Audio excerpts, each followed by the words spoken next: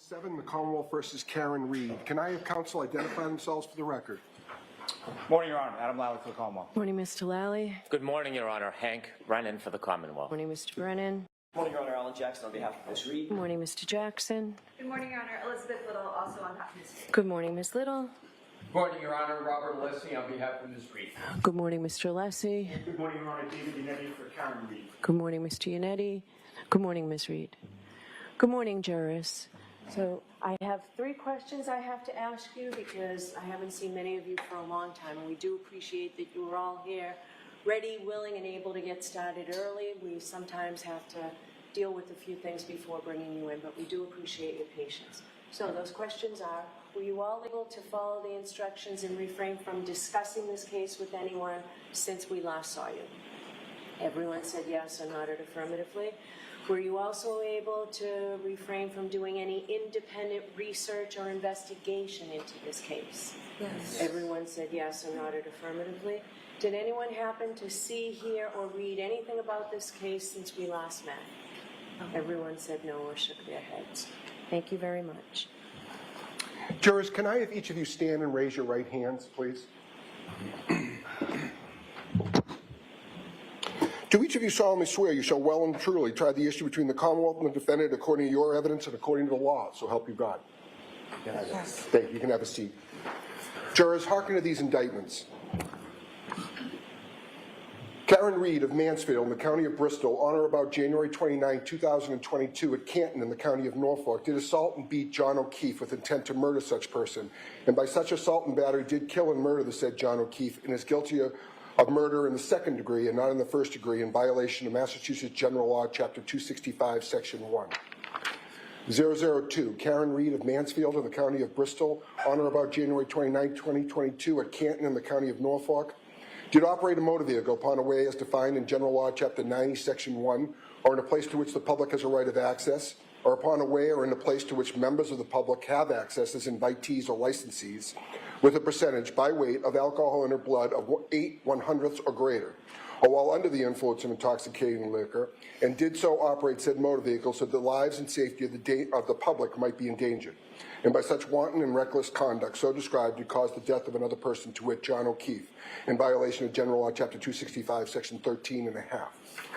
003, Karen Reed of Mansfield in the County of Bristol, on or about January 29, 2022 at Canton in the County of Norfolk, did operate a motor vehicle upon a way or in a place to which the public has a right of access, or upon a way or in a place to which members of the public have access as invitees or licensees, and without stopping and making known her name, residence, and registration number of her motor vehicle, to go away to avoid prosecution or evade apprehension after knowingly colliding with or otherwise causing injury to John O'Keefe, such injuries having resulted in the death of said person in violation of General Law, Chapter 90, Section 24, Subsection 2, Subsection A.5, Subsection 2.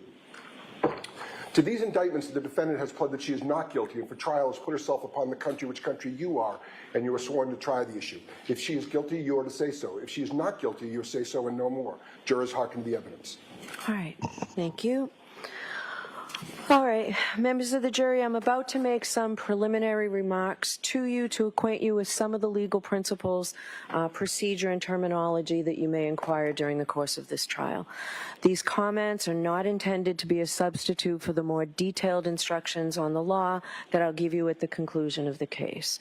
So you'll remember that this is a trial of a criminal case. Ms. Reed is charged with 2nd-degree murder. She's also charged with manslaughter while operating under the influence and leaving the scene after causing personal injury or death, the indictments that Mr. McDermott just read to you. I'll describe the law in detail at the end of the case and the elements of these charges, but briefly, murder is the unlawful killing of a human being. In order to prove Ms. Reed guilty of 2nd-degree murder, the Commonwealth must prove beyond a reasonable doubt that she committed an unlawful killing and that it was done with malice. In comparison, manslaughter while operating under the influence is an unintentional, unlawful killing caused by wanton or reckless conduct while under the influence of intoxicating liquor. And leaving the scene of an accident after causing personal injury or death requires the Commonwealth to prove that Ms. Reed knowingly collided with John O'Keefe, that she caused him injury or death, and then she fled the scene. These terms and the elements of the crimes will be explained to you in detail at the end of the case before you begin your deliberations. Now, please remember that Ms. Reed starts this trial presumed to be innocent. The fact that she was arrested or that she was indicted is not proof of anything. An indictment is just a piece of paper. It just makes an accusation. It is merely a formal manner of accusing a person of a crime and bringing that person to trial in the Superior Court. But it is only the jury, in other words, you folks, who can decide whether the prosecution has proved its case beyond a reasonable doubt. If the Commonwealth does not do that, then the presumption of innocence alone requires you to find the defendant not guilty. The law never requires a defendant to prove her innocence, to produce any evidence whatsoever, or to do anything other than attend the trial. This presumption of innocence remains with the defendant until you, the jury, make your determination after listening and considering all the evidence. Now, what is proof beyond a reasonable doubt? The term is often used and probably pretty well understood, though it is not easily defined. Proof beyond a reasonable doubt does not mean proof beyond all possible doubt, for everything in the lives of human beings is open to some possible or imaginary doubt. A charge is proved beyond a reasonable doubt if, after you have compared and considered all the evidence, you have in your minds an abiding conviction to a moral certainty that the charge is true. When we refer to moral certainty, we mean the highest degree of certainty possible in matters relating to human affairs, based solely on the evidence that has been put before you in this case. I have told you that every person is presumed to be innocent until he or she is proved guilty, and that the burden of proof is on the prosecutor. If you evaluate all the evidence and you still have a reasonable doubt remaining, the defendant is entitled to the benefit of that doubt and must be acquitted. It is not enough for the Commonwealth to establish a probability, even a strong probability, that the defendant is more likely to be guilty than not guilty. That is not enough. Instead, the evidence must convince you of the defendant's guilt to a reasonable and moral certainty, a certainty that convinces your understanding and satisfies your reason and judgment as jurors who are sworn to act conscientiously on the evidence. This is what we mean by proof beyond a reasonable doubt. Now, our system of justice depends on judges like me and jurors like you being able and willing to make careful and fair decisions. All people deserve fair and equal treatment in our system of justice, regardless of their race, national origin, religion, age, ability, gender, sexual orientation, education, income level, or any other personal characteristic. You have agreed to be fair, and I am sure that you want to be fair, but that is not always easy. One difficulty comes from our own built-in expectations and assumptions. They exist even if we're not aware of them and even if we believe we do not have them. Some of you may have heard this called implicit bias, and that's what I'm talking about. Of course, we judges have the same problem as everyone else, so let me share a few strategies that we have found useful. First, slow down. Do not rush to a decision. Hasty decisions are more likely to reflect stereotypes or hidden biases. Second, keep an open mind. Avoid drawing conclusions until the end of the case when you and your fellow jurors deliberate. Remember that when you deliberate, you will have all the evidence and all the time you need to make a careful decision. So there truly is no need to start making up your mind before then. Third, you should listen closely to all the witnesses. That is the best way to ensure that you decide this case based on the evidence and the law instead of upon unsupported assumptions. Fourth, as you listen to the testimony about the people involved in this case, please consider them as individuals rather than as members of a particular group. And finally, I might ask myself, would I view the evidence differently if the people were from different groups, such as different racial, ethnic, or gender identity groups? At the end of the case, I will remind you of these strategies and ask you to focus on the evidence instead of any unsupported assumptions you may have. All we ask is that you, individually and as a group, do your best to resolve this case based upon the evidence and the law. without sympathy, bias, or prejudice, to the best of your ability as human beings. Now, when I finish these initial instructions, the Commonwealth, Mr. Brennan, will make his opening statement. Then Ms. Reed's lawyer, Mr. Jackson, can choose to make an opening statement or not, because, again, remember, the defendant has no burden of proof and doesn't have to prove anything. Her lawyer does not need to make an opening statement. An opening statement is a summary of what the lawyer expects the evidence at trial will be. It is intended simply to introduce the main issues in this case to you. Next, the prosecution will introduce evidence in support of the charges in the indictments. After that, the defendant may present evidence on her behalf if she wishes to do so, but she is not obliged to do so. Remember, the burden of proof is always on the Commonwealth to prove that the defendant is guilty. The law does not require any defendant to prove her innocence or to produce any evidence at all. After all the evidence, each side will have an opportunity to offer you closing arguments about what conclusions you might draw from the evidence. Like the opening statements, the closing arguments are not evidence. They're merely intended to help you understand the respective contentions of the parties.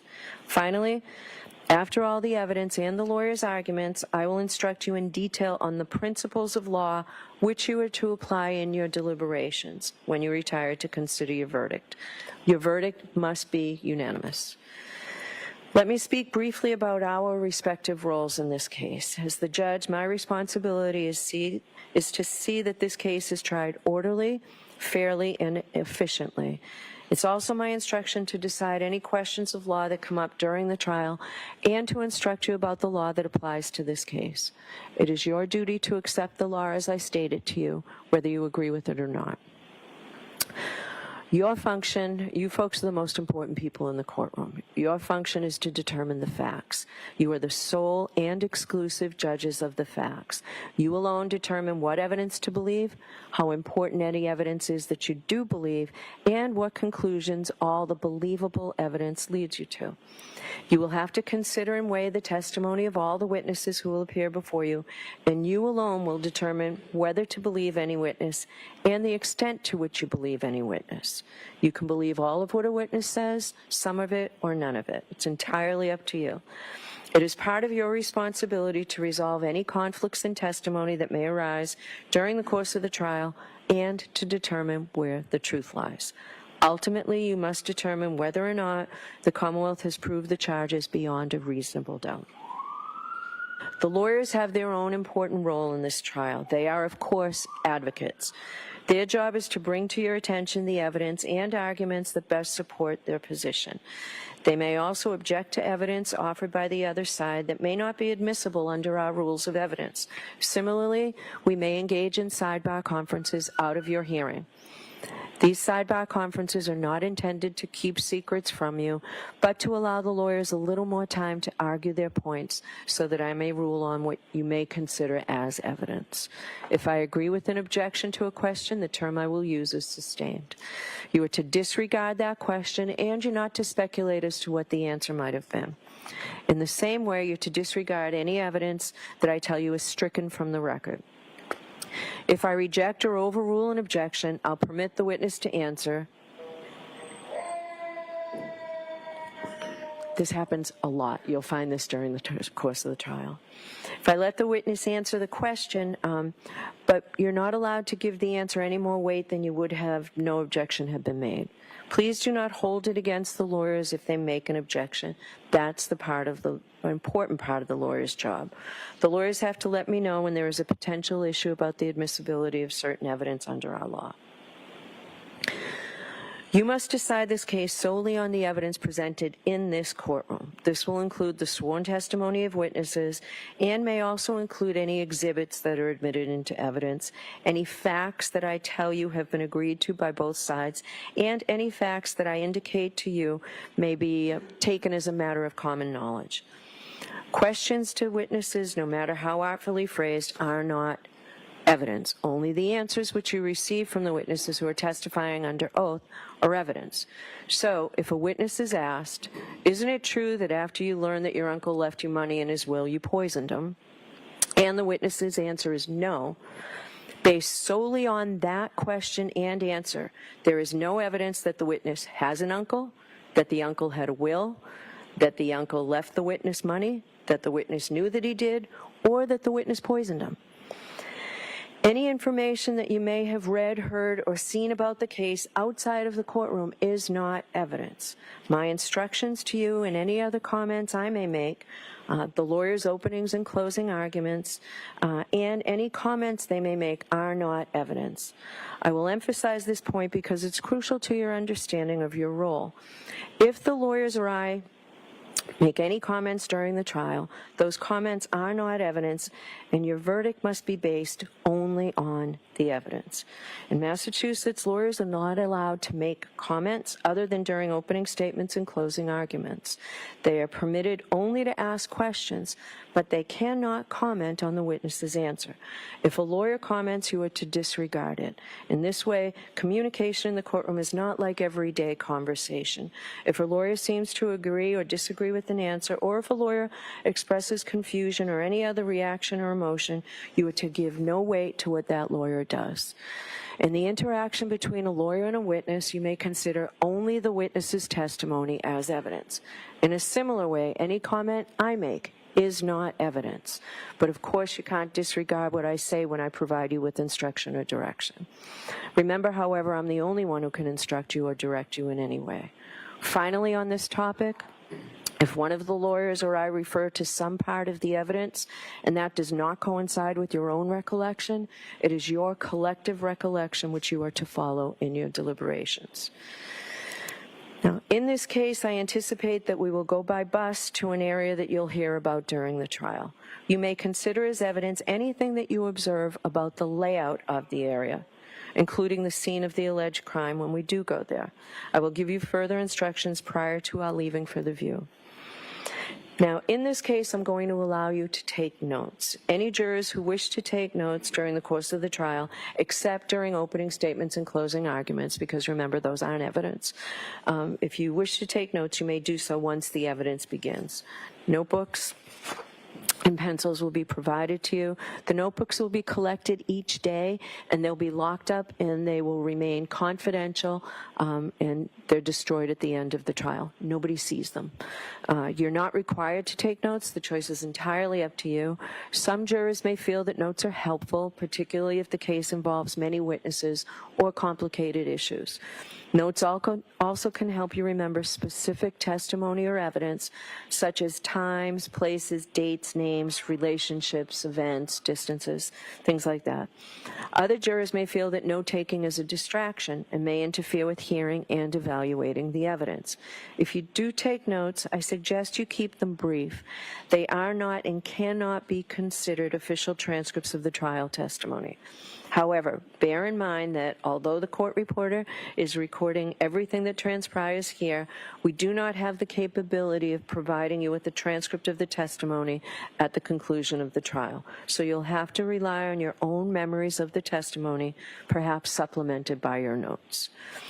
Regardless of whether or not you take notes, please remember that how a witness testifies may be just as important as what he or she says. Therefore, your observations of the witness's appearance and demeanor on the witness stand may play an important part in your assessment of his or her credibility. Do not let note-taking distract from an appreciation of all the evidence. If you have any trouble hearing or seeing during the trial, please raise your hand or let a court officer know, and we'll make any necessary adjustments. We generally take a morning recess at around 11 o'clock or so, but if you need a break at any other time, please raise your hand and let a court officer know. We'll take a break. If you need to communicate with me during the trial, and I'm not suggesting for a minute that you need to, but if you do, please speak with the court officer or give the court officer a note to bring to me.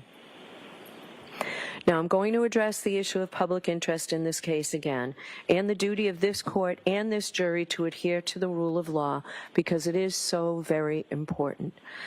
John Adams famously said that we are a government of laws, not of men, and that the law must be deaf as an adder to the clamoring of the public. He meant that While public opinion about a given subject may ebb and flow, the law must be steady, reliable, and even-handed. We know that on the subject of this case, there are people advocating for one outcome or another with great intensity, but unbound by any oath or even any inclination to follow the actual evidence. The law works in a different way, and the difference is crucial to our system of justice. This jury, selected for this trial, will hear and judge the evidence. You will decide what the facts are. Where the evidence is contested, you will determine where the truth lies.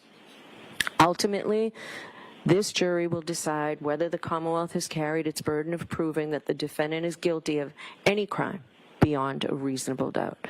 People outside of this building have rights, and we know that they have voices, but this trial will be decided by you. An independent jury, free from outside interference, based only upon the evidence presented in this courtroom and the law. This is the only way to ensure that every person who comes before the court receives a fair trial. It is just that simple and that important. So, while public comment will likely continue, you must ignore it so that the rule of law will be upheld. Which leads me to the fact that it is very important that during this trial, until you deliberate, you must not discuss this case with anyone. This includes your family and friends, and even your fellow jurors. Nor should you allow anyone to communicate with you about any specific aspect or any aspect of this case. You must not conduct any independent research about this case, the matters in this case, and the individuals involved in this case. In other words, you must not consult the internet or do anything else to try and find out information from any source outside the confines in this courtroom. Please be very careful with your social media use. Please do not use X or Twitter, Facebook, Instagram, or Reddit. Though you may never have seen anything about this case before on your social media feed, you cannot control what may pop up. You should also remember that use of these platforms can be public and traceable, and any searches undertaken or information received by you can and likely will be discovered. So please be extremely cautious. If you inadvertently see something about this case, please disregard it and let us know. As best as you recognize them, please have no contact with any of the participants in this trial or anyone associated with either side, including the lawyers. Please do not visit any locations that may be mentioned during the trial. We'll go on a view, as I told you, and I'll discuss that with you before we go. Remember, you were instructed that you must not, and you assured us that you would not read, watch, or listen to any account of any aspect of this case in any news media, social media, or from any other source. It is critical that you follow that instruction. Finally, please continue to keep an open mind. I know that you will try this case according to the oath that you've just taken as jurors. When you took that oath, you promised that you would well and truly try the issues between the Commonwealth and the defendant according to the evidence and the law. If you follow that oath, approach this case with an open mind, and make your decisions fairly and without prejudice or bias or sympathy for anyone, then you will arrive at a true and just verdict, and that's all we ask of you. So it's now time for the opening statements. Mr. Brennan. Thank you, Your Honor.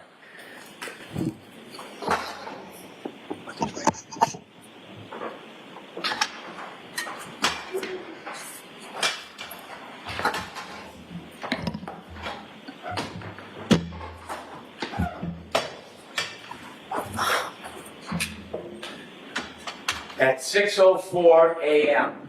on January 29, 2022, the alarm bell sounded in the Canton Fire Department. Firefighter paramedic Timothy Nuttall knew what that meant. His heart skipped a beat, he raced to his equipment, and he picked up his bag, which was meticulous. There was a sign and a signal, and then there was a voice commanding that there was cardiac arrest. The most serious of calls for a firefighter paramedic, that means that a person's heart has stopped.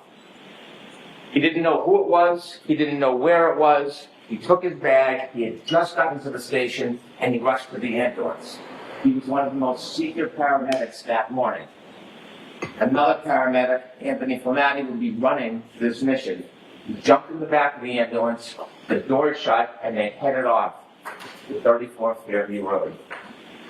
As they drove, Firefighter Nuttall could not see anything. He couldn't hear anything other than the engine of the ambulance. He could feel it sliding across the road. It was near blizzard conditions. He calmed himself, he steadied himself. This is what the firefighters and paramedics are trained to do, to focus. And he focused on his task. He looked around the back of the ambulance to make sure all the tools were in place. The ambulance was meticulous as well. This was Anthony Flamatti's ambulance, and it was well stocked. He calmed himself, and he thought about what was going to happen. What should he be looking for? What is his next steps? He played the scenarios through his mind, and eerie calm was above him. As the car pulled up to 34 Fairview, the ambulance, he stood at the back door, the doors open, and he stepped out into bedlam. He could hear a woman screaming and shrieking, the cold, hard air slapping on his face, and the wind, blizzard conditions swirling around her. You will hear him tell you how he trudged towards those screams in the darkness to snow. And when he got there, he saw 3 women surrounding a man lying, not moving on the ground. He walked up to the man and he reached down and he tried to find any signs of life, pulse, anything. And he found nothing. And he got up and he walked over to the woman, and he walked over to that defendant, Aaron Reed, and he told her that he thinks that that man is gone. And then he heard the yell from Anthony Flamatti, the chief, and he said, "Come back, let's go."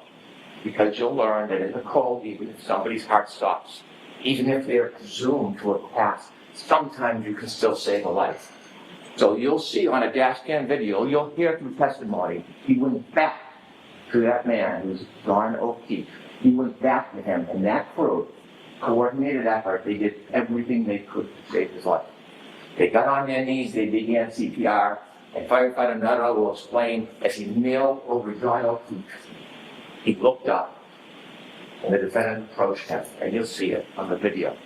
Now, he wanted any information, because when you're trying to save someone, you want to know, are they on drugs, medication, do they have a heart condition? And he looked up at Miss Reed, and he said, "What happened?" And you'll hear her words through Firefighter Nuttall. She said, "I hit him, I hit him, I hit him."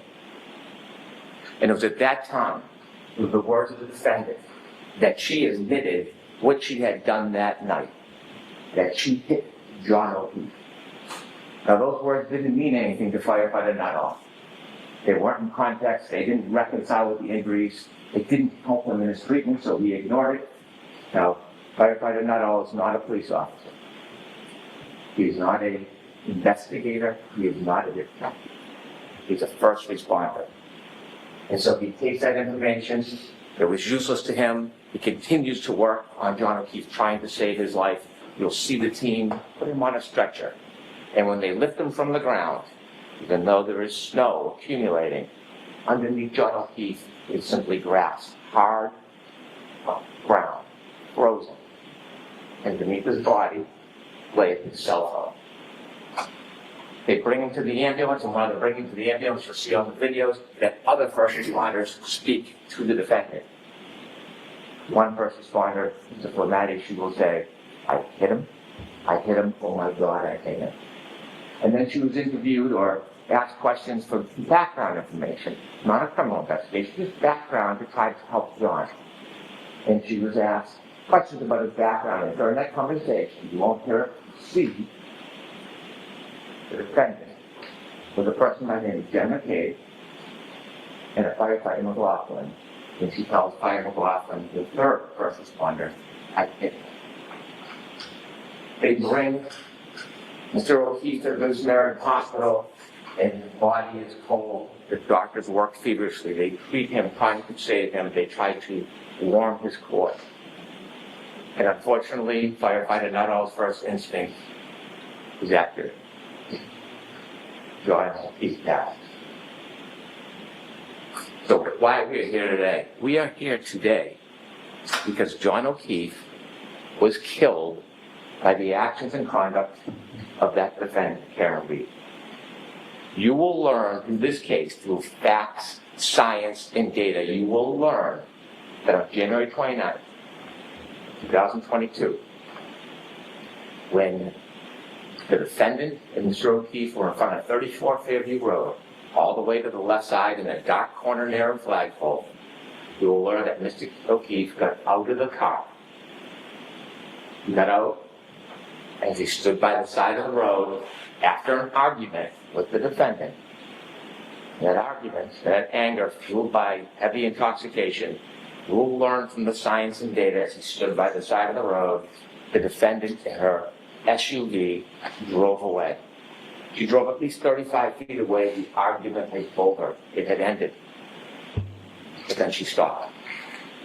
She stopped, she put the Lexus into neutral, and she waited. And the facts and science and data will tell you that despite the fact the argument was over, she then put the Lexus into reverse, put her foot on the gas pedal, and began to press, not 25%, not 50%, up to 75% acceleration.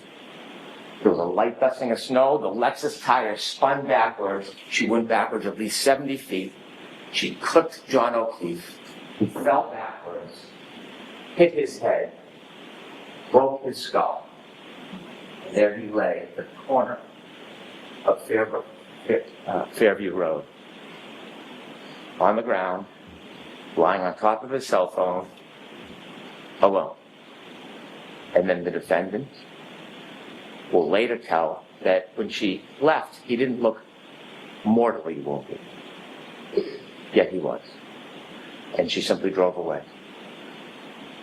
Now, before I tell you about the data and the facts and the science, and I walk you through that, I'd like to tell you a little bit about John O'Keefe. John O'Keefe was a young man, a local kid, very well liked, loved. John O'Keefe is the son of Peggy O'Keefe, John O'Keefe Sr., and the brother of Paul. Grew up in Canton, worked hard, he became a police officer. But what you're going to learn, the fact that he worked for the Boston police officer, as a Boston police officer, was just a fraction of his life. It was a small, really unimportant part, because the biggest part of John O'Keefe is he was a family man. Not in the traditional sense. See, John O'Keefe never had biological children. John O'Keefe was never married. But John O'Keefe had a sister, and she had 2 children. And when the children were 6 and 3 years old, his sister unfortunately died. And shortly after, his sister's husband died. John O'Keefe was a helper. He didn't sit by. He saw these 2 recently orphaned children, and he stepped in and he said he was going to raise them. So he put aside his career, he put aside his job, and he moved in with the children and raised them up. They were his home. They were his passions, his love. He was a new parent, successes, failures, like all parents. And he raised the children with the help of people in the community, with the help of his brother, with the help of his family. And they led a good life. Enter Karen Reed. Around COVID, the defendants and Mr. O'Keefe reacquainted, and they started a relationship. And you'll hear that even though the defendant had her own home, she was staying with Mr. O'Keefe a lot, 4, 5, 6 times a week. And to most of the world, it was a pretty good relationship. They spent time together, they did activities with the children together. She helped with driving the children, feeding the children. It was a steady relationship. Until about the beginning of 2022. And then things began to unravel. There was tension. There was arguments. In fact, just a few days before this incident, you'll hear that Mr. O'Keefe asked her to leave. But she wouldn't. You're going to be able to read text messages of their conversations on January 28, 2022. You will see the tension and the unraveling of the relationship. You will read about the discord between the defendant than Mr. O'Keefe. You will see that when he would ignore her calls, they would become incessant. When he would try to push away, she would come closer. You will read those text messages and you will realize that this was the beginning of the end of this relationship. That night, they decided they would go out together.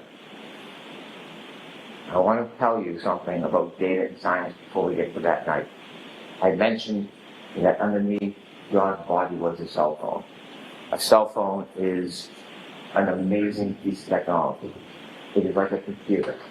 It carries extraordinary data. And when they found the cell phone, the only companion to John O'Keefe that night, they studied the cell phone, and there'll be some remarkable data that you will use in this case to find the truth. I want to mention 3 different things you will find in a cell phone that are critical to this case. The first is called location data. Waze we've all heard of, Google Maps. Well, at some point that night, John put his Waze on, and Waze is like a breadcrumb that will show exactly where the phone goes, second by second. It is the strongest, most accurate location data that you can have. And that night, John was using Waze. It also will have healthcare data. Healthcare data will show when somebody is moving. Sometimes it's qualified as steps, but it doesn't necessarily mean somebody's stepping. Moving their arms, walking, turning. It doesn't show what direction or how far, but it shows movement of a person. Healthcare data. And the third thing, remarkably, there will be an expert in this case who found the data file on the phone, and it tracks the temperature of the cell phone battery. That will be critical to your analysis of this case, the temperature of the cell phone battery. And so with that, I want to take you back to the timeline of that night.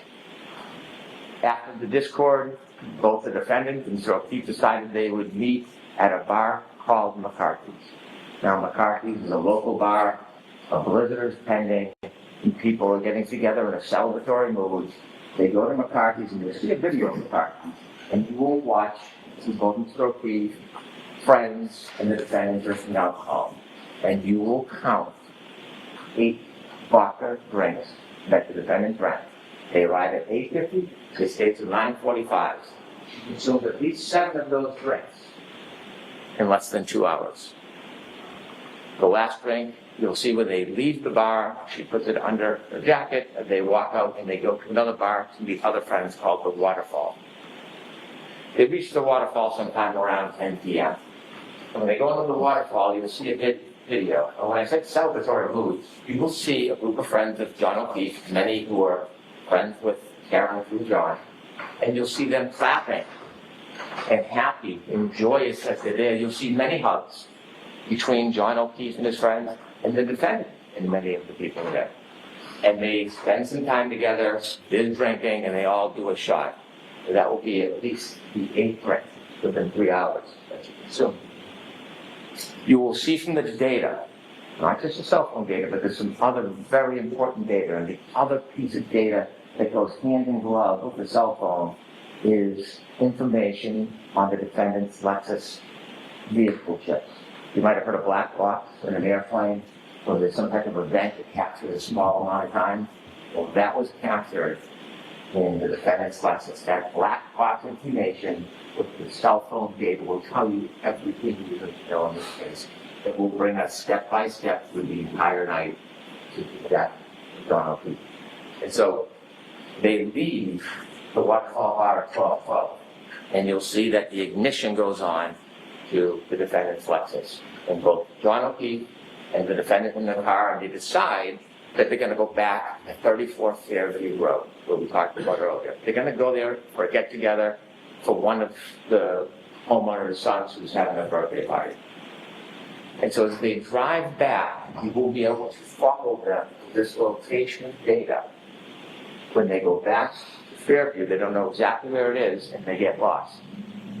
And so John O'Keefe makes a phone call. Has a phone call with one of his friends, Jen McCabe. And during that phone call, which the defendant listens to because she recounts it, and trying to get directions, Jen McCabe tells John O'Keefe, it's near Bella's mom's house. They were run by Bella or her mom, or somebody that John had dated before. And so as they make their way to Fairview, you will see there's a road that comes down like a loop and that leads to Fairview. They take a wrong turn on the loop, and then they do a three-point turn in the driveway, which is the exact size driveway they turn into, because some type of acceleration movement triggered that black box in the Lexus. And that's important. Keep that 7 minutes before the collision. And you'll see from the ways exactly where the car was. You'll see from the black box the event of the three-point turn in the driveway, and then a return down to Fairview. But before they get there, at 12:23, a truck is coming the other way. And the witnesses in that truck will say they blinked the lights. One of them saw a man and woman in the car. John had been offended. And then they followed the Lexus because they were going to the same house. The truck stopped at the driveway, and the Lexus, the defendant's car, will hear, because of the waves, and be counted second for second. It never stops. It rolls very slowly all the way to the end of the yard, in the corner where there's a tree line and flagpole. And they reach that location at 12:34:33. And they're in the car and they stay there. The truck waits, they speak to somebody in the house who comes out, the person goes back to the house, and they're there for about 5 minutes. We're now down to 2 minutes before the collision. The truck leaves, and now it's just the defendant and John. And while they're waiting outside at 12:27, John gets a text from Jen McCabe. Park behind us in the driveway. 12:29, she texts again. Are you coming in? You'll hear that Jen McCabe and others look out the window and see the defendant's Lexus in front of the flagpole at the far end. It's snowy, it's dark, it's windy, they're waiting. You will know that John O'Keefe was in that car, that Lexus, and didn't move because his healthcare data is not moving. It's not moving until 12:31:56. At 12:31:56, he begins to move. He will have 20 seconds before he falls. 20 seconds. He gets out of the car, the Lexus, and in that 20 seconds, you'll hear that user initiated. He looks at the phone, at the text message to Jen McCabe. It's now 12:32:09. Closes the phone the last time. It will be the last time he uses that phone. From the waterfall bar, you see that he's in his back pocket. And at that time, 12:32:09, last user, he has 7 more seconds to move before he lied dormant the rest of the night. We'll also have the information from the defendant's Lexus black box. Now, the clocks run differently. There's a 30-second difference, but it's right in the heart of that time. And you will see in the data at that time, when he makes his last movements with the phone, is when her car leaves 34 feet at least, stops, neutral, and then shoots into reverse with the tires spinning right towards him. Right when he got out. You'll know they're arguing because the next morning she tells the firefighter, I'm sad because our last moments were fighting. She drives away. Like I said, he's made later statements that when she left, he didn't look mortally wounded. He lied on the ground on top of his phone, light dusting of snow, snow now picking up. And he's just there. It's 12:37. Now, when he's in the car, before he gets to Fairview, the battery temperature of that phone is 77 degrees. 77 degrees in the warm car. Now that he's been outside the car for 5 minutes, thoughts.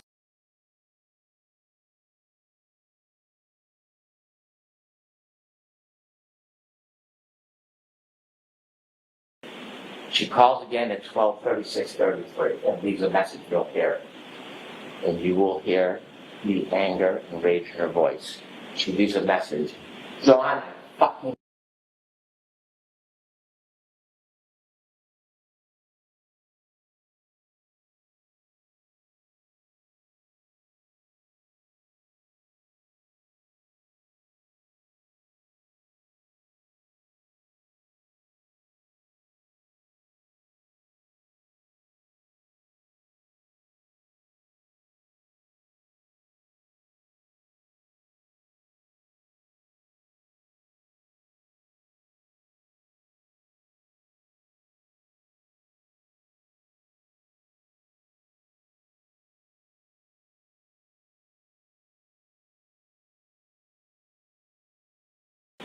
Cell phone drops to almost 60 degrees.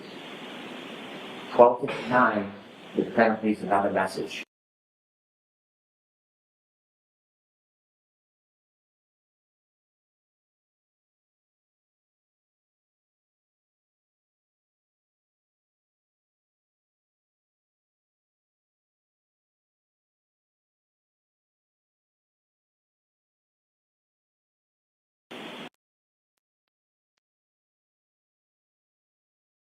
Go back to him. She did not leave.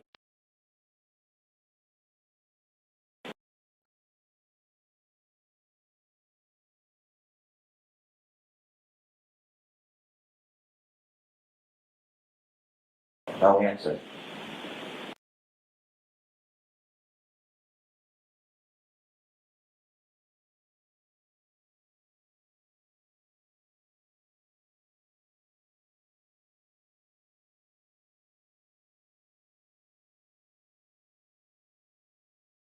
Fall asleep and passing out. But then she wakes. It's 5 o'clock. She is frantic. She wakes up John's niece, and she is unintelligible. She's yelling, she's screaming, she asks for the niece to call Jen McCabe. She calls Jen McCabe, and you'll hear Jen McCabe recount. Out of her deep sleep, she wakes up and she hears, Jen, Jen, Jen, screaming Jen's name. John's dead. Hangs up the phone. Jen McCabe. Back. And then, what's going on? And she told, well, I left him at the waterfall. She didn't tell Jen McCabe, I left him at the waterfall. Then called back and says, he's fine, go up front. You did leave him at the waterfall. She hangs up. He then minutes later calls another person, Terry Roberts, a friend of John O'Keefe. Someone who's not friends with the defendant, but they know because they helped raise the kids and they interacted. She had nothing to do with the night before, wasn't at the bars, was home with her family. She calls her and says, I think John got hit by a plow. I think he's dead. Now Terry, with that information, calls 911. She calls hospitals, they hear her voice. She's concerned. Not there. And then she gets another call from the defendant. And she tells the defendant, come to my house. I will help you look for him. And the defendant says, I was so drunk last night, I don't remember anything. Waiting for her to arrive, she learns she doesn't arrive. Instead, the defendant goes to Jen McCabe's house. Terry Roberts, the other friend, then goes to Jen McCabe's house, pulls behind the car. When she does, she's on Bluetooth, and she can hear the defendant say, my taillight's broken, my taillight's broken. And she looks, and the snowpack from the right taillight, she can see a piece of the taillight missing. The defendant desperately wants to go to 34 Fairview Road, but Terry Roberts takes over and says, we're going to go back to John's house. Maybe he's in the house and we didn't see him. So both cars, driven by Terry Roberts and then Jen McCabe, with the defendant, go back to John O'Keefe's house. You'll see a ring video where you see them go into the house and they look around, and you'll hear about the woman, Jen and Terry, enlisted into this task. Look for John O'Keefe, they cannot find him. And then when Terry Roberts comes into a room, she's, rather than looking, the defendant is simply standing there, staring at the wall. At that point, the defendant insists they got to go back to Fairview Road. They decide to take one car. Terry Roberts is taking charge. She's going to drive. They leave Mr. Reed's Lexus and John O'Keefe's driveway, and they drive back towards 34 Fairview Road. You'll hear it is blizzard-like conditions. It is dark. They can barely see a thing. And when they get close to the edge of 34 Fairview, you hear the defendant start to scream, there he is. Both women look and they can't see anything. She starts kicking the door. The defendant's kicking the door, let me out. Terry Roberts stops the car and lets her out. And she sees the defendant run exactly to where John O'Keefe is in the darkness. That's where she left him. Terry gets out of the car, starts to walk towards where the defendant is, and she sees the defendant lying on a body. She can't tell who it is because the face is still covered with snow. And she comes over and looks, and she wipes off the snow from John O'Keefe's face. She realizes one of her best friends in the world is John O'Keefe. And she starts trying to do first aid. They start to move him, and coincidentally at 6:06, when they start to move him, The cold air hits that cell phone battery, it drops from 50 to 43 degrees. And they try, Jen McCabe calls 911. And that's when a police officer arrives, firefighter Nuttall and his crew. And when they lift him, that cell phone battery that is shut down to 37 degrees, Kerry Roberts picks it up and puts it in her pocket, and it immediately starts to warm as she moves and helps to get a data, showing movement starts again. At that point, nobody knows what happened. The Canton Police Department come. You can see their police cars and cruisers. They're not sure, so they look in the area where John's body is and find a glass from the bar. There's body. They find blood spots. They try to put the blood spots in plastic containers. They don't know what they're looking for at this point. There's no information. They don't believe or know that there's a crime. They just know that John O'Keefe somehow ended up here with the broken glass and the blood. And so that morning, you can see the work.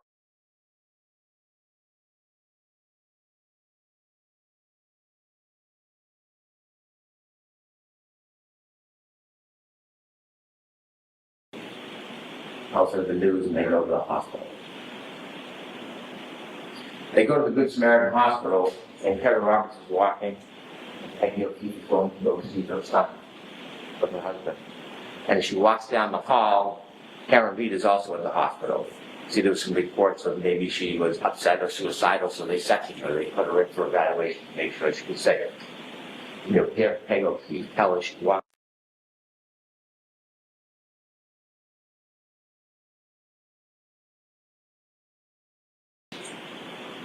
As she walked by Karen on the beach, she stopped and she said, "Karen, what happened?" And you'll hear that Karen was excited and yelling, "He's really dead." She stops for a second and becomes stone. Doesn't say a word. Peggy pays respects to her son, and then she has to go back home because she has to help with Joey. Now, while she's out, the Canton Police Department sent an officer to the house to make sure the children are safe because they're alone if they're home. And when the officer pulls in, he doesn't notice anything, but you'll see in the dash cam video notices something. That tail light has a big missing piece to it. They can't find the children. Ultimately, Peggy comes home, her friends take it down, and they bring the nephew home, and he is distraught. And then Peggy hears a knock on the door. It is the defendant and father. They want to come in. They come in, no condolences to Peggy. And they ask, "Will you go upstairs to John's room?" And she's busy consoling her grandson. They go upstairs, they're upstairs for about 15 minutes. They come down, quickly they leave.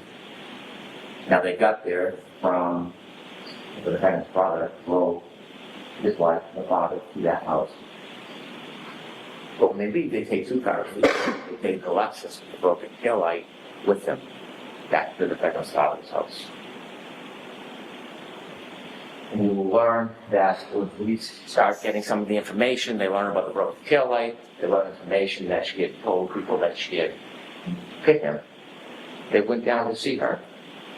And on their way down, they decided they would get a warrant to take the Lexus. When they get down, you'll hear from Trooper Buchanan, who took a look and see the missing tail light. They went in and spoke briefly to the defendant. They took the car, they brought it back to Canton.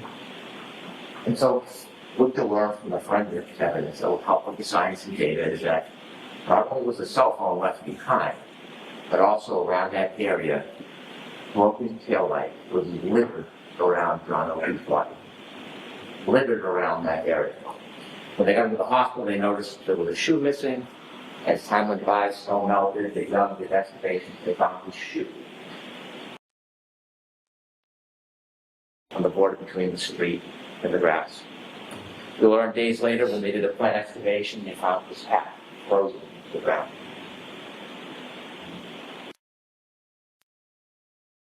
time over the course of that broken tail light in that area. At the sneaker, the glass. When the defendant left Mr. O'Keefe behind, took with her something of Mr. O'Keefe called trace evidence. You'll learn on the back of her Lexus, around the taillight area, is John's DNA, and stuck to the side, grasping one last piece of John O'Keefe's hair. Now, John O'Keefe fell backwards in his head after he was clipped by the car. And you're going to hear from a very renowned doctor, a neurosurgeon, who was treated thousands and thousands of head injuries. And the wound on the back of the head, when he fell backwards, on the cracked the skull, it's called a basal fracture.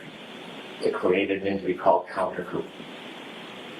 After he was put by a car, he fell backwards and hit his head on that hard rock ground. Remember, there's no snow, it's just a dusting at this point. The back of his brain hits the back of the skull and bounces up. When it bounces up, it leaves marks showing that impact. And this neurosurgeon will tell you, treated thousands of patients, that this injury, to a reasonable degree of medical certainty, is counter-coup caused by falling backwards and hitting your head. When the medical examiner for the state looked at it, they generally said blunt force trauma. They had it as undetermined. So we brought it to the renowned neurosurgeon who does that. You're also going to hear from an accident reconstruction.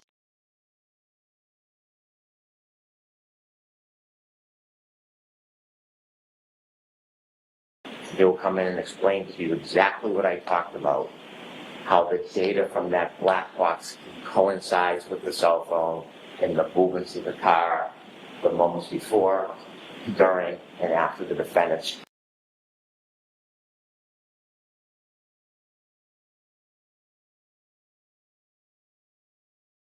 There are 3 charges against the defendant in this case. The first one, second-degree murder. When most people hear murder, they instantly think shooting somebody, stabbing somebody, bringing, deliberate premeditation. I will instruct you on the law. I'm not going to trample in that area, but I can tell you clearly, we are not going to try to prove that Karen Reed tried to kill John O'Keefe. We're not going to try to prove to you that she intended or wanted him dead. That's not second-degree murder. What we will prove to you is she engaged in an intentional act, driving back at him at that speed, in the storm, in the darkness, knowing that he had just gotten out of her Lexus. She intended that act, which could cause a plain and strong likelihood of death. That's what we will prove to you, second-degree murder. Also, operating under the influence of alcohol, manslaughter, we will prove to you that she drove her Lexus recklessly. She hit John O'Keefe, and because she hit him and he fell back, she caused his death. The third charge is leaving the scene after knowingly causing death. Again, she hit Mr. O'Keefe with a car. She knew he was injured. She left him behind.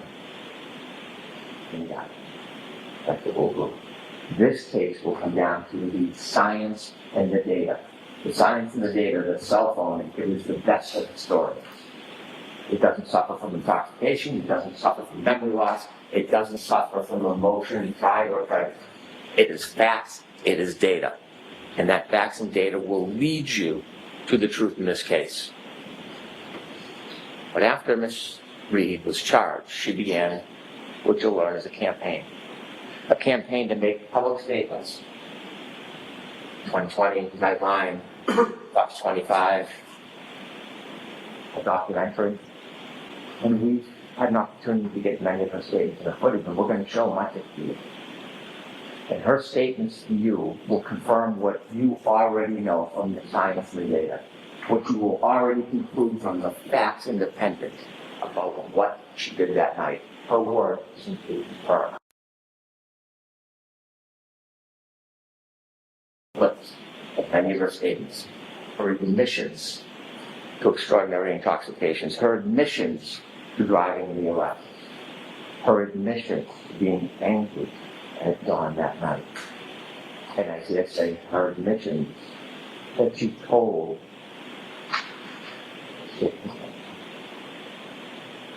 But the place you clip on, you're going to hit her first with the statements that she made after she was charged.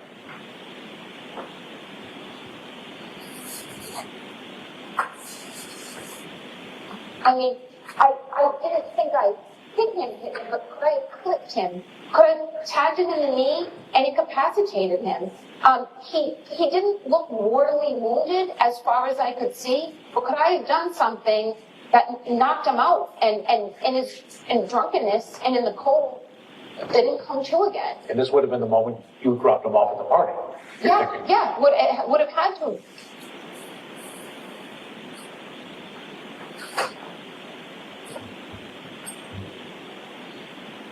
Ladies and gentlemen, I simply ask you to follow the evidence, follow the science, follow the data. Ignore speculation, surmise, conjecture. Stay true to the evidence. It will lead you to the truth. That on January 29, 2022, a very intoxicated defendant was angry and arguing about the relationship with John O'Keefe. And after the fight was over, she left, but she brought the fight back to him in the form of her SUV. She clipped him, he fell backwards, he broke his head, and then this man who helped, a lifetime of help, was left at the corner of that yard, left to die with no help. The facts, the data, and the evidence will bring you to the truth, and the defendant's own words will confirm everything you've already concluded. All right, thank you. Mr. Jackson? Could I have just a moment to readjust? Sure, the court officers will be kind enough to help you.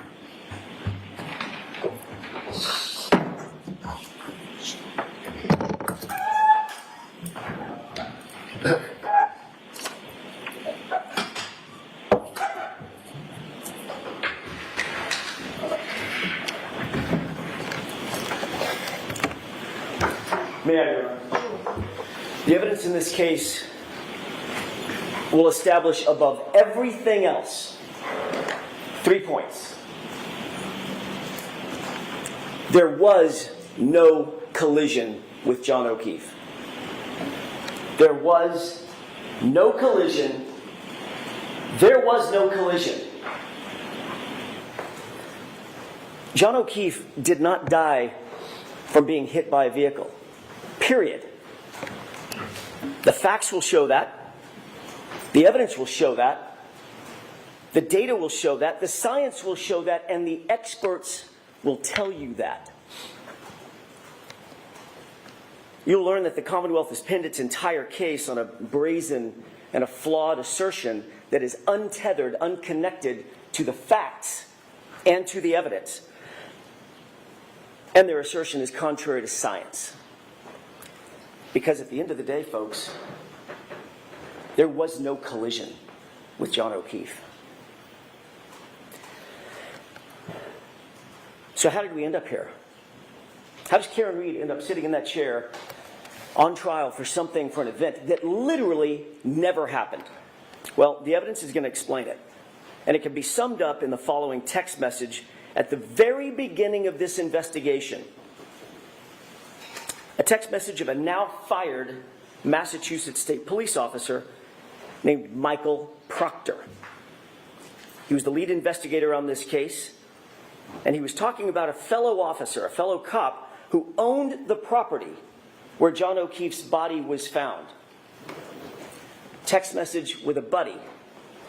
Question: is the homeowner going to catch any shit? Answer: nope. He's a Boston cop too. That quote defines the lack of integrity of the Commonwealth's entire case, its entire investigation, and this prosecution. During the course of this trial, you'll learn much more about Mr. Proctor, why he said that, and what it really means. What you'll see and hear in this courtroom in the coming weeks is not just a story of a tragic loss. And make no mistake, John O'Keefe's death is and was a tragic and tragic loss. But the story you'll hear is about an investigation that was riddled with errors from the beginning, a rush to judgment, conflicted, and corrupted from the start. Corrupted by bias, corrupted by incompetence, and corrupted by deceit. Finally, it was corrupted by a deliberate effort to avoid and to cover up the very truth that you are seeking. You'll find when you hear the evidence that the Commonwealth's case is the literal definition of reasonable doubt. They won't be able to talk their way out of it. They won't be able to explain their way out of it. They won't be able to excuse their way out of it. And they can't meet their extreme burden of proof, which the court will tell you is beyond any and all reasonable doubt and to a moral certainty. Members of the jury, Karen Reed found John O'Keefe dead on the front lawn of a Boston police officer, Brian Albert, at 6 a.m. on January 29th, 2022. Picture the scene.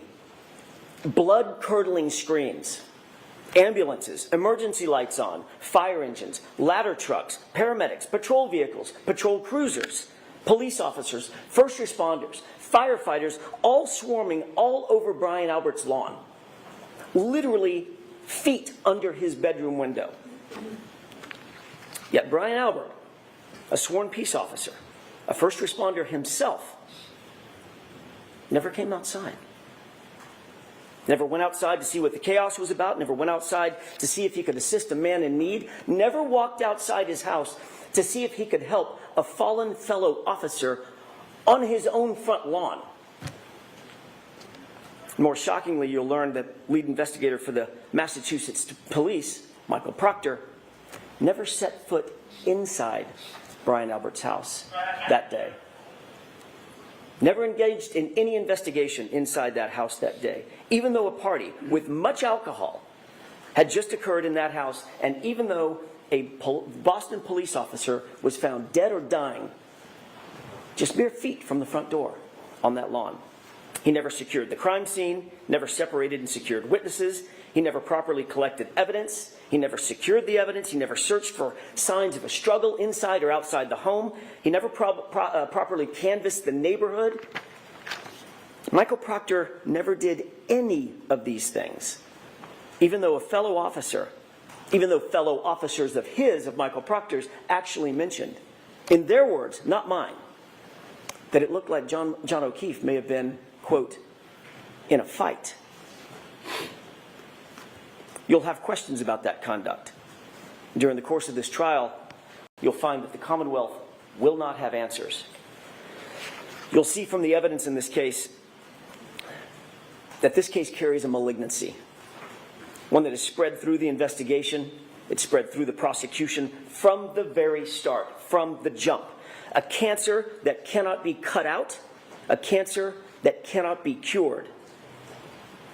And that cancer has a name. And his name is Michael Proctor. Now, you didn't hear his name in the prosecution's opening statement. Not once. And I suspect that was probably by design. But make no mistake about it. The evidence will show in this case that Michael Proctor is the very definition of the Commonwealth's case. And he's also their Achilles heel.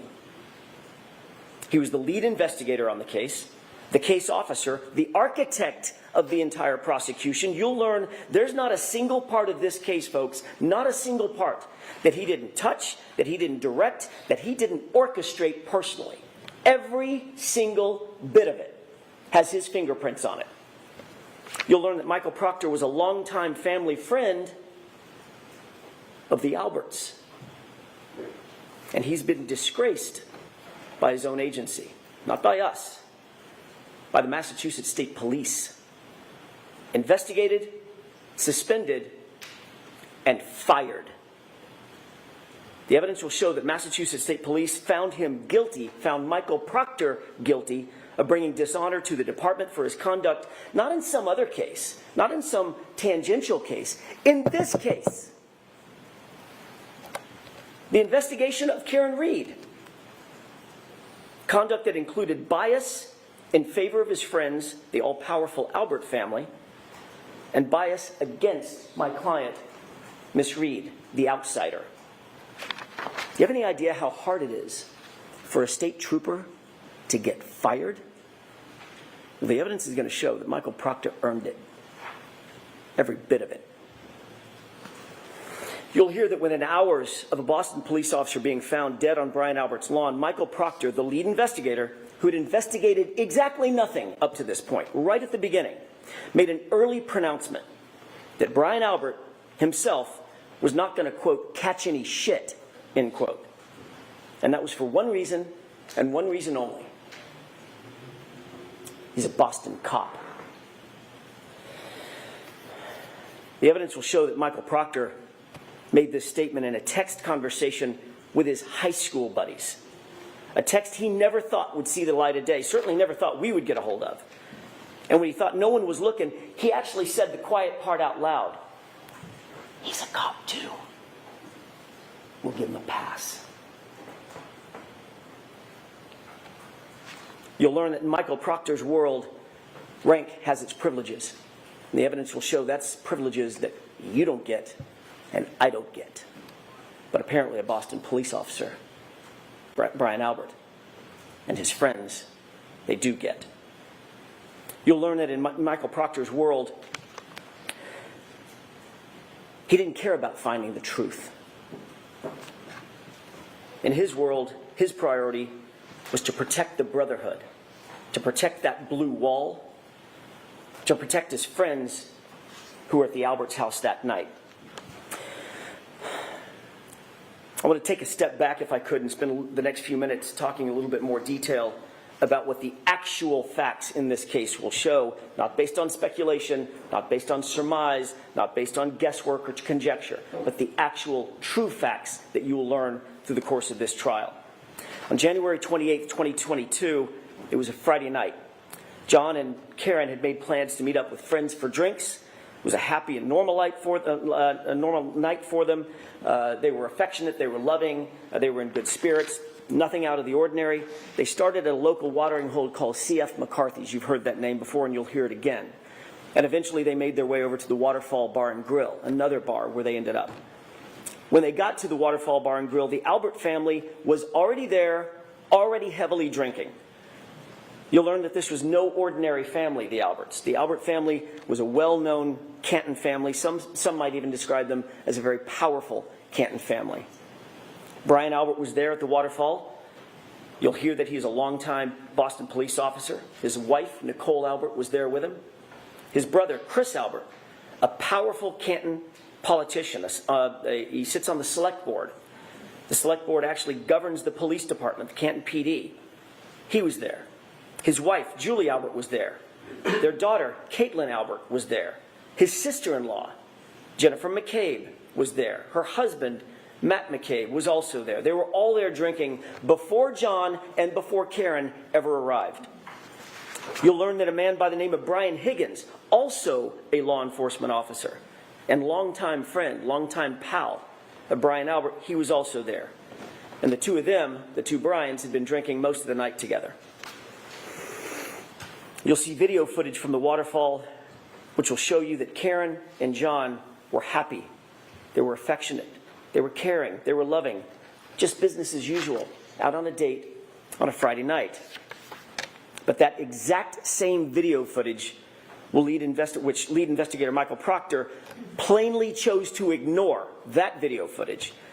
It paints a very different picture of Brian Higgins. You'll learn that Higgins had romantic designs for Karen. That becomes important. Brian Higgins had engaged Karen in flirtatious texts, but days earlier she had put a stop to it. She had ghosted him, in common parlance. In other words, just ignored him. The evidence will show that the first time he saw her and was in her presence after being rejected by her was when she walked into the Waterfall Bar and Grill along with her boyfriend, John O'Keefe. At 11:58 p.m., just minutes before John ultimately arrived at the Albert residence, you'll see a video at the waterfall of an unsettling interaction, troubling interaction between Brian Higgins and John O'Keefe. And unlike the lead investigator, Michael Proctor, in this case, you won't ignore that evidence. As the bar was closing around 12 midnight, the Alberts invited everybody back to their house for a get-together to just keep the night going. And you'll learn that Karen and John ultimately pulled up to the house. They got out of the SUV to make sure they had the right address. You see, neither John nor Karen had ever been to 34 Fairview. They weren't even sure they were at the right address. And the evidence will establish that John got out of the SUV and went into the house. Let me say that again. The facts unequivocally, the data, the science, the witnesses will all unequivocally establish that John O'Keefe went into the Albert home that night. Eyewitnesses and forensic data will establish that fact. When he didn't come back out, you'll learn that Karen grew increasingly frustrated. She got upset. She was left alone in a car, in the cold, in the middle of the night, with the car idling. John had gone into the house. She expected him to come right back out, and when he didn't, seconds turned into minutes, and minutes started to clock away. She left John a voicemail, then another voicemail, voicemail after voicemail after voicemail, text messages. But he was unresponsive. He didn't pick up a single call. He didn't respond to a single text. The longer he didn't respond, the more upset she got. The Commonwealth will intimate, as they already have in their opening statement, that these voicemails are evidence that the two were fighting. The actual evidence in this case, however, will show the exact opposite. You'll hear that Karen was very agitated. You'll hear some voicemails where she's swearing. You'll hear voicemails where she calls him names. There's name calling. But you'll also hear the context of those voicemails. And every single one of them, every single one of those voicemails was left for John after he failed to come back out of the house, after he failed to respond to her voicemails and to her texts. Karen believed John had just left her sitting there, grabbed a beer, was partying with his friends. The evidence will actually show that John and Karen never had a crossword, not a single crossword that entire evening before he left that SUV and went inside the house. And you will learn what Karen had absolutely no way of knowing at the time. It wasn't that he wouldn't respond to her. It's that he couldn't respond to her. And the evidence will show you why. Let's talk about that. We'll introduce you to a doctor named Elizabeth Lopesada, a renowned forensic pathologist, a medical examiner, and a professor at Brown University. She will tell you that the injury to the back of John's head, first of all, was immediately incapacitating. And that has meaning. At the moment he suffered that fatal head injury, he couldn't walk, talk, grab his phone, cry for help, nothing. He was completely incapacitated, completely unconscious from the moment he suffered that injury. He was completely still and incapable of interacting with anyone or anything. But the doctor will tell you something more, and just as important. She'll tell you that John O'Keefe did not suffer from hypothermia, as the Commonwealth will undoubtedly allege. His body showed no signs of it. No frostbite, no cold-induced injuries to his organs, no damage based on cold or frost. Ladies and gentlemen, the scientific evidence and the medical evidence will establish that John O'Keefe had to be injured somewhere else, somewhere warmer, and his body had to have been moved out into the cold. And that's where, ultimately at 6 a.m., Karen found him the next morning. You will learn that John did not have a single injury consistent with being hit by a car. Let me say that again. The evidence will establish that John did not suffer a single injury on his body consistent with having been hit by a car. Not one. You'll learn that John's torso, his ribs, his chest, his arms, his hips, his legs, his knees, his ankles, his feet, all of them no broken bones, no fractures, no contusions, no torn ligaments, no internal injuries, not even a bruise. Nothing consistent with a car accident, despite the Commonwealth's contention that he was slammed into by a 6,000-pound SUV. Not a bruise. Dr. Lapasada will tell you with medical certainty that, in fact, John was not struck by a vehicle. Medically and scientifically, he could not have been struck by a vehicle. Therefore, as I said, there was no collision. She will tell you that the patterned abrasions on John's right arm, the patterned abrasions you see over my left shoulder, they're not the result of being struck by a car or a taillight. You'll take one look at these injuries and you'll agree with Dr. Lapasada. The evidence will show that these injuries are from an animal, like a large dog, like the large dog that was inside the Albert house that night. You'll learn that Brian Albert has actually admitted that his large dog, the family dog, is, quote, not good with strangers. And of course, John, never having been to the house before, was a stranger that night. You'll also learn that oddly, very oddly, after having their family pet for 7 years, a short time after this incident, the Alberts got rid of that dog. They called it rehoming her. But she was gone. Dr. Lapasada will also tell you that the injury to John's head was not the result of falling backward onto a flat lawn, cold or otherwise. Rather, Dr. Lapasada will tell you with medical certainty that the injury pattern to his scalp was produced by an impact from a raised or ledged surface, a surface that does not exist on Brian Albert's front lawn where John was found. The medical evidence will establish no hypothermia, no injuries from a car strike, no collision with a motor vehicle. And forensic analysis of John's cell phone, Mr. Brennan mentioned that in his opening statement. The Commonwealth's own expert will ultimately support the exact facts that I just told you, including the temperature data. John O'Keefe was injured someplace warmer, and he was moved. That alone is reasonable doubt, but there's much more.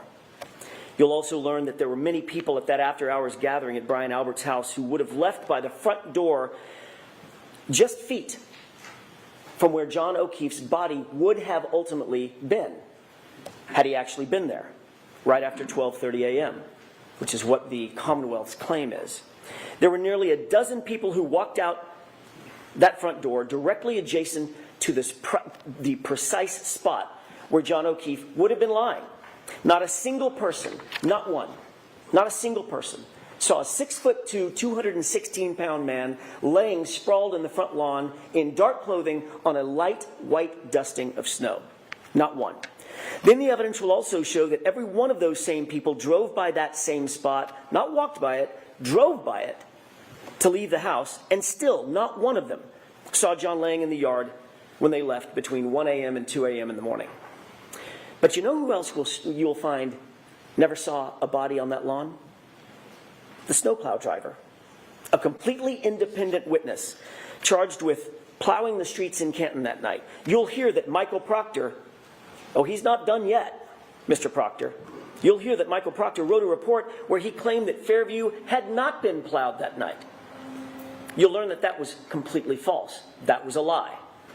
Michael Proctor did not want any more witnesses. He didn't want the truth, and he falsely claimed that the road was never plowed. You'll learn that he wouldn't look for the plow driver, but we did, and we found, and we'll introduce you to, Brian Loughran. He plowed Fairview that night, and what he's going to tell you is that there was no body on that lawn at 2:30 in the morning. You'll learn that Brian Loughran passed by 34 Fairview, traveling right next to Brian Albert's front yard, and at 2:30 a.m., John O'Keefe was not there. But you'll see that the plow driver also provides some other troubling information, troubling testimony for the Commonwealth. You'll learn that after making that pass at 2:30 a.m., he showed up with his plow an hour later.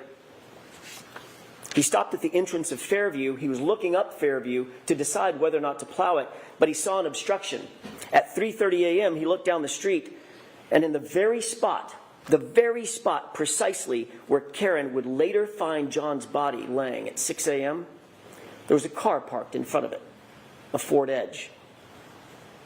You're going to ask yourself, who's moving a car at 3:30 in the morning into a blizzard on the side of the road?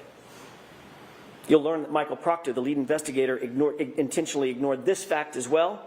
He did no investigation to find out who owned a Ford Edge, but again, we did. And the evidence will establish that a Ford Edge happens to be a favorite model of the Albert family. More than one Albert owned a Ford Edge at the time. You'll learn that those facts will add to the mounting and the overwhelming evidence that there was no collision and John O'Keefe's body was moved onto that lawn. You'll find that this is yet additional reasonable doubt in the case. You'll be introduced to science and physics, even from the Commonwealth's own experts. That science will establish that Karen Reed's SUV was not damaged by hitting a pedestrian, and conversely, John O'Keefe's injuries did not come from being struck by a vehicle. The Commonwealth mentioned triggering events, but what you'll actually learn from the experts, some of them the Commonwealth's own experts, is that a triggering event is not evidence of an accident. It does not evidence a collision. That's why we're here. A collision. And there's no evidence of one. Zero. You'll also find that those exact sort of triggering events that the Commonwealth will rely on are relatively commonplace on Karen's SUV, and none of them are associated with a claim of a collision. Folks, the science will not lie, and the physics cannot lie. And that science will tell you with certainty there was no collision with John O'Keefe. You'll add that to that rising mountain of reasonable doubt. I want to take you back to the night in question, January 29th, for just a few minutes. Remember, Karen had gone home after dropping off John and John walking to the house. While Karen was asleep at home with John's 13-year-old niece, what were the people who had been at Brian Albert's house that night? What were they doing? While she slept, what you'll find and what the evidence will show is that they were extremely busy.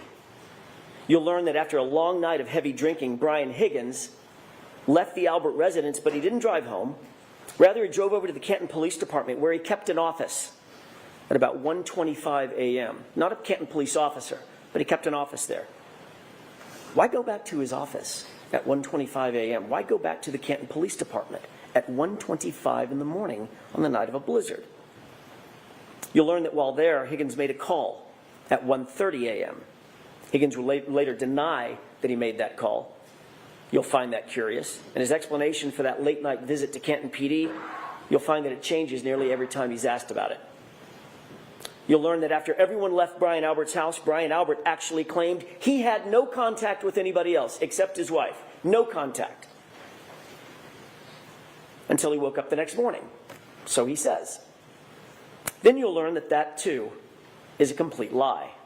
His phone records establish that he placed a call to none other than Brian Higgins at 2:22 a.m. shortly after Higgins completed that late-night visit over to Canton PD. You'll wonder, what did they possibly need to talk about at 2:22 a.m. that night? The evidence will establish that Brian Albert called Brian Higgins first. Brian Albert then disconnected that call when Higgins didn't answer it. Seconds later, Brian Higgins returned the call. Brian Albert then did answer that call. They spoke for 22 full seconds, had a conversation, then they both hung up their respective phones. You'll learn that when they were asked about these calls and conversations, both Brian Albert and Brian Higgins lied about it. Both of them. They said they never had a call with each other. But then ultimately, when they were confronted with their own cell phone records and they could no longer deny the calls, they were asked independently, explain yourself. And they both came up with the exact same explanation. A butt dial. The evidence will make you question, why did Albert and Higgins speak at 2:22 a.m.? And why did they both try to cover up that phone call? You'll also learn after this incident, and within days of one another, both Brian Higgins and Brian Albert, both police officers, both trained investigators, got rid of their phones. Both of them. And what else you'll learn, Brian Albert got rid of? Shortly after this incident, Brian Albert got rid of his house, the whole thing. Just sold it. His childhood home, a home that had been in the Albert family for generations, he literally sold it mere months after this incident. Dog rehomed, phones destroyed, house sold. You'll learn that all these things happened shortly after the incident where John O'Keefe was found unresponsive and dying in Brian Albert's front lawn. And you'll also learn that Michael Proctor looked the other way. He did not investigate any of what I'm telling you. He pre-selected Karen Reed from the start. And he ignored everything and everyone else. Let's get back to what was happening with the others while Karen slept. What you'll learn during this trial is that Brian Albert's sister-in-law, you've heard her name before, Jennifer McCabe, she was at the waterfall that night and she was over at the Alberts' house that evening as well. She left the after-hours gathering about 2 a.m., a little before 2 a.m., got home around 2 a.m. And you'll learn that according to the Commonwealth's own evidence from a forensic software program called Physical Analyzer made by Celebrite, it's considered the gold standard for forensic tools. You'll learn that a Google search was discovered on Jennifer McCabe's phone. A Google search that Michael Proctor and his investigators never revealed to us, but we found anyway. A Google search that was time-stamped, according to their own data, at 2:27 a.m. 5 minutes after that 2:22 a.m. call that Higgins and Albert denied having.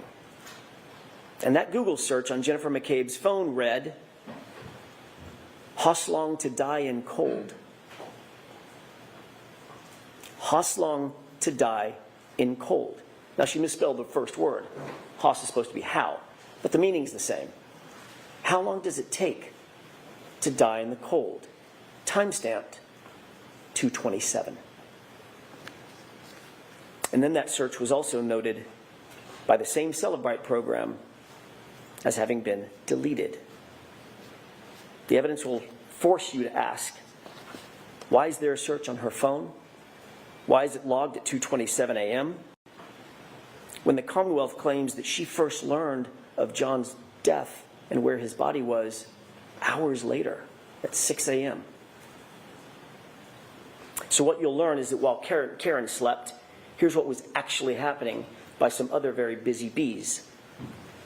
1:25 a.m., Brian Higgins makes an unexpected visit to Canton PD. 1:30 a.m., he makes a phone call that he later denies ever making. At 2:22 a.m., Brian Higgins and Brian Albert talk. They both deny and lie about having made that phone call. 2:27 a.m., 5 minutes later, a Google search appears on Jennifer McCabe's phone, Hoslong to die in cold, hours before John's body was ever discovered.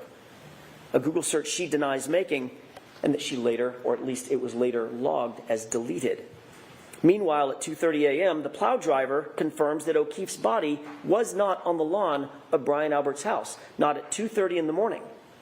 And at 3:30 in the morning, that area was obstructed by a Ford Edge like the one the Albert family liked to own. The evidence will show in the meantime, Karen dozed in and out of a fitful sleep for the rest of the night, only to awaken just before 5 a.m., and that's when she realized, in a panic, John had never come home.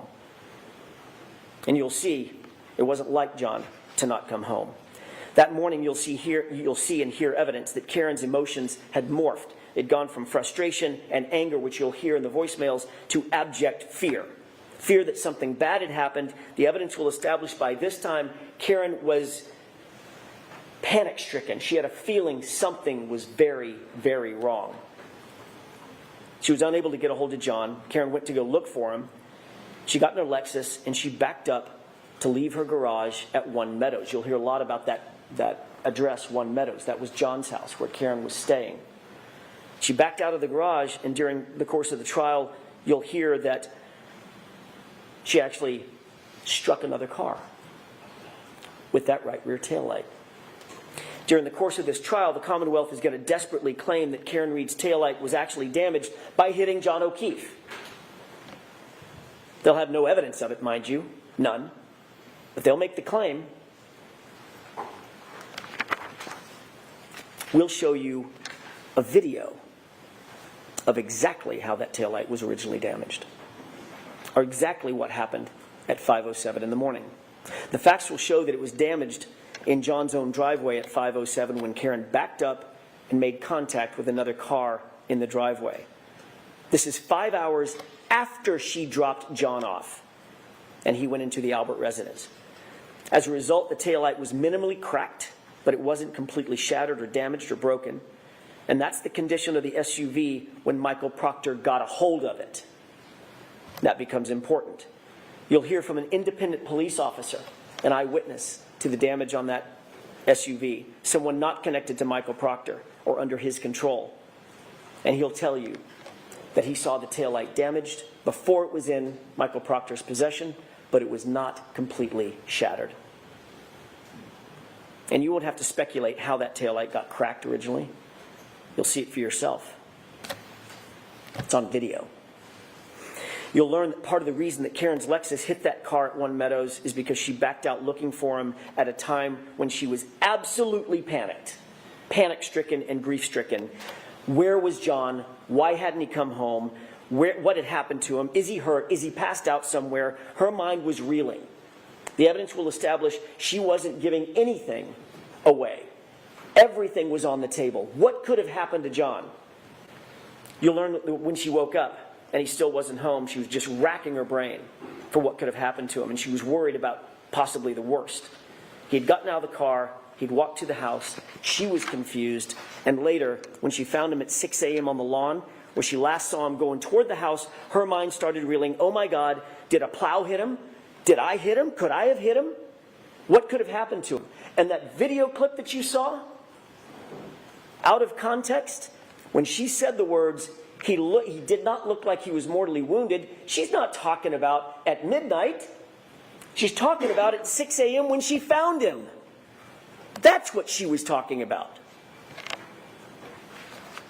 Your job will be to make sure that the evidence isn't presented to you too cute by half. She was saying all those things. Did a plow hit him? Could I have hit him? Did I hit him? She was saying that to herself and to other people. And the Commonwealth, very obviously, will try to seize on that panic and twist this into some admission. But here's the actual truth. That's not a confession. Could I have hit him? Did I hit him? Could a plow have hit him? That's a person trying to make sense of an unexplainable circumstance, a natural concern of a bereaved significant other. A woman desperately trying to piece together what could have happened on this tragic night. John didn't come home. And the evidence will show that Karen Reed never said, I hit him. Never.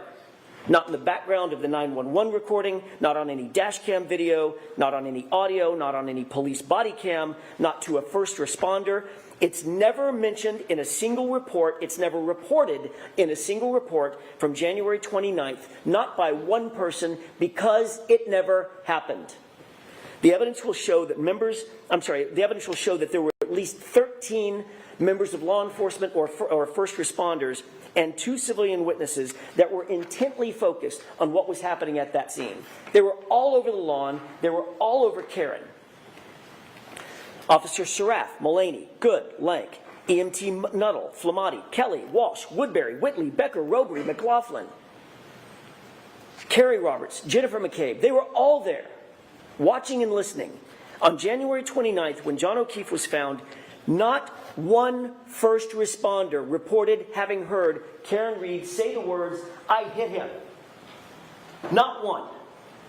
Not one civilian reported having heard Karen Reed say, I hit him.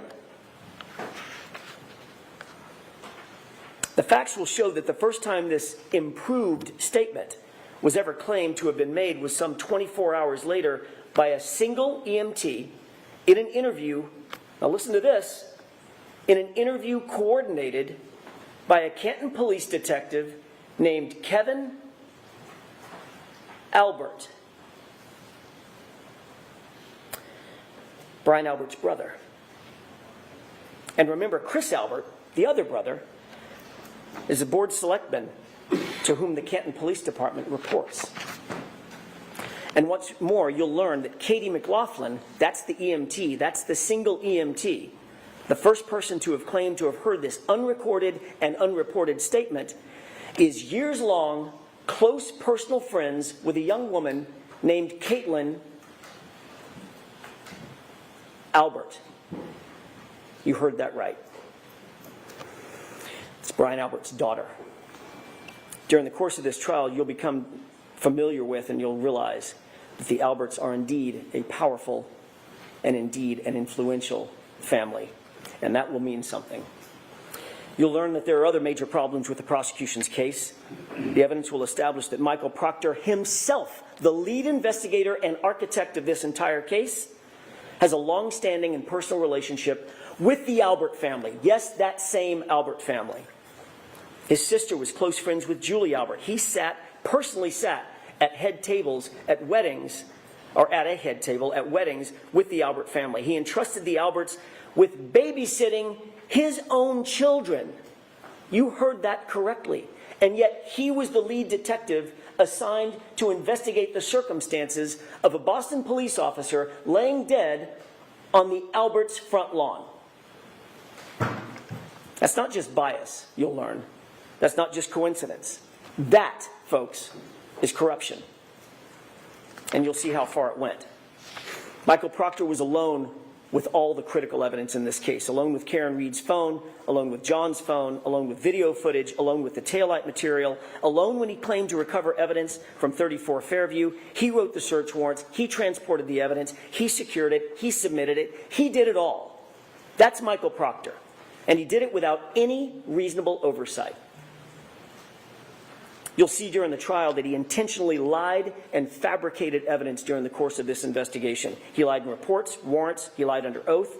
He lied about the time that he actually secured Karen Reed's vehicle. Why? Why would he lie about that? The evidence will give you the answer.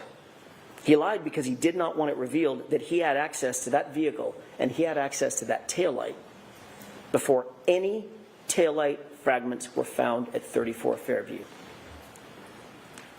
Appreciate that.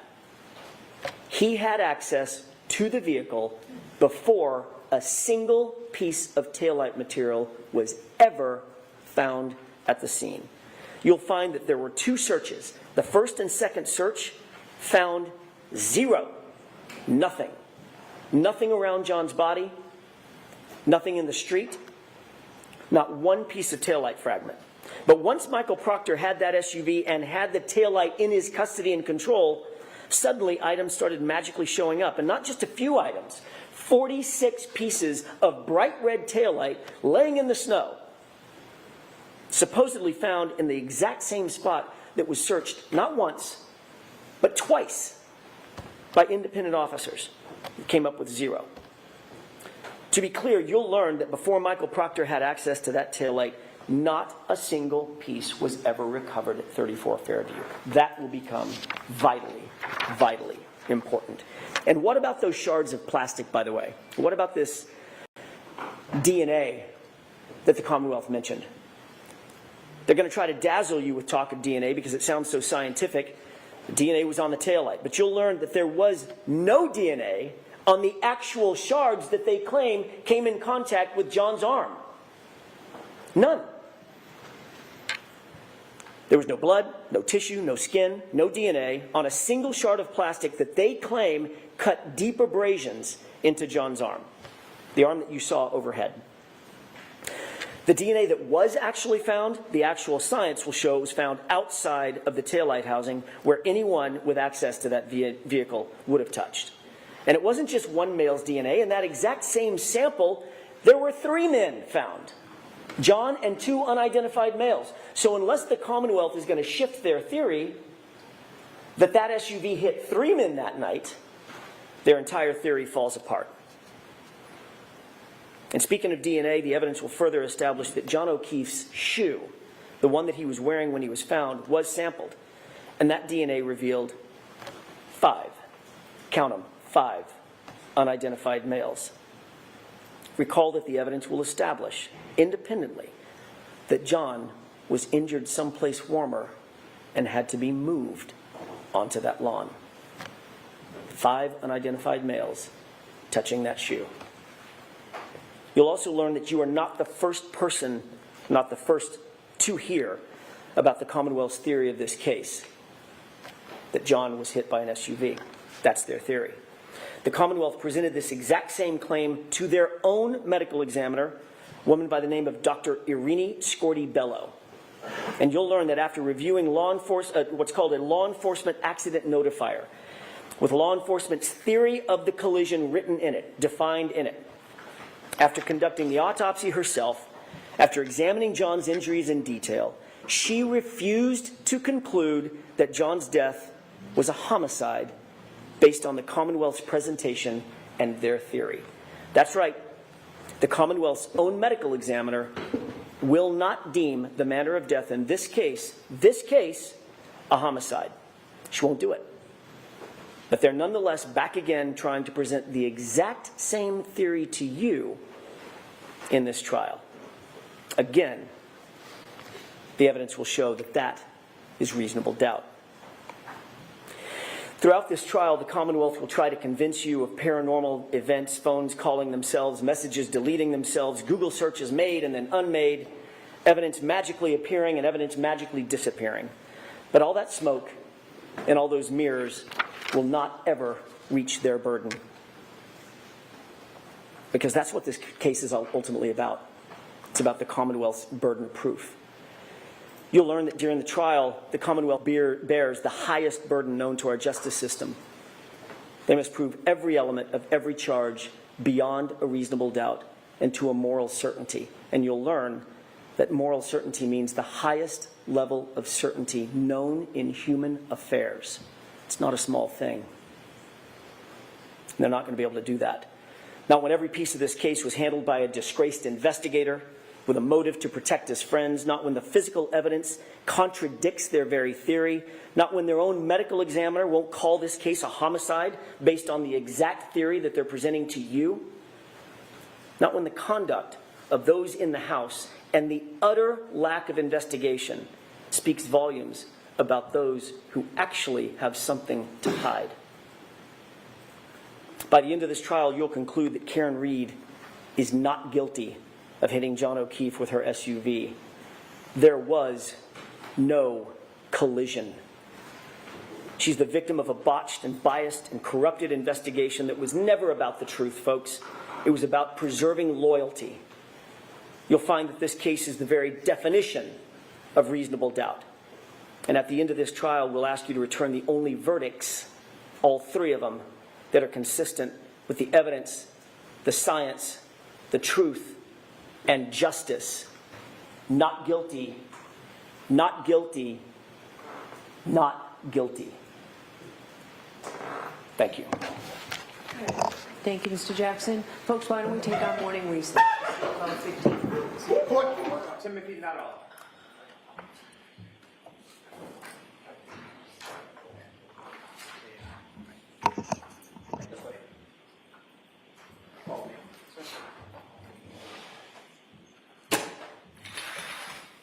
Watch your step. And stand and face the clock. Raise your right hand. You solemnly swear the evidence given to the court and jury in the case now and hearing should be the truth, the whole truth, and nothing but the truth, so help you God. Sir. Thank you. You can take a seat. Sir, could you pull the microphone down a little bit closer to you, please? Yes, sir. Or yes, ma'am. Excuse me. All right, whenever you're ready, Mr. Brennan. Thank you, Your Honor. Good morning. Good morning, sir. Could you please introduce yourself to the jury? So my name is Timothy Nuttall. I'm 28 years old. I've been a firefighter paramedic ever since I graduated high school. I graduated in 2015. I took my EMT class and got my certification while I was actually still in high school. From there, I moved on to the BLS transfer side of EMS.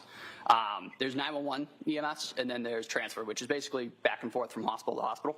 I was brand new and very young, so I started on the transfer side, kind of learning the job. I started primarily in the city of Chelsea, Everett, Malden, Somerville, up there. And then after a little while, I got my feet wet in the 911 side. So I was running BLS 911 in those cities as well. And then I progressed on to become a paramedic. So why do you have such an interest in being a first responder at a young age? I kind of grew up in a first responder household. My father was a firefighter in a local town. So we spent kind of a significant amount of time at the station when he was on shift. It's just kind of how I grew up, kind of learning the ins and outs of public safety. That's just kind of how I came to be interested in the profession, and then I took it from there. So I want to take us back just a little bit. When you first became interested in training to be a first responder, did you share with us your first training was as an EMT? Yes, sir. Can you share a little bit with the jury what that entails? So to become an EMT, like there are two sides of EMS, and then there are two sides of providers. There's EMT basic, and then there's paramedic. To answer your question, sir, to start as an EMT, it's about a 4-month process. You take classes. I believe mine was Tuesday, Thursday, every other Saturday. Learning just anatomy and physiology, basic pharmacology, and kind of how medications interact with the body and different disease processes. From there, you start learning basic interventions, backboarding, C-collars. As part of your work in learning to be an EMT, are you active in the field?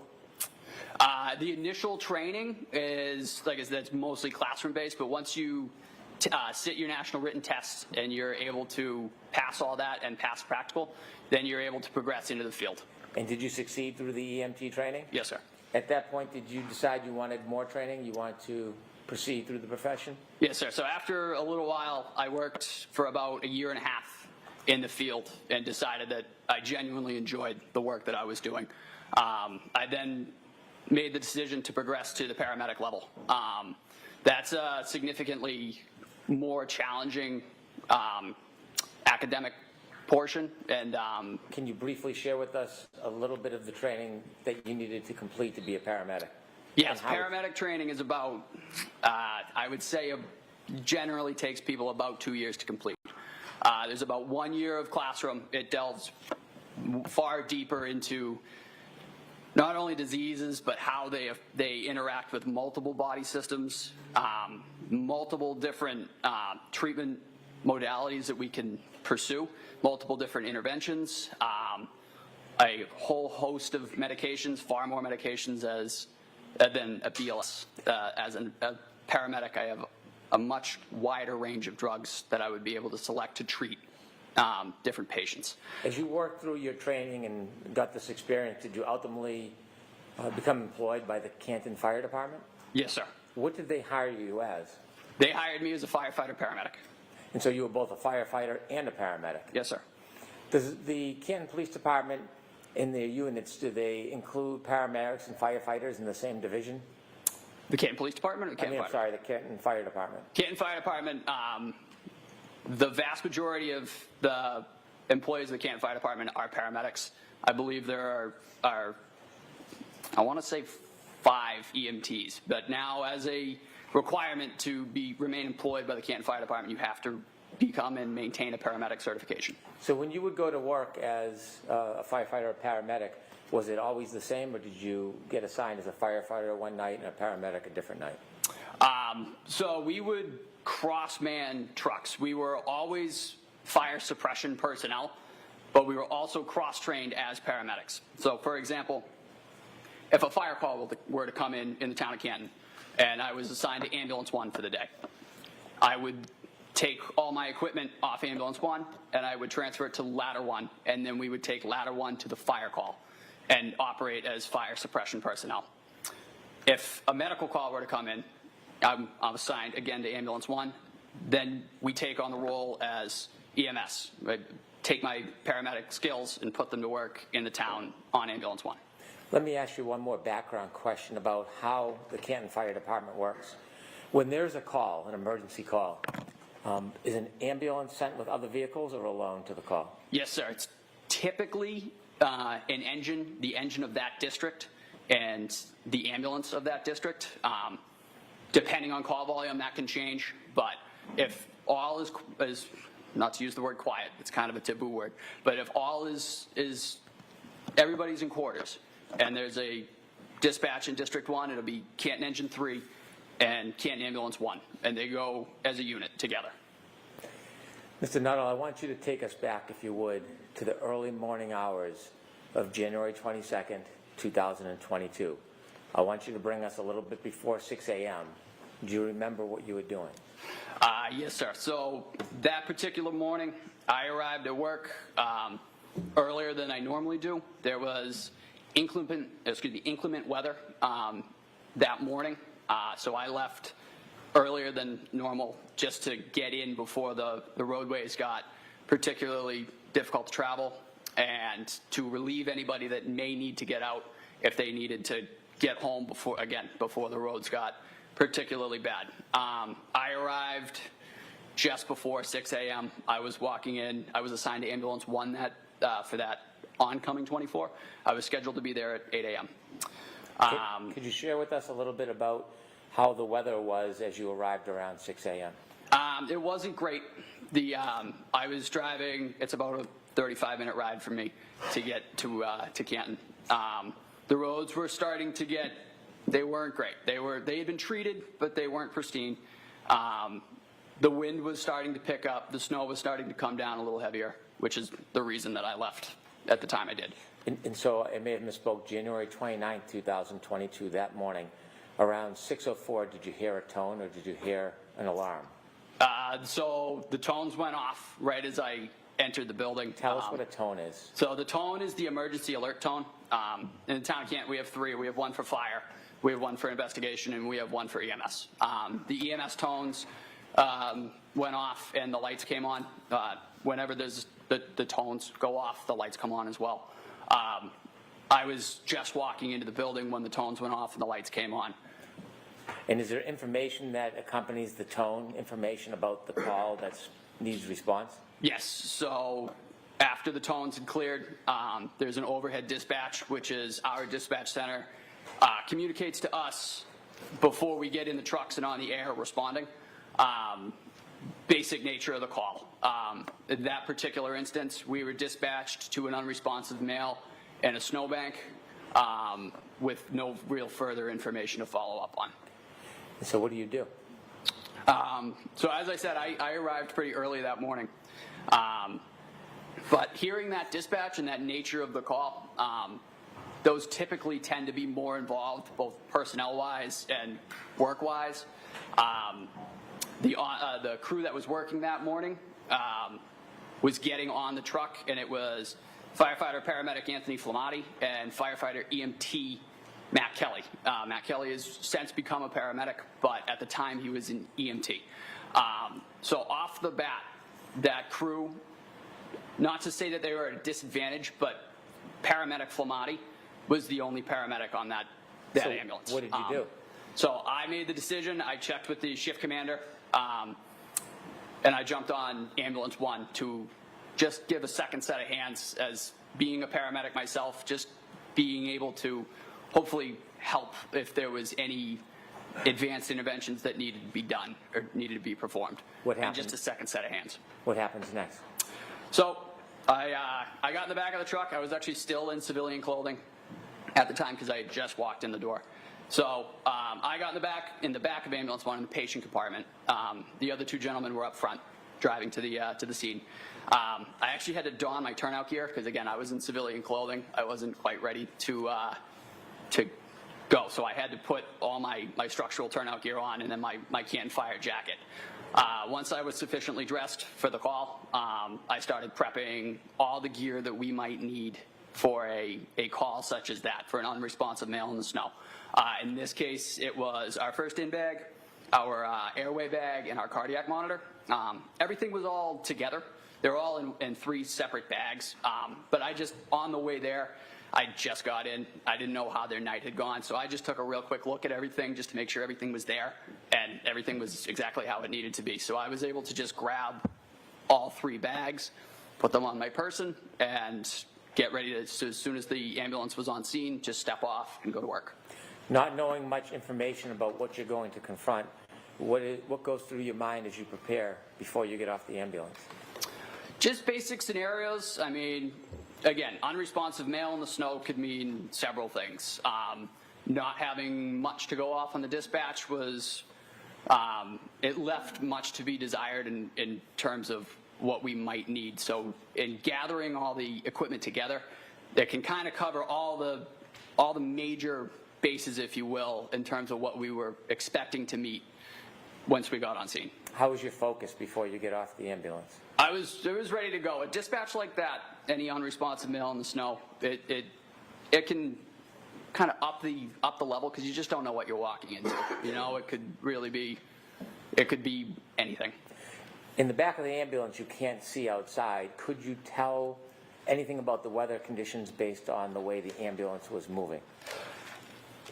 Again, being in the back, as you noted, it just seemed to be taking a little bit longer than normal. I really had no visibility at all. Like I said, I was in the patient compartment. It's very limited visibility in the back, and it's limited visibility. There's like a peephole that's maybe 1.5 by 1.5 to kind of peek up front. But again, I was so busy getting everything together, I really didn't notice, but I did note it took a little bit longer. We were going not slow, but we were going cautiously.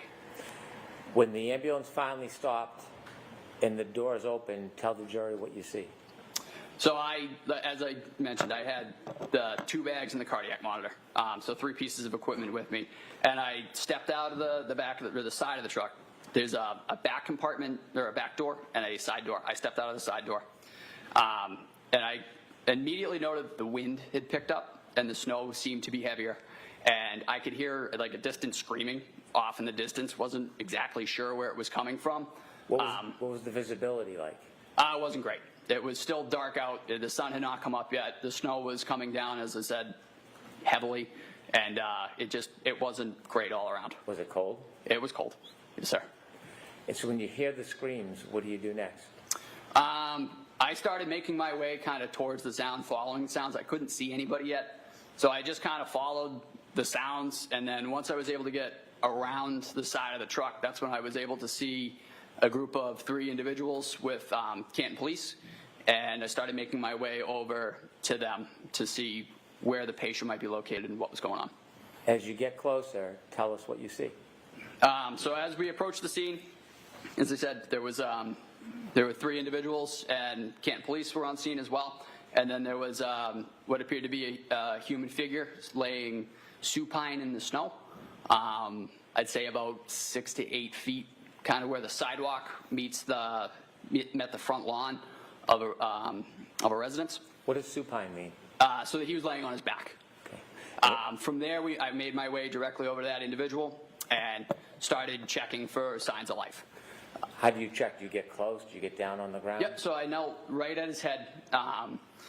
Typically, to check for any signs of life, it's just as you see in TV or anything like that. You check the carotid pulse, and you check for any signs of breathing or anything like that. Where's the carotid pulse? So the carotid pulse would be right in the neck. Like and just real quick, 2 seconds, you can check either side. They're on both sides.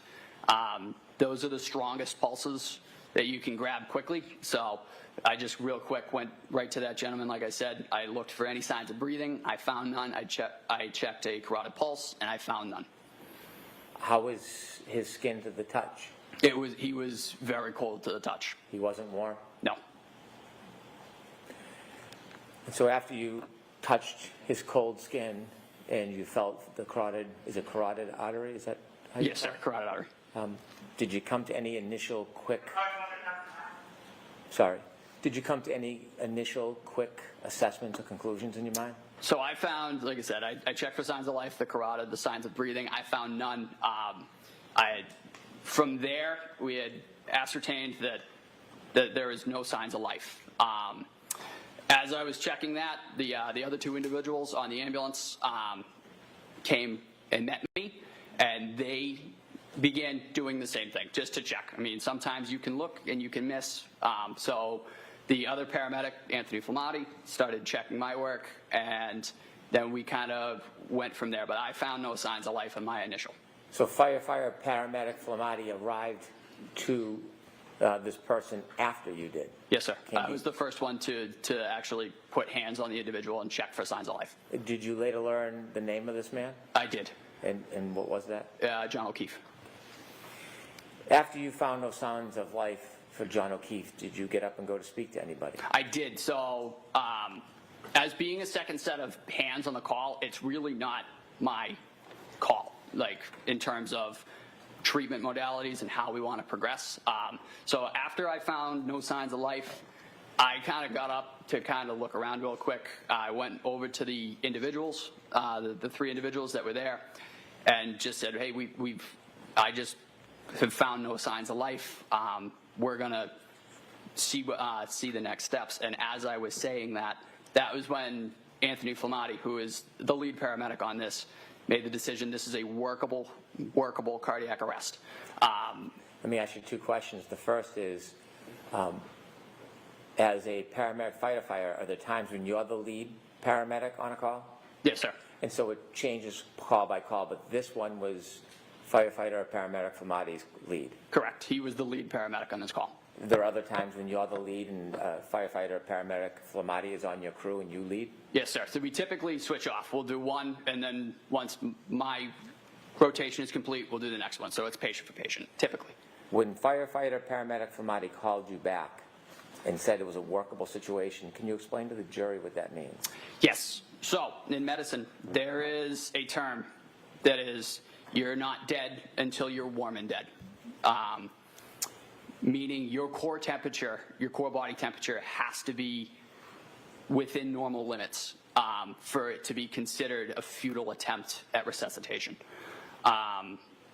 Noting that, Tony, the other paramedic, Tony Flamati, realized that this gentleman was very cold to the touch and that this was now a hypothermic cardiac arrest, or a cardiac arrest in a hypothermic setting, which means as providers, we have a duty to initiate life-saving measures, CPR, ventilation, and continue those efforts until we get him to a hospital and a physician is able to take over and they are able to monitor his core body temperature for a certain amount of time.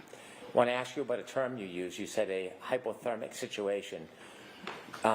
As a firefighter paramedic treating a patient at the scene, you're not diagnosing hypothermia, are you? No, sir. So you're not making a medical diagnosis, you're just saying it's a hypothermic situation because of why? Just because of the conditions.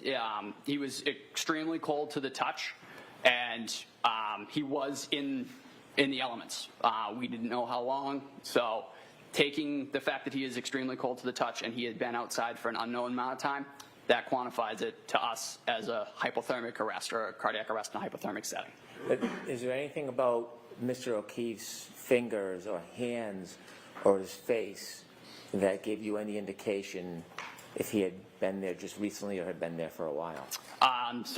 His fingers were quite cold. They were not well perfused at all.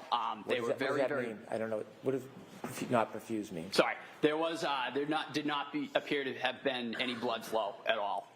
Just because he was, again, presumably being outside, his fingers were very, very white. They were very stiff, which can be signs of hypothermia and frostbite. And again, touching the neck. So typically, when you get cold, you kind of work back from your extremities in. So again, I noted his fingers were quite cold, but also when I checked his carotid, his neck felt quite cold as well.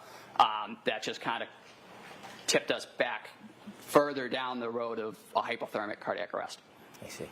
When firefighter Flamati called you back, yep, where did you go exactly? I went, so when I was told that this is what we're doing, I turned around and I went right back to where I previously knelt, which was right at Mr. O'Keefe's head, and then I took over the ventilation aspect of a cardiac arrest.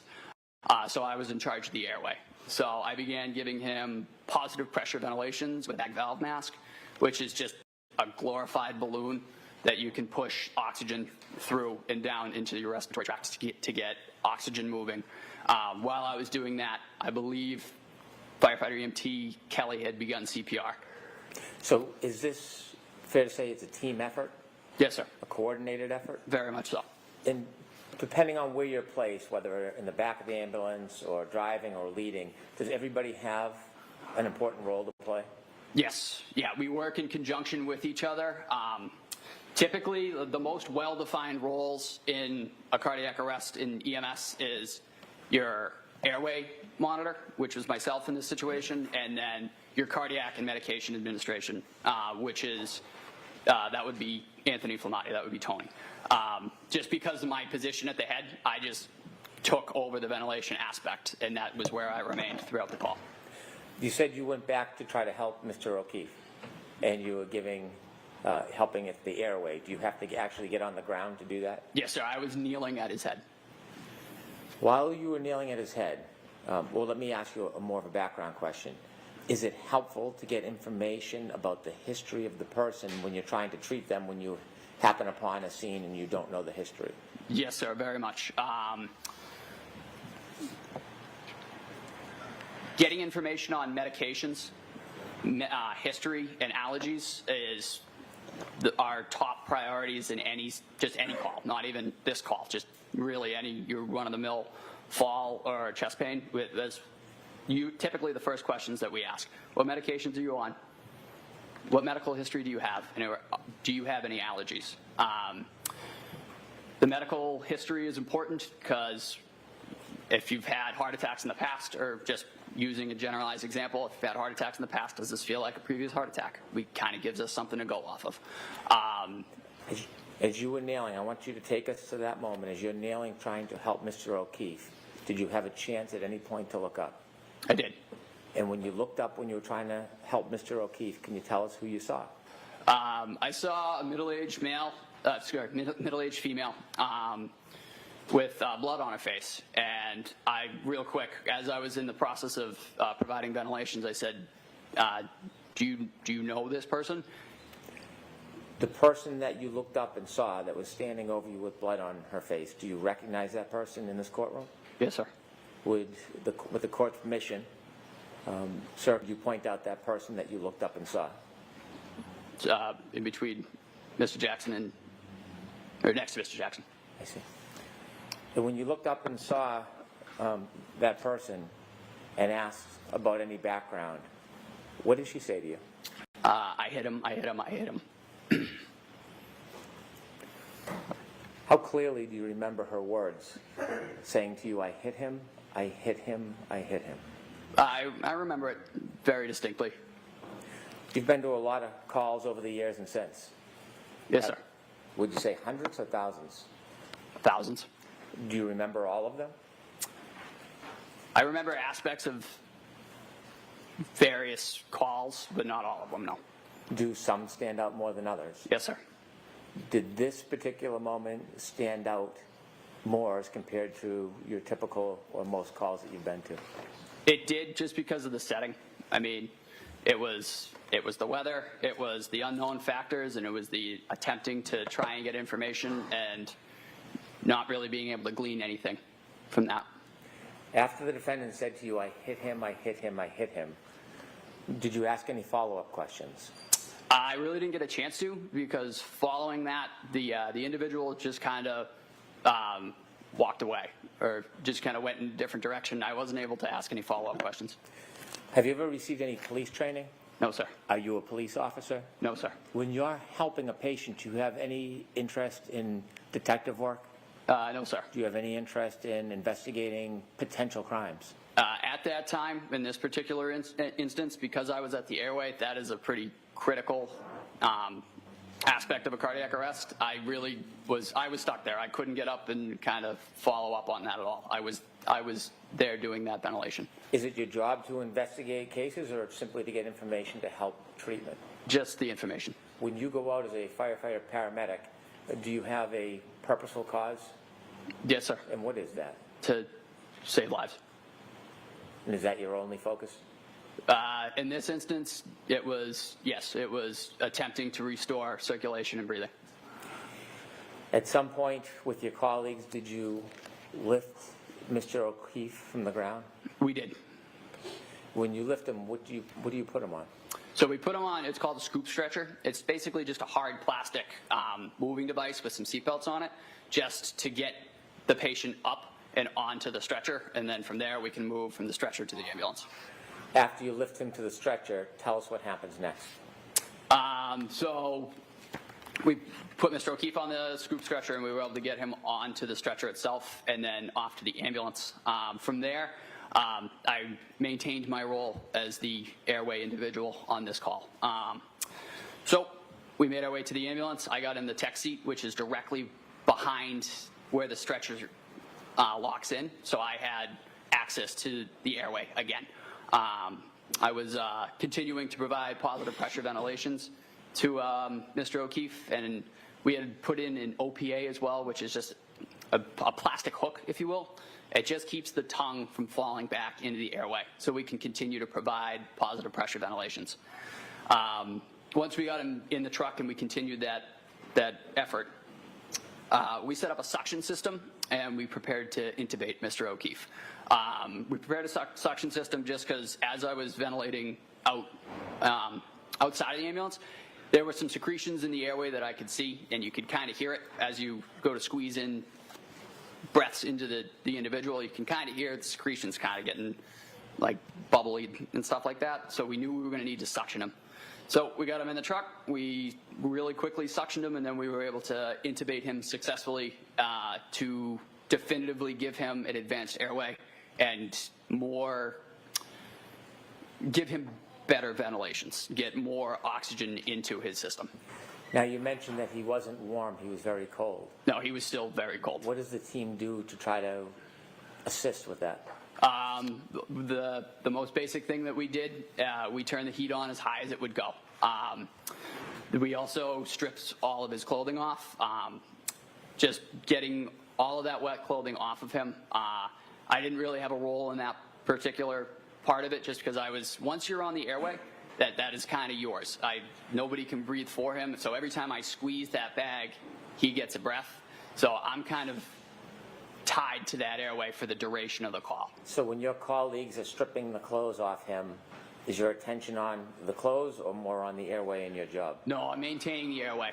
If an endotracheal tube is dislodged for whatever reason, it is typically more difficult to get one in. So the integrity of that tube staying where it is and not being dislodged, that is another key aspect of airway management. As you're doing that, do you notice what anybody else, any of your colleagues are doing to help?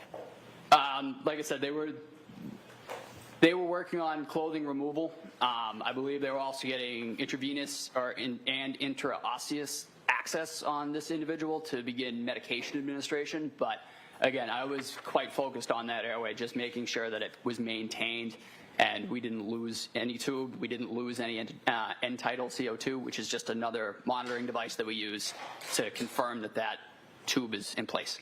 How quickly do you get to leave the scene and start moving towards the hospital? I honestly couldn't give you an accurate estimate. It didn't seem to be out of the ordinary realm, though. We were able to move within the flow. In addition to Mr. Keefe being very cold, did you notice any other injuries on him?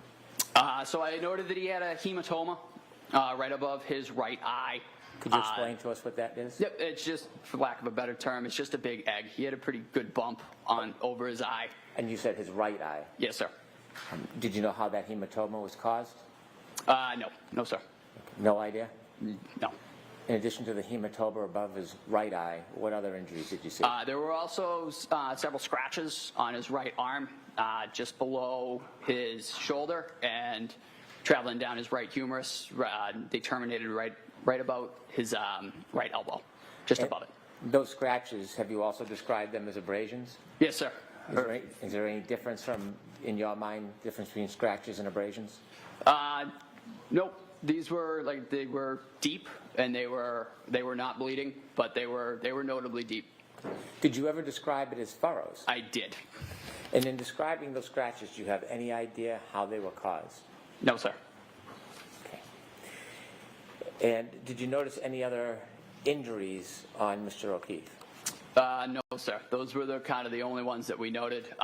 As I mentioned, we suctioned a little bit of blood out of the back of his airway as well. I believe it was blood, mucus, and saliva.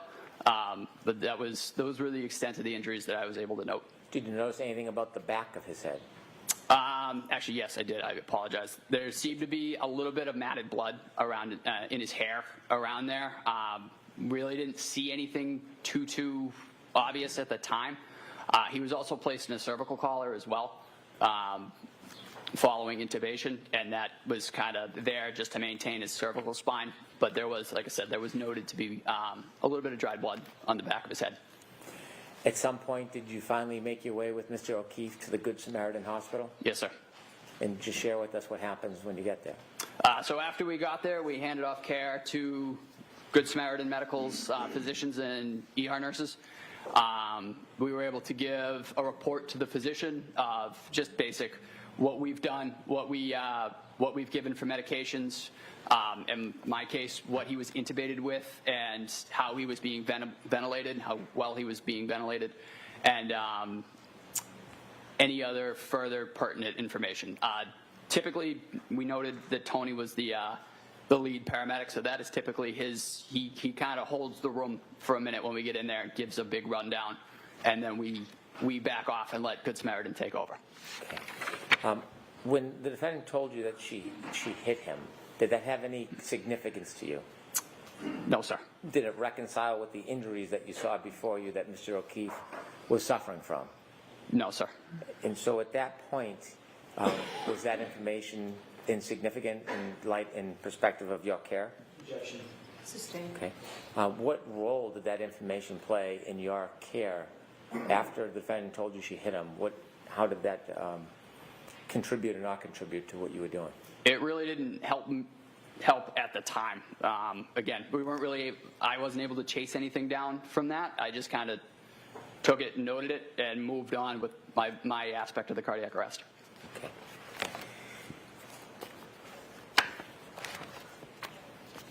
Have you had an opportunity at any point to see any video of that morning taken from any source, a police car, dash cam? Yes, sir. Okay. All right, I'd like to introduce a video stream. Okay. So this will be in evidence. There are agreements with some of the evidence already? I believe there's no objection, but I don't want to speak for the defense. There's no objection. Okay, thank you. Yes, you can show it. And for the record, if I may note, this is Cruiser 683 Stream 2. I'm sorry, what? I'm sorry. It is Cruiser 683 Stream 2. I'm going to ask to play a portion of it that's relevant to Mr. Nuttall. Ms. Gillum, if you would please move to 6:11 a.m.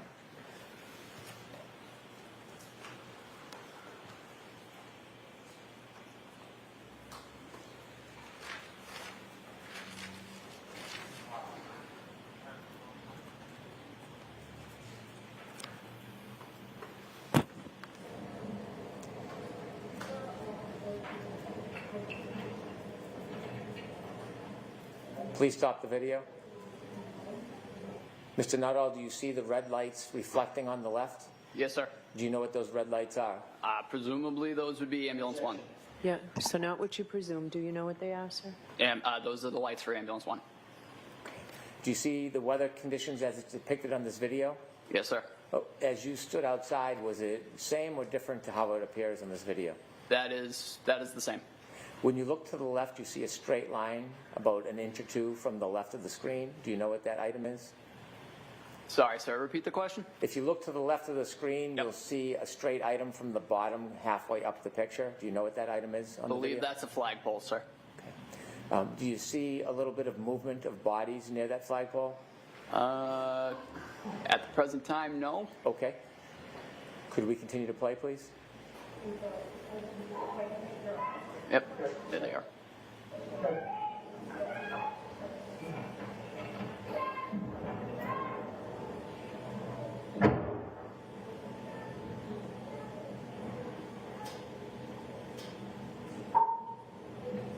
Could you stop, please? Did you see the first person in line now behind the person with in front of the person with the blue hat? I'm sorry, sir. Could you back it up like 10 seconds? Certainly.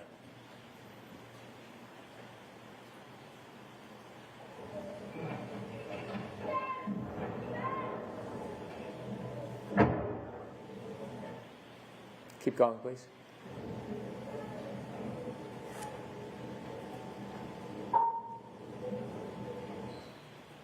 Do you know who that person is? I believe that's me, sir. Okay. Could you please continue? Is this your first assessment? Yes, sir. This is ascertaining any signs of life or breathing. Is that you approaching? Yes, sir.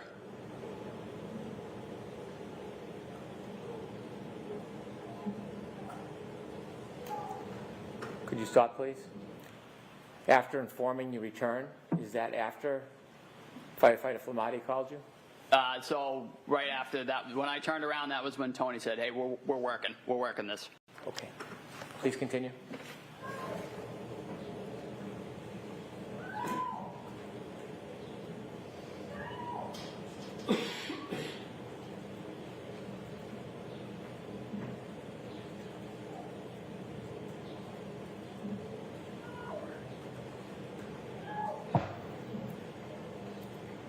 Stop, please. And do you see a person come over to where you are? Yes, sir. Is it at that point or another moment when the defendant said, I hit him, I hit him, I hit him? It was right there, sir. Could you continue, please?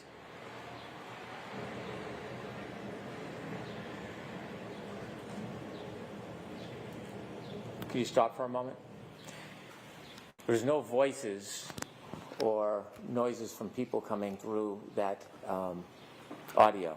When you were there that night, throughout the event, was it silent or were people speaking? Did you hear people speaking? There was, as I noted when I got out of the truck, there was quite a bit of screaming. It was quite chaotic. The wind was also a factor, but there were people around. They were speaking within themselves too, but there was screaming, there was wind, and there was different side conversations as well. And when you were working on Mr. O'Keefe, were you having conversations with your colleagues? Yes, sir. They're not picked up on the audio? No, sir. Please continue.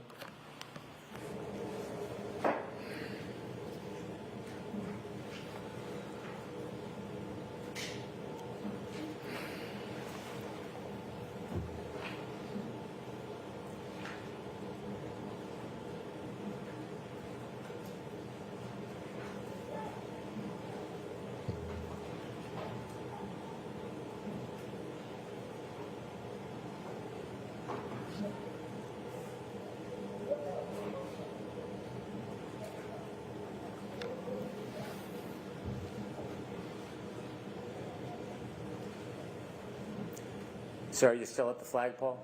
Yes, sir. I'm kneeling at the head of the patient.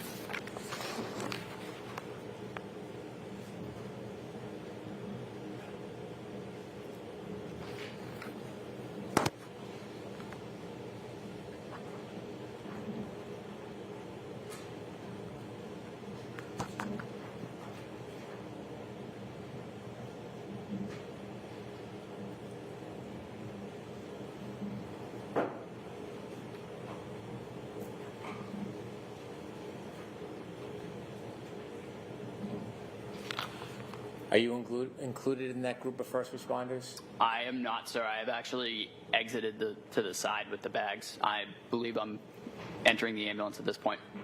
Okay. Thank you. We can conclude the viewing.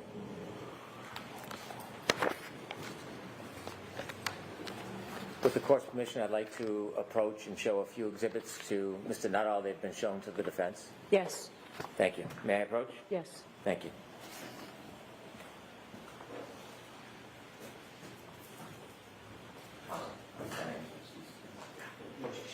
No objection. Okay. Can I show you a photograph? Yes, sir.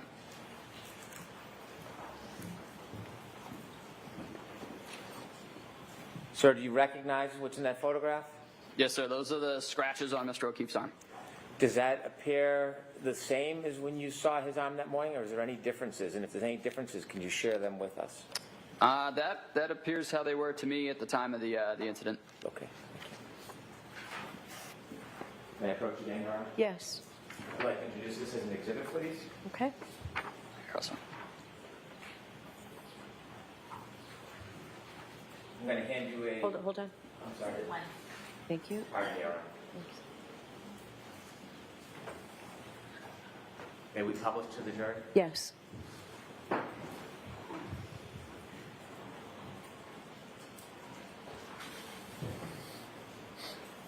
Is that the photograph you just identified on the screen? Yes, sir.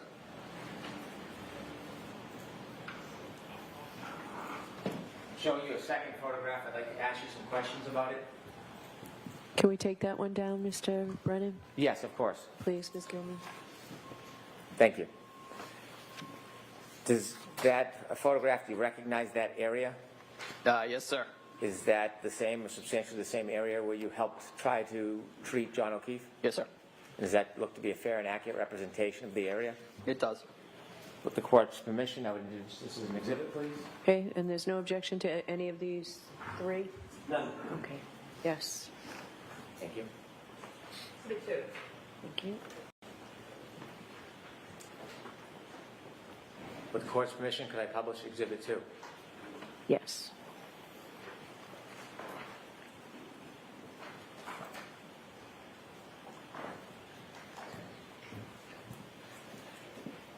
And sir, that's what you recognize as the area where you were helping to treat John O'Keefe. Yes, sir. I've left one last photograph in front of you. Yes, sir. And do you recognize that? I do. Tell us about any differences between when you were there and what you see in that photograph. The street appears to be plowed. There's bare pavement. The weather conditions are significantly better. It is also daytime. Okay.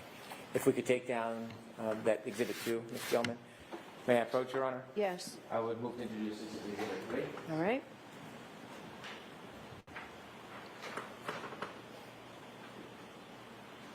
Exhibit 3 somewhere. With the court's permission, I'd like to publish exhibit 3. Sure.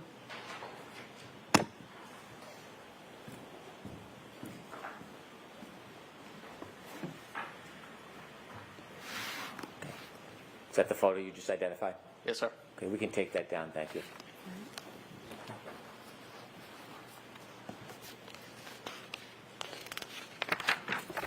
Thank you, sir. I have no further questions, Your Honor. All right. Jackson?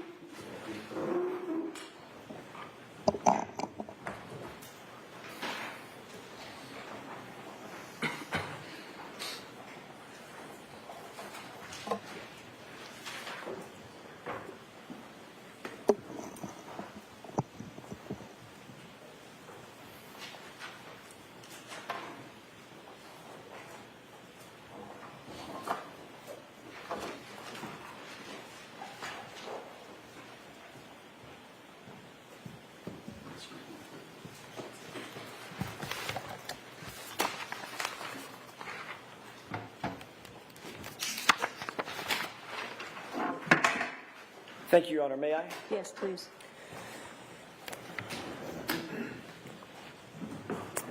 Good morning, good afternoon, Firefighter Nuttall. Good afternoon, sir. Nice to see you again. You as well. Before your testimony this morning, how many conversations had you had with any member of the prosecution team in anticipation of your testimony today? I believe it was 3, sir. When were those? I could not give you dates off the top of my head. Give me a time frame. Within the last 3 weeks, within the last 3 months, last 3 days? Within the last 3 weeks, I believe one the week after that, and then one last night. One? Last night. Last night. What you did discuss, let's take them in order. First of all, who did you meet with 3 weeks ago? I met with Mr. Brennan and his staff. And when you say his staff, who else? I honestly couldn't tell you, sir. Mr. Lally? No, sir. Male, female? One female and one, I believe, state trooper. Okay. Had you ever met State Trooper Tully previously? Yes, sir. Actually, I believe that was him. It was State Trooper Tully? Yes, sir. Whom you've met with several times, correct?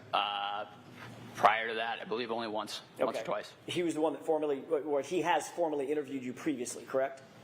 I believe he arranged the meetings with Mr. Brennan. Okay. But beyond that, I can't speak to. What did y'all discuss 3 weeks ago? The first meeting, going in order, it was mostly just kind of an introduction. I had not met Mr. Brennan yet. I really didn't know him. So it was mostly that, and then just kind of seeing where we were at with testimony, going over previous testimony in that sort of realm. Prior to today, how many times have you testified under oath concerning the incident on January 29th, 2022? Once at a grand jury hearing and once last year. All right. As a matter of fact, last year in this courtroom. Yes, sir. Okay. Did you look over your testimony at the grand jury 3 weeks ago during that meeting? No, sir. What about the testimony from last year? We did go over the testimony from last year, yes, sir. Were there any issues that Mr. Brennan or anybody else in that meeting brought up concerning any of your testimony?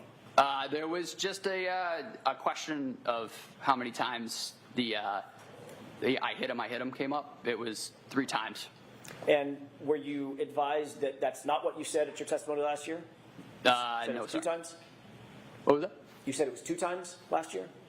I honestly can't recall, sir. Okay, but you just saw that, or you just read that and went over that 3 weeks ago. I believe so, sir, yeah. But you can't remember, as you sit here today, just 3 weeks ago, what y'all discussed in terms of how many times you previously testified that you heard the phrase, I hit him. So previously testified possibly to 2, but it was 3. Okay, your memory is clearer now than it was, for instance, a year ago when you testified. Repeat that? Sure. Your memory is clearer now, as you sit here, that it was 3 times you heard that, than it was a year ago when you testified that it was 2 times. Yes, sir. Okay.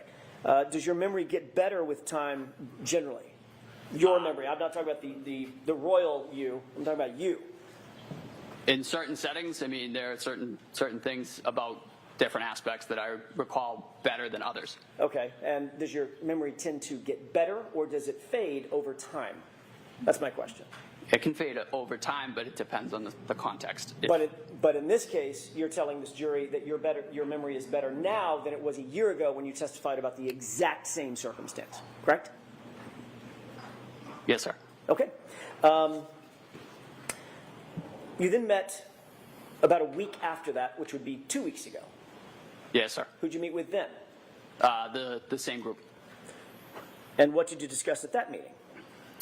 Again, just prior testimony, and that was really the gist of it. And tell me the specifics of the prior testimony that you...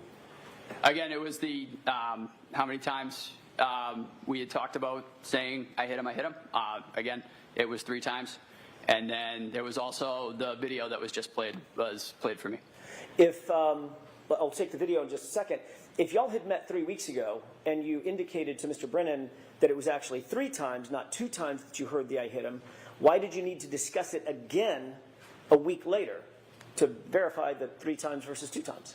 Not sure, sir. That was just the way that the conversation went. And I just, again, repeated what I said and what I remember from that morning. Well, tell me about that conversation. Did Mr. Brennan say anything like, well, are you really sure that she said it 3 times? It was that morning what was said to you. And I said, I hit him. That was how it went that morning, and that was how I remember it. Okay. And did Mr. Brennan say, well, that's not consistent with how you've testified previously concerning the number of times you heard the I hit him phrase? Yes, sir. He did say that. He wanted to He acknowledged that I had said it twice. However, again, as I mentioned, it was said 3 times to me. So now you do remember last year that you only said you only said that it was repeated twice. One more time, sir. So now you do recall that last year when you testified, it was inconsistent with how you're testifying today. Let me put it that way, correct? I believe I said I hit him twice on the stand last year. Right. And if you're saying I hit him 3 times instead of twice, that, Firefighter Nuttall, is inconsistent with your testimony today, correct? You Yes, agree sir. with that? But that is how it went that morning, though, sir. Okay, that's not my question. Let me see if I can do it again. So I'm asking you, if you testified last year, Yes, sir. that you heard the phrase twice, and now a year goes by and you're testifying in front of this jury this year that you heard it 3 times, those 2 statements are inconsistent with one another, correct? Yes, sir. Okay. Did you talk at the meeting 2 weeks ago about any other inconsistencies with your testimony? Not to my knowledge, sir. Well, you were there, and you No. say not to my knowledge, meaning, No, sir, we did not. okay. So it was just about the number of times that you heard the phrase, I hit him, correct? Yes, sir. All right. You cleared that up in the 2 meetings, 3 weeks ago and 2 weeks ago. What did you talk about last night? Mostly just making sure that everything was as it had been. I mean, and by that I mean it was 3 times, and that we were continuously making sure that everything was the way that it had happened that morning. Everything was the way that Mr. Brennan wanted it to be. No, sir. The way that it was in, I remember it, and I recall it happening. Okay, so he asked you 3 weeks ago about how many times you heard that phrase. Yes, sir. You changed your testimony at that time and said it was 3 times instead of 2 times. We agree on that, correct? Yes, sir. Then he called you a week later, or met with you a week later, and again reiterated, making sure you stick with that testimony that it's 3 times, not 2 times, correct? Yes, sir. And then last night he called you just to make sure one more time you're going to stick with that testimony that it was 3 times, not 2 times, correct? Yes, sir. Hold on just a second. May I have just a moment, Your Honor? Yes.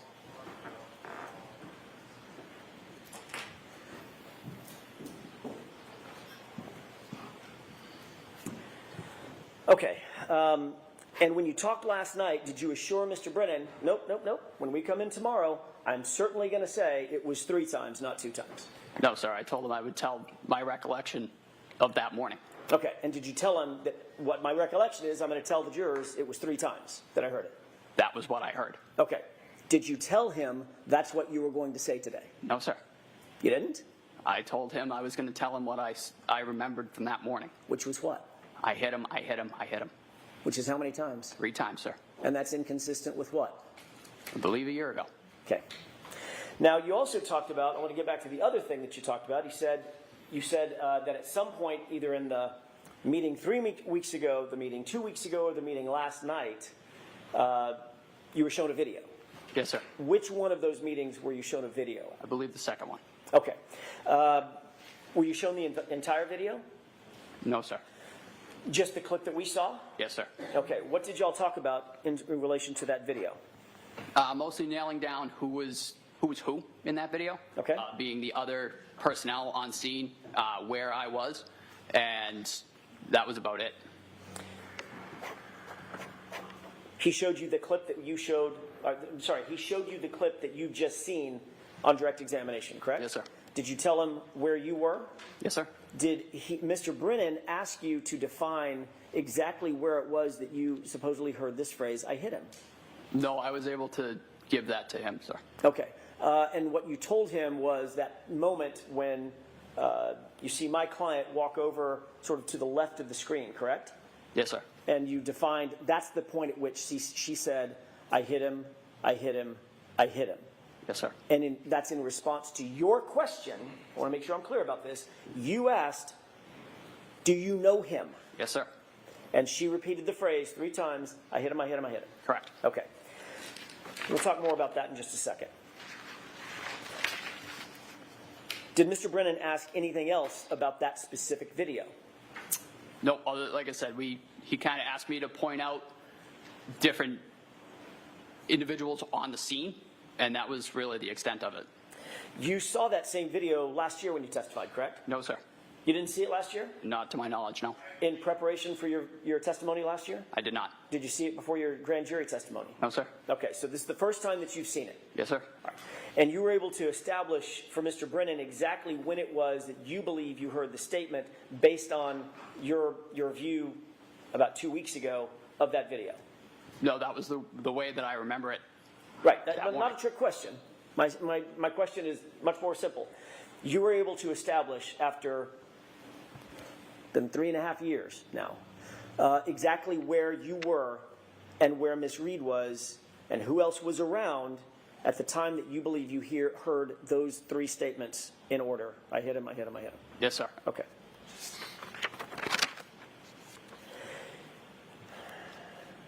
You testified last year as well that there is a normal protocol for removing clothing from a patient, and it's essential to just discard it and get it away from the patient so that you can concentrate on the life-saving measures that you're undertaking, correct? Yes, sir. That could be done you said in the ambulance, it could be done in the hospital, it could be done in situ, out there in the field, correct? Yes, sir. But the point is you want to get as much clothing off of the person as possible so that you can assess that person's physiology. Yes, sir. There's not really a lot of care taken to preserve the clothing from an evidentiary standpoint, in your view, correct? And we're trained to try and, just to take example of a shooting, try not to cut through the entrance wound of the clothing. Fair enough, fair enough. I mean, when you're literally trying to save someone's life, your job is to get the clothing off and get it out of the way. Yes, sir. You're not sticking it in an evidence bag and sealing the evidence bag, things of that nature. No, sir. So it might end up on the ground. Yes. Right? Might end up with some debris on it. Yep. Might end up on the floor of the ambulance. Yes, sir. Could end up in the floor of the hospital, or on the floor of the hospital. Is that right? Yes, sir. Okay. And if it's tossed in the floor of the ambulance, the clothing may well pick up debris from the ambulance. Oh, yeah. Yes, sir. Or the debris from the floor of the hospital or wherever. Is that yes? Yes, sir. Okay. You testified previously at the grand jury in April of 2022, correct? Yes, sir. I believe so, sir. Okay. So this happened in January of 2022, that same year in the springtime. You testified at a grand jury, April 20th, I think it was. Yes, sir. Does that sound right? Yes. Okay, I want to take you back to that testimony for a second. You testified at that hearing that Mr. O'Keefe was, quote, dressed appropriately for the weather. You remember that? Yes, sir. All right. It was obviously well below freezing at that time. Yes. That night that you responded. It was. We just seen the video. It looks cold as hell, right? It was chilly. All right. The wind was howling. Yep. It was snowing. Is that right? Yes, sir. And you testified that John O'Keefe, quote, had a heavy coat on and possibly 2 other layers of clothing. Yes, sir. In April 2024, you reiterated your very specific memory of and you even called it a puffy heavy coat that he was wearing, which was then removed so that you could assess his injuries, correct? Yes, sir. All right. Not to get too colloquial, but a puffy coat is like got down and stuff in it, right? Correct. Looks kind of like Stay Puft Marshmallow Man, right? Yes, sir. Okay. Pretty distinctive article of clothing. Yep. And you testified last year that Mr. O'Keefe was wearing that clothing, which you had to remove or somebody had to remove in order for him to be properly assessed. I did testify that way, yes, sir. Okay. And you mentioned that your memory of that big heavy winter coat was as clear as your memory of other specifics in this case, correct? Yes, sir. I asked you that exact question, didn't I? You did. And I said, your memory of him having that big puffy coat on, which stood out in your mind, was just as clear as the other specifics that you've testified to about the case. Yes, sir. About that night. And turns out you were completely wrong about his clothing, correct? Correct. Matter of fact, he wasn't wearing a coat at all. No, sir. He wasn't wearing a winter coat, correct? Nope. He wasn't wearing a heavy winter coat, correct? Correct. And he wasn't wearing a puffy, heavy winter coat. He was not. Yet you testified that he was wearing all of that, and that was clear in your mind at the time. Yes, sir.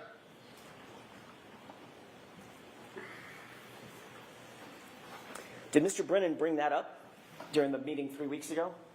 He asked about what I had meant when I said appropriately dressed. So you did talk about something other than just the I hit him, correct? Yes, sir. When I asked what y'all talked about, why didn't you tell us that? To be perfectly honest, sir, I did not remember until right now. So your memory is fading even after 3 weeks. Yes, sir. Got it. The fact is, well, let me ask you a different question. Did Mr. Brennan tell you what Mr. O'Keefe was actually wearing? No, sir. Actually, I believe you did. Last year, didn't I? Yes, you did. It's a short sleeve t-shirt and a little thin wool hoodie, right? Yes, sir. Okay. Wasn't wearing a hat. No, sir. Wasn't wearing, as a matter of fact, didn't even have a shoe on, correct? Not to my knowledge. And obviously, goes without saying, but I'm going to ask it anyway, that's not being appropriately dressed for the winter. No, sir. Yeah.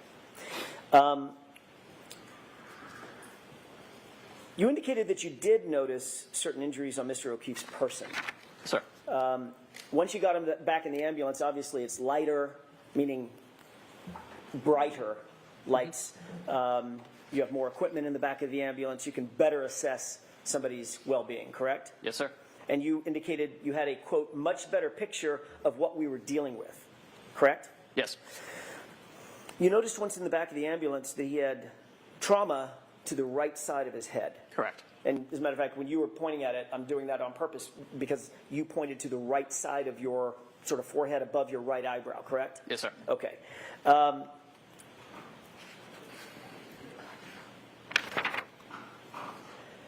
The majority or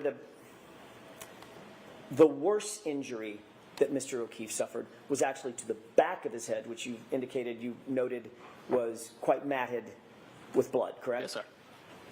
I want to talk about the injury to the right side of his head as distinct from the back of the head injury for just a second.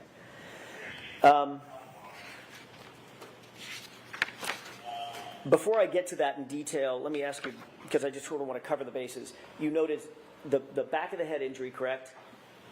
Is that yes? Yes, sir. You also noted the front right side of the head above the right eye, correct? We did. You noted some injury to his eyes. They looked blackened. Yes, sir. But primarily the right eye was blackened? Yep. And there was a golf ball size egg, I think you put it, over his right eye, often called a hematoma? Correct. And you also noted when you got his shirt off that he had scratches along the right side of his arm. Is that right? Sir. You indicated on direct examination today that you believe those scratches ended where? Meaning from top to bottom? And I'm not using anatomically correct language. So from shoulder to wrist, where were the scratches that you noted? There were several. As I noted, they were on his right humerus area. Tell me what a humerus is. The right arm. Biceps. Right about here. Okay. No, a little further, like between where your bicep and your tricep kind of meet. Right, Got it. right about in there. Okay. And what did the scratches look like? They were deep. Infamously referred to them as furrows. But they were quite deep. You could tell that there had been some material removed. Okay. Material meaning skin and flesh. Yes, sir. Okay. Some biological material. Mm-hmm. Is that yes? Yes, sir. And were they parallel? Meaning they were going in the same direction? Yes. Were there any scratches below the elbow? There were. Yes, there were. They were not as significant as the ones on the upper arm, but they were noted. Okay. And those were parallel as well? Yes, sir. And they looked like scratches to you. That's how you described them? They did.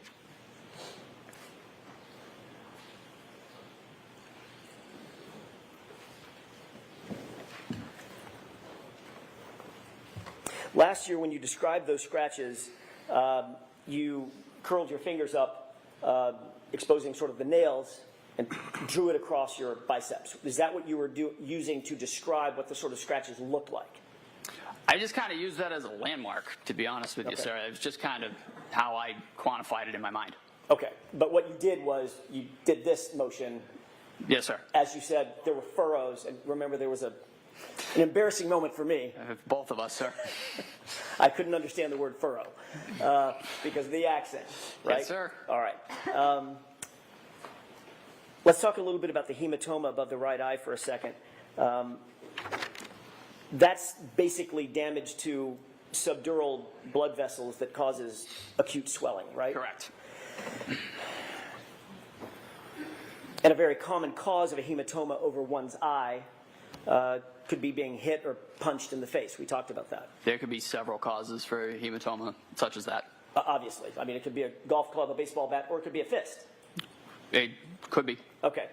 We talked about that last year. I asked you if the injuries that you saw on Mr. O'Keefe's face, including the laceration over his right eye, was consistent or inconsistent with a physical altercation, and you said it was consistent with a physical altercation as well. Excuse me? Objection to referring to past testimony before a question is asked. So sustained. Sure. Do you remember a laceration, in addition to the hematoma, about a 0.8 centimeter laceration over his right eye? I do. Tell me I'm using a word that maybe not everybody understands. I didn't understand it when we first started this thing. What's a laceration? What's the difference between that and a cut? A laceration is they're basically the same thing. Laceration is just a deep cut. Okay. So it's a parting of the skin. Correct. In other words, where the skin separates. Yes. And that can be from blunt force trauma, meaning something hits it rather than cuts it. You can get Sustained.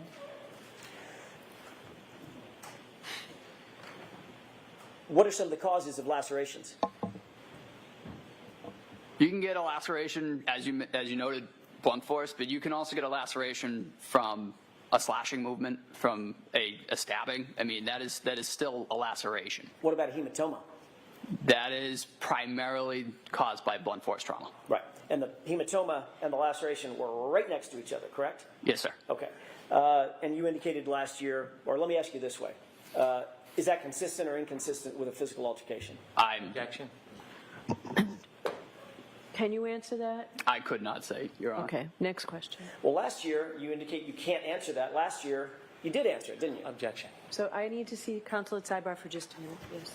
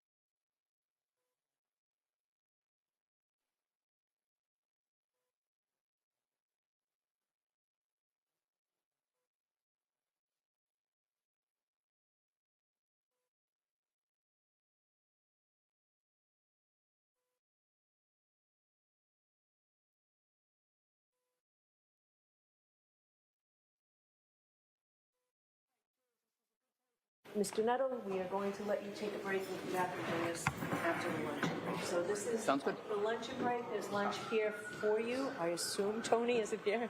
It is here. Okay.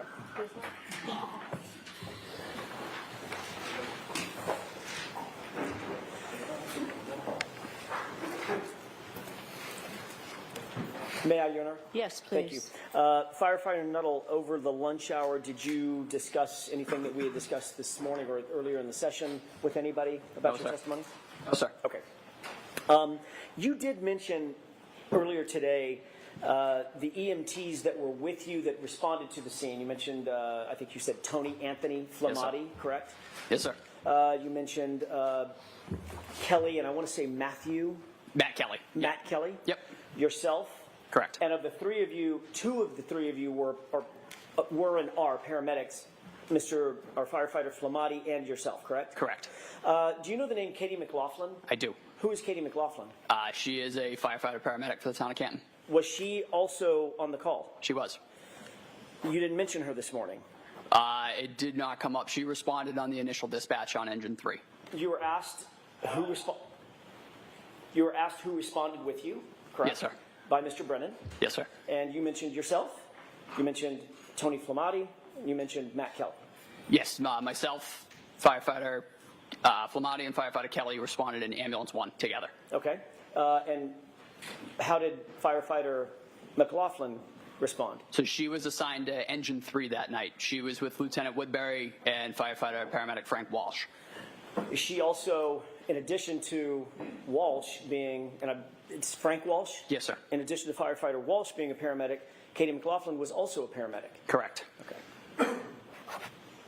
So she responded to the scene at the same time as you, generally, but in a different ambulance? In a fire truck, in a piece of fire apparatus. She was in engine 3. Got it, engine 3, okay. And she was with you, generally, when I say with you, at the scene during the entire time that you're describing the events that you described with Mr. Brennan on direct examination? For the most part. Okay. She then left in a particular ambulance, correct? Yes, she ended up driving ambulance 1 to Good Samaritan. And ambulance 1 was which ambulance? Ambulance 1 was the initial ambulance that myself, firefighter Kelly, and firefighter Flamati responded in.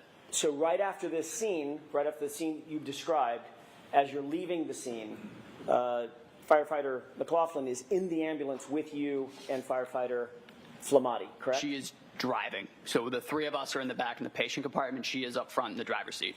Once at the hospital, did Firefighter McLaughlin go into the hospital with the other firefighters? I believe so, yes. So she was with you in the engine, she was, although in the driving cab, she was with you, ambulance in the driving cab. She was also with you right after the scene at the hospital, correct? Yes, sir. And she was also with you later after you cleared the hospital and went back to the station?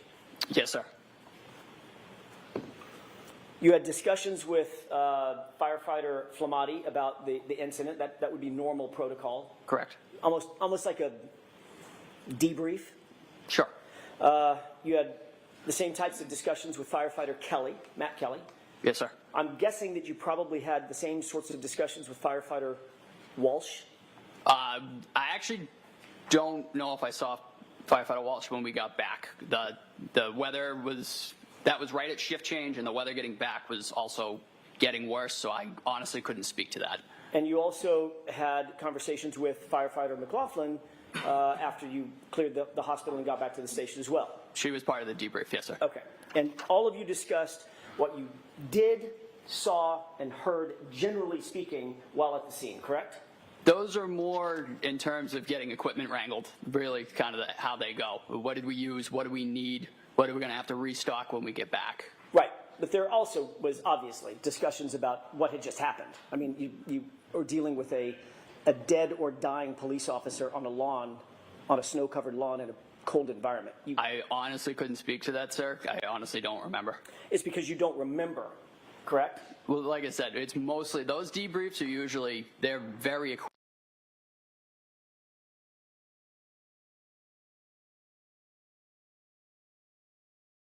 equipment, make sure that the ambulance is ready for the next call, etc. I'm asking about a general debrief with the fellow firefighters, male and female, that you were with at that scene. You're telling me that you don't remember debriefing and discussing the incident and your observations at the incident following that incident? No, sir. Okay. But your memory, you indicated earlier, gets better with time, right? Yes, sir. You don't remember it as you sit here today? Ask the question again. Sure. do you remember discussing with firefighter Flamati, firefighter Walsh, firefighter Kelly, firefighter McLaughlin, any of them, your observations and what happened while at the scene after you cleared the hospital and got back to the station? No, sir. Have no memory of that whatsoever? No, sir.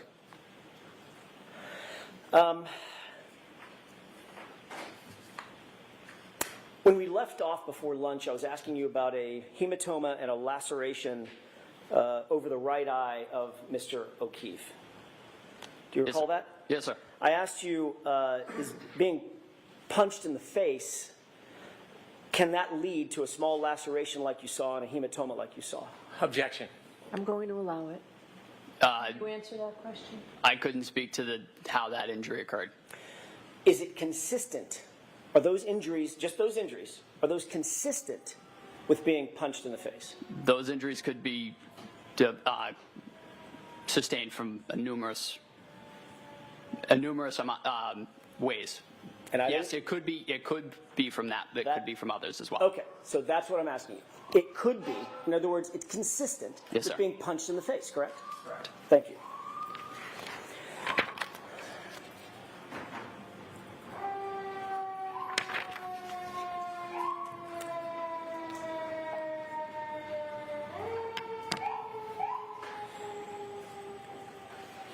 I want to ask you about this statement that you indicate that you heard that now is 3 statements, 3 phrases, correct? Yes, sir. When you heard this statement, describe for me exactly where you were. What were you doing and who was around you?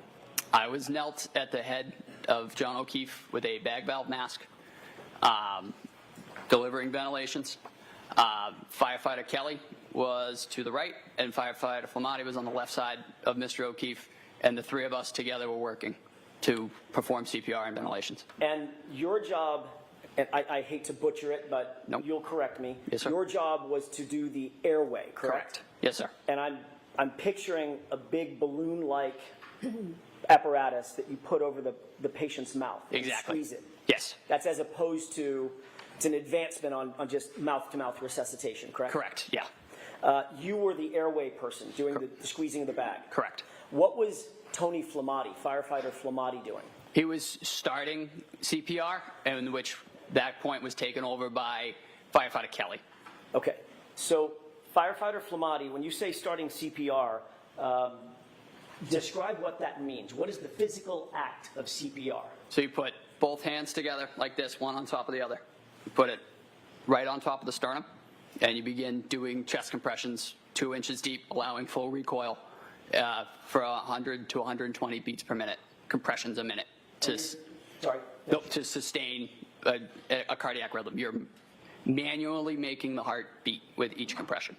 Which means that is a rhythmic pumping motion, correct? Yes, sir. So if you see someone doing CPR, you're probably going to see their shoulders moving up and down and moving rhythmically, correct? Correct. Do you remember what firefighter Flamati was wearing? You had just come off of actually you were just coming onto a shift, so you didn't have all your foul weather gear officially, correct? I had my puffy jacket. Okay. I had my Canton Fire jacket. Got it. Firefighter Flamati, on the other hand, had a bright yellow jacket. Correct. Sort of reflective and a safety jacket. Yes, sir. And he was kneeling to your left at the time doing, have I got that right? Yep, you got that right. Okay, he's kneeling to your left at the time doing chest compressions. That's when you indicate that Miss Reed walked over and made the statement. Correct. And Kelly was there as well? Yes, sir. Kneeling right beside all 3 of you as firefighter Flamati was giving the chest compressions, correct? Yes, sir. Okay. You indicated that the statement was in response to a question that you asked of my client, do you know him? Yes, sir. Is that right? Correct. And she responded to you with the phrase that you've used, I hit him. I hit him, I hit him, I hit him. Right. So it's absolutely clear in your mind when that statement was made. You were knelt down over Mr. O'Keefe. Firefighter Flamati was doing the CPR, and Kelly was with the both of you when you posed that question. Yes, sir. It's a very detailed memory. Yes, sir. You indicated Mr. Brennan. That sticks out in your mind. Is that right? It does. But that's not at all what you told Trooper Proctor on February 8th, just 10 days after this incident, is it? I don't recall what I told Trooper Proctor. I thought your memory got better with time. I don't recall that meeting. Okay. I recall meeting with him, but I don't recall the extent of what was discussed. You literally don't in that meeting in that formal interview with the lead detective on this case. We discussed the case, but I don't, in his words, I'm not sure what he put down. What you said to Trooper Proctor on February 8th, 10 days after this, was you overheard Miss Reed say, "I hit him" one time to another female that she was talking to. Correct? Objection. No, I'll allow it. Did you say that? I have no memory of this, Your Honor. Okay, next question. Did you say that her statement was an answer to a question posed by the female or a discussion with the female? Break that down for me, sir. Sure. Did you tell Trooper Proctor on February 8th that what you heard was Karen Reed speaking to a female, not answering a question that you posed? Again, I don't recall that specific question. Did you tell Trooper Proctor on February 8th while you were rendering aid, and at the time you heard the statement, Miss Reed was actually praying over John? Your words, praying over John. I don't recall ever saying that.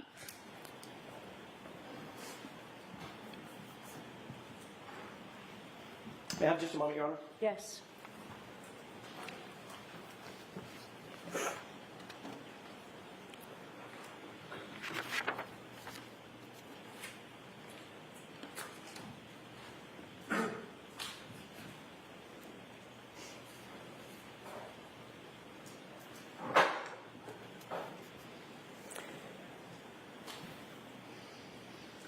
Did you say that you observed Karen Reed to have blood on her face from providing mouth-to-mouth breaths to Mr. O'Keefe prior to your arrival? I remember Miss Reed having blood on her face, presumably from attempting CPR. Do you remember telling Trooper Proctor on February 8th that you saw her with blood on her face from CPR? I do. So you remember that portion of your conversation with Trooper Proctor, correct? Yes, sir. But the praying over John, praying over the victim, you don't remember. I don't remember ever saying that. Ever. And the statement, "I hit him" to another female, you also don't remember that. No, sir. Would it refresh your recollection if you were to look at a report Yes, sir. authored by Trooper Proctor? May I? Yes.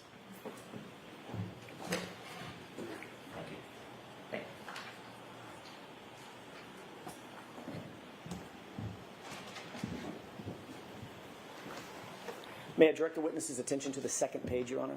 All right, why don't you take a look at that, sir?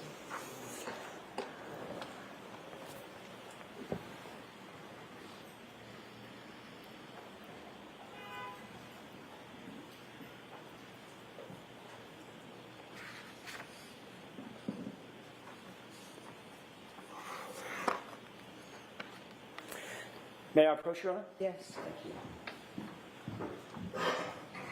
Sir, did you have an opportunity to glance at the report that you were just shown? Yes, sir. Does that refresh your recollection about your conversation with Trooper Proctor that he put in a report? It does not, sir. So as you sit here, you have no memory of what you just read in this report from Trooper Proctor, the lead investigator on the case? I have no recollection of ever saying that anybody prayed over anybody ever in this case. You did see it in his report, though. Right. Sustained. You've admitted under oath that your memory of the events at that time, from that time frame, January, February 2022, is faulty, correct? No, sir. In your April 2024, it's April 30th, 2024 testimony from last year,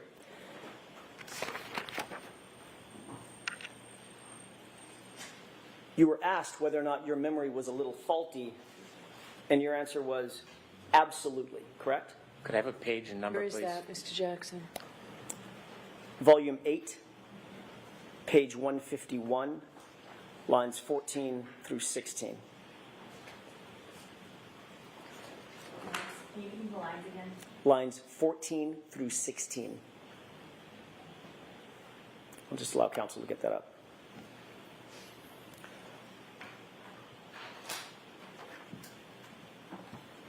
If we could pose the entire question and give content to it, please. Okay. May I? Yeah, so do you intend to show the whole question? The whole question that I asked and his answer, yes. All right, and I'll give you the opportunity on redirect, Mr. Brennan, if it's not. Go ahead. Is it true that, in answer to the question, quote, so it's fair to say your memory is a little bit faulty as it pertains to that time frame, your answer was absolutely. Correct? From last year? What you testified to last year about conversations that you had with Trooper Proctor around February 8th of 2022. Yes, sir. And you would agree, as you sit here, that your memory is still faulty about your conversation with him. With Correct? Trooper Proctor? Yes, sir. So you're not saying you didn't say that the statement was made to a woman, correct? Objection. Are you saying that? No, ma'am. Okay, next question. Thank you. And you're also not saying that you didn't say to Trooper Proctor that you saw Karen Reed praying over John O'Keefe. Objection. So I'd like you to ask that differently. Did you say that? I have no recollection of saying that ever. Okay. Next question. My point is, if you have no recollection of it, you're not denying saying it. Objection. Are you denying saying it? Yes. Okay. So you do have a recollection that you never said it. Do you understand the difference? Oh, sir, I don't believe I've ever said praying. That's really not something that I would have said. I didn't see it that day. It didn't happen. I don't remember ever saying prayed You didn't in regards see to it this case ever. You didn't see it that day, and it never happened. That was your words just now, correct? Break that down for me. You didn't see it that day, and it never happened. That's what you're saying about the praying statement, correct? Yes, sir. And in that same exact statement, you also included the phrase, I hit him, correct? No, sir. In the statement that you made to Trooper Proctor? The report that Trooper Proctor wrote? Correct. Again, I don't remember ever saying the words praying over him. I do distinctly remember I hit him, I hit him, I hit him. Which doesn't appear in that report, does it? Objection. I'm going to sustain that, Mr. Jackson. You directed him only to page 2. Understood, Your Honor. I'd like to show you a short portion of a video, the same video that you were asked to look at on direct examination. And Your Honor, I pray to the court, I can certainly mark it as a defense exhibit or for So is this identification. going to be an exhibit by agreement? It is. Okay, It is. so we know that, Madam Court Reporter, thank you.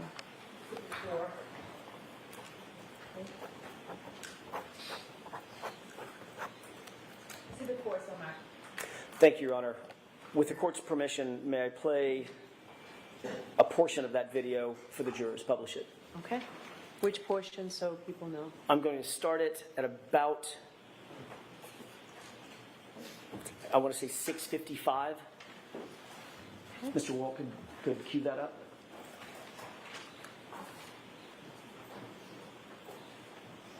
Before you play it,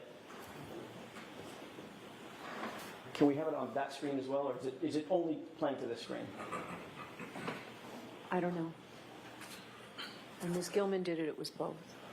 Great. There we go. All right. Before we play it, can I ask you a quick question about this? Sure.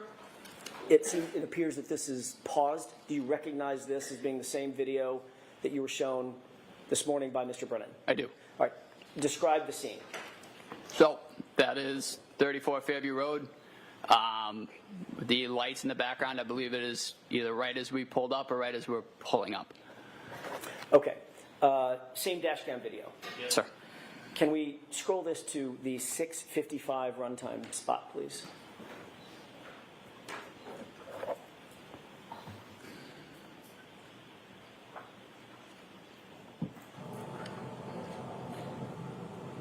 Pause it. Okay. Do you see the individual on the left? Far, far, far left. Yeah, the jacket? Correct. Yes, sir. Who's that? I believe that's Firefighter Flamati. You previously indicated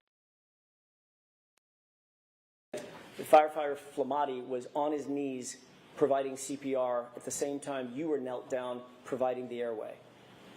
This isn't when it was That's stated. not my question. Is that what you said? Can you repeat the question, please? Sure.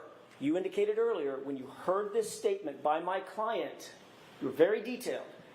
Firefighter Flamati was knelt down providing chest compressions at the same time you were knelt down providing airway support for Mr. O'Keefe, correct? I had also said that at some point, That's a Firefighter yes or no Flamati question. had Objection. So I'm going to let the witness answer the question. transferred CPR to Firefighter Kelly. Firefighter Kelly did take over compressions at one point. Okay. That's not my question. Okay. My question is an easy one. Did you say that when Miss Reed walked over to you and you had this dialogue with her, she made that statement that Firefighter Flamati was on his knees providing chest compressions at the same time you were knelt down providing airway support? Yes, sir. Okay. Firefighter Flamati, in your testimony, appears to be standing up right there, correct? Yes, sir. Let's play the video forward for just a second. Stop it. What did you see Firefighter Flamati do just now? I believe he just knelt down. Okay. So at this point, he's kneeling for the first time, correct? Yes, sir. And he's about to provide chest compressions as your memory serves, correct? Yes, sir. All right. Let's go ahead and play it forward.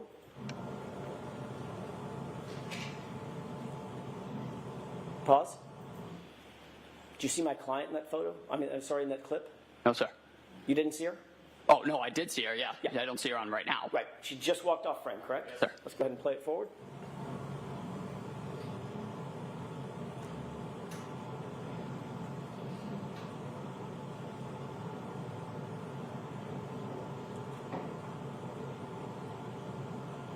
Stop it. You see my client walk back into the frame? Yes, sir. At this point, you were watching Firefighter Flamati. He appears to be now providing CPR, correct? Yes, yes, sir. Okay. And my client is nowhere near you, correct? At least for this clip. No, sir. Okay. Correct. And the clip that I just played before, the few seconds that I played before, nowhere near you, correct? Correct. Is that right? Yes, sir. Let's go ahead and play it forward.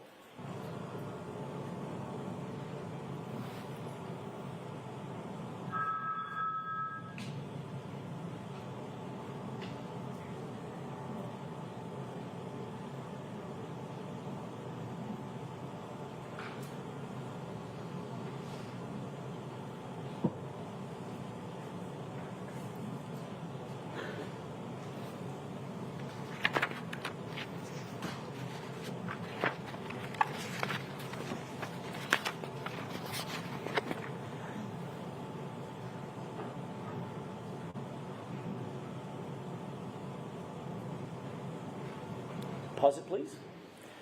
What do you see happening on the screen from screen right to screen left at this juncture? We're bringing in the stretcher. Okay, go ahead and play it.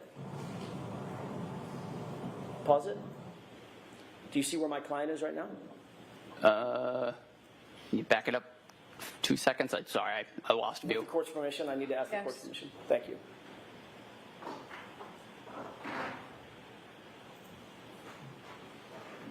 Okay, let's go ahead and play it. Pause. Did you see my client? Yes, sir. Where is she in the frame? Behind that other individual. Behind the SUV? I believe she's in front of the SUV and behind the other individual. Okay. I meant the SUV, the white SUV that's in Yes, sir. the far distance. Yes. That's the back of the SUV. She's behind it, right? Correct, yes. Okay. Not near you. No. Okay. Let's go ahead and play it.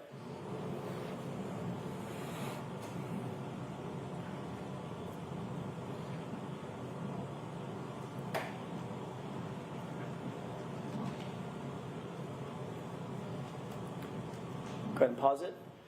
Do you see what Firefighter Flamati is? Entire clip. Chest compressions? Okay, let's go ahead and play it.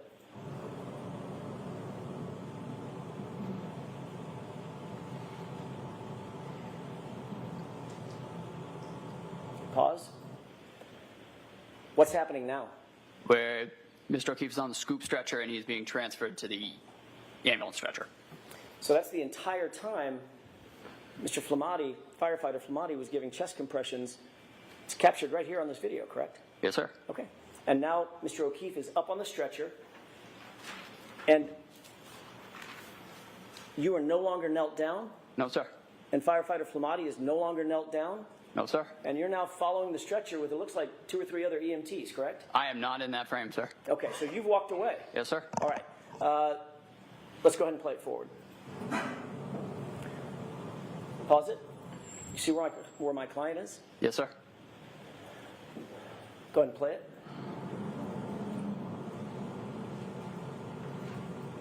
Do you see Firefighter Flamati or Firefighter Kelly continuing to give chest compressions?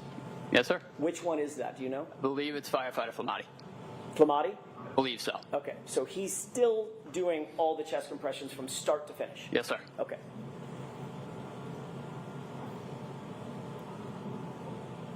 And what's happening right now? Now we are transferring to ambulance 1.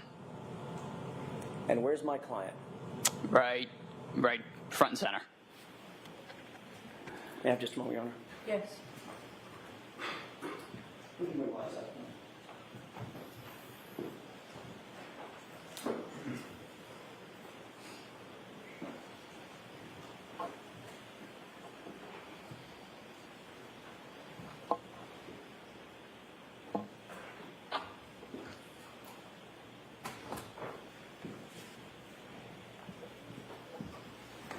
If I may have just a second.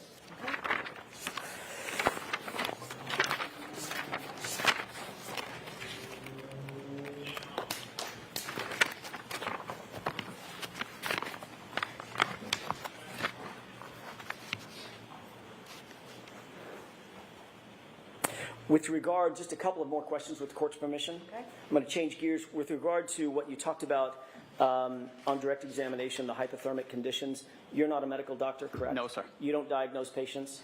Sir. You're not diagnosing that John O'Keefe suffered from hypothermia that night? No, sir. Thank you. That's all I have. All right. Can you follow up, Mr. Brennan?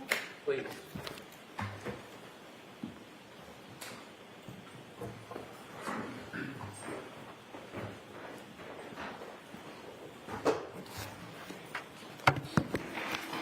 Firefighter Nuttall, the video the defense just showed you, did you notice any differences between that video and when I showed it to you, and that it doesn't have the time on it? Yes, those were 2 different time frames on that video.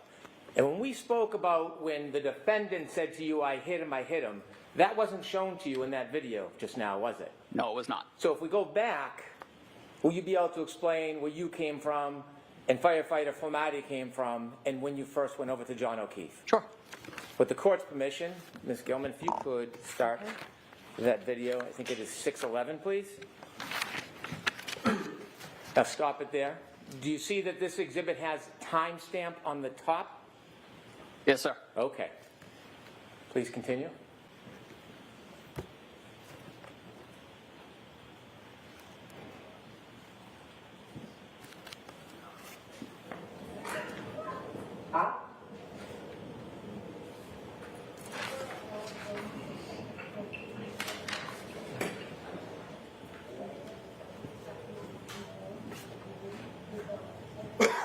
Could you stop, please? Do you see the red lights on the left? Yes, sir. Is that when you believe that you first arrived? Yes, sir. And that note says 6:11:05. Could you continue, please, Ms. Gilman?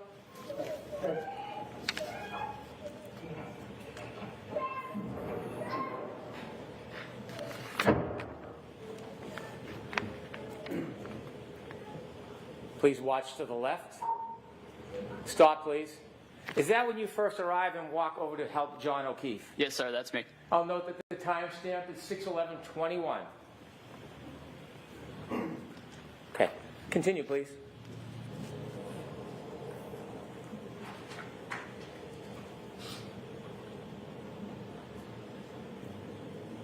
Stop, please. Did you see Firefighter Flamati come after you? Yes, sir. Was any of this shown to you during those questions? No, sir. No. Continue, please.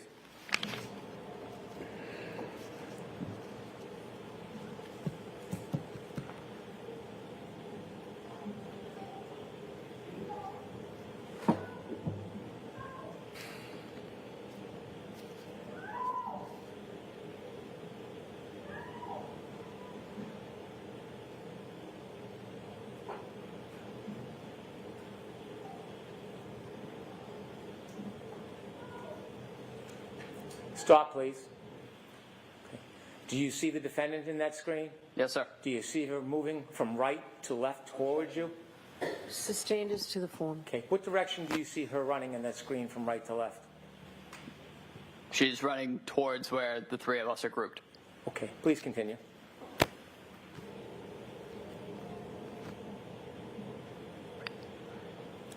Stop, please.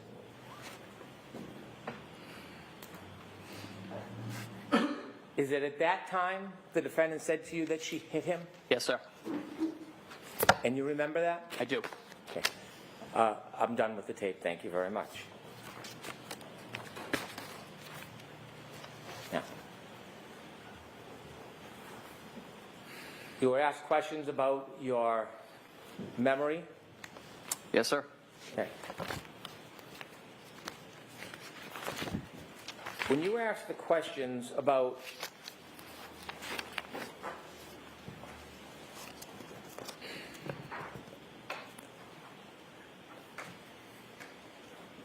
Trooper Proctor, when you were saying that you didn't remember, were you referring to the conversation with Trooper Proctor, or were you suggesting you didn't remember what happened that morning?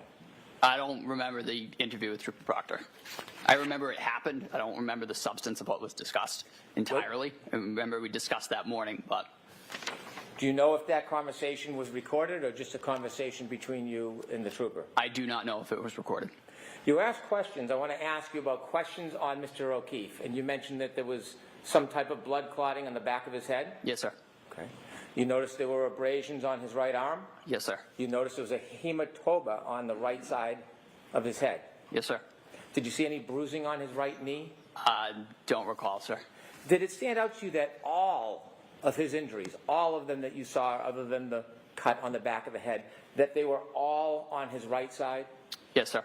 Did you notice any hematomas on his left side? I did not. Did you notice any scratches or abrasions on his left side? I did not. Did you notice any marks that would be consistent with an altercation on the left side of his body? I did not. You were asked about the cause, and you said that you don't know the cause. You weren't there, were you? No, sir. You asked if it was consistent with being punched, and you said it could be. Yes, sir. Could it be consistent with being clipped by a car? Objection. Sustained as to the form. You were asked questions about clothing, Yes, sir. and you had at one point said you thought that Mr. O'Keefe was wearing a winter jacket. Do you have any memory that when you first got there, or when you first got there, do you have any memory whether there were any towels wrapped around Mr. O'Keefe's head? I remember there was a white cloth of some sort on the scene. Okay. And when you were asked about your memory regarding the clothing, was the clothing of what was utmost importance to you at that time? No, sir. And why is that? I was, again, focused on Mr. O'Keefe's airway and ventilation. Okay. And when you were asked about the clothing, do you remember if you added anything else about your certainty or uncertainty about clothing when you previously gave a statement or testimony? I believe when I testified last year, I did note I had no part in removing any articles of clothing or anything like that. That was not my job in the back of the truck. Do you remember any recognition of the fact whether you were certain or not about clothing? Repeat the question, sir. I'm sorry. Well, is there anything that would refresh your memory about what you had said about clothing? Objection. Ask a different question first. You had mentioned that you had some difficulty about clothing. Do you remember what you had previously said. I remember there was some difficulty of getting the individual's fingers through clothing just because they were so cold. They were difficult to manipulate. Just they really was not conducive to getting clothing off easily. Okay. You met with me 3 times? Yes, sir. I had not met you before any of your prior testimonies, had I? No, sir. Do you remember meeting with me and discussing this case with me? I do. Do you remember me asking you to tell me what you remember? I do. Do you remember what I told you about testimony when you come into court? Yes, sir. What would I tell you? I remember we discussed that just tell the truth. Did I tell you that it doesn't matter, there is no side, doesn't matter if it helps or hurts, that you just tell the truth? Sustained. Did I ever suggest to you that you should stick to a story? No, sir. Did I ever suggest to you you should offer your testimony in any certain way? No, sir. When I talked to you, did I ever ask you to say anything about your testimony to this jury? No, sir. Other than what? Speak to the jury. Did I need to tell you to tell the truth? No, sir. And in telling the truth, did the defendant say to you, I hit him, I hit him? I'll allow it. Yes, sir. 3 times. And in fact, do you remember, in addition to her saying, I hit him, I hit him, I hit him, when you asked her the question, kneeling down over John O'Keefe's body, do you remember if you ever talked about other times that she said it, not to you? I do not. Okay. The answer is I do not. Next question. Okay.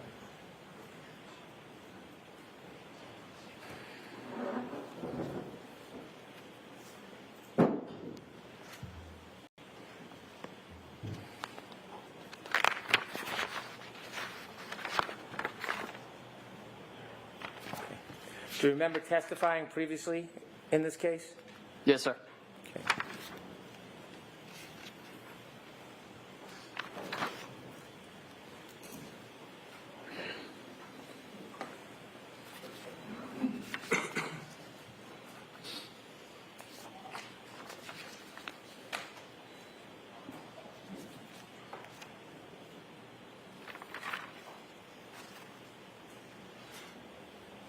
Do you remember at all discussing whether or not, after she left you, whether or not the defendant was still talking and speaking?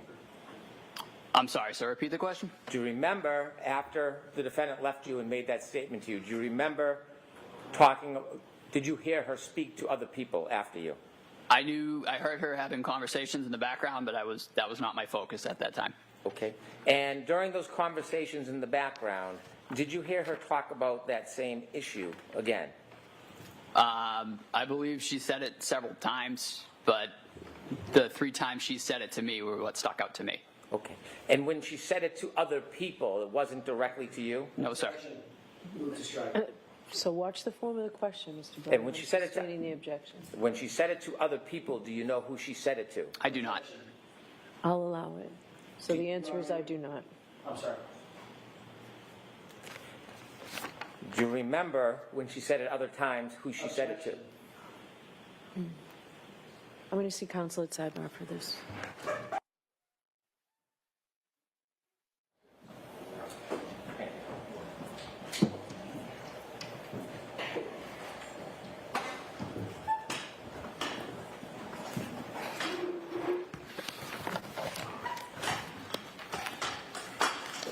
Sir, after the defendant came over to you and spoke and then left, do you remember hearing her make further statements? Yes, sir.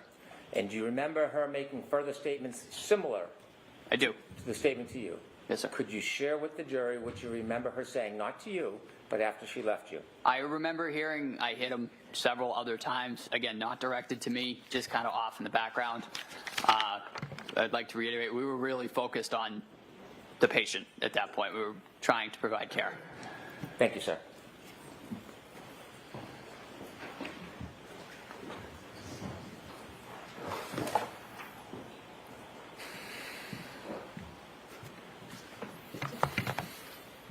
So now, after Mr. Brennan asks you a few questions, now you remember her saying, I hit him a bunch more times, correct?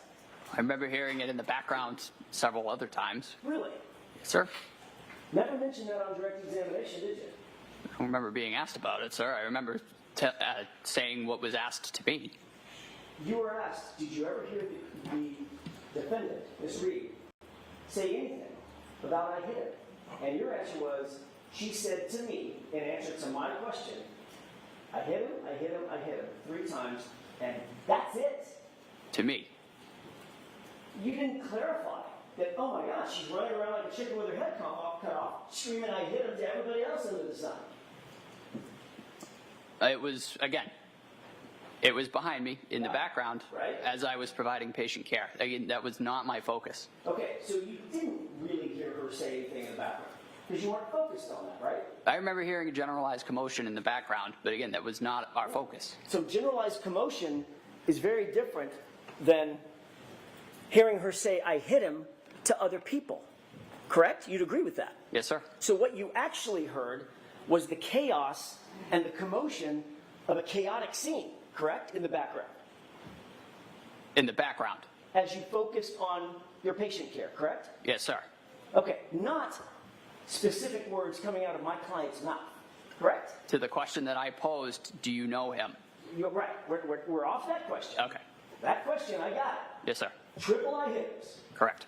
But with regard to what Mr. Brennan just asked you, the generalized commotion, to use your phrase, in the background, you didn't hear any specific words coming out of my client's mouth, did you? I heard I hit him. But again, it was in the background and it was not my focus. Well, why didn't you say that on direct? That's kind of an important point. It's why you're here. Again, if it was neglected on my part, it was not intentional. Not intentional to neglect that part for the jurors on direct examination. No, sir. Certainly not intentional to neglect that part of your testimony on cross-examination. No, sir. But you decided to bring it up on on recross examination when Mr. Brennan is asking you questions again, correct? It was asked of me. Yes, And sir. it was after, of course, that your new statement that you've never testified to before, ever, is this generalized commotion included a bunch of I hit hims in the background, correct? Sir.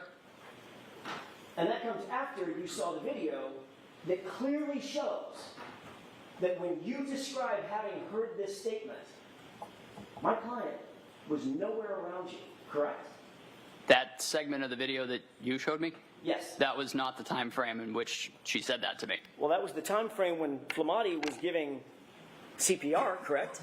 He was doing CPR down prior to that as well. Really? Yes, sir. Well, you just testified that you saw him standing up in a big yellow jacket and then kneel down and start giving CPR. We just watched that video.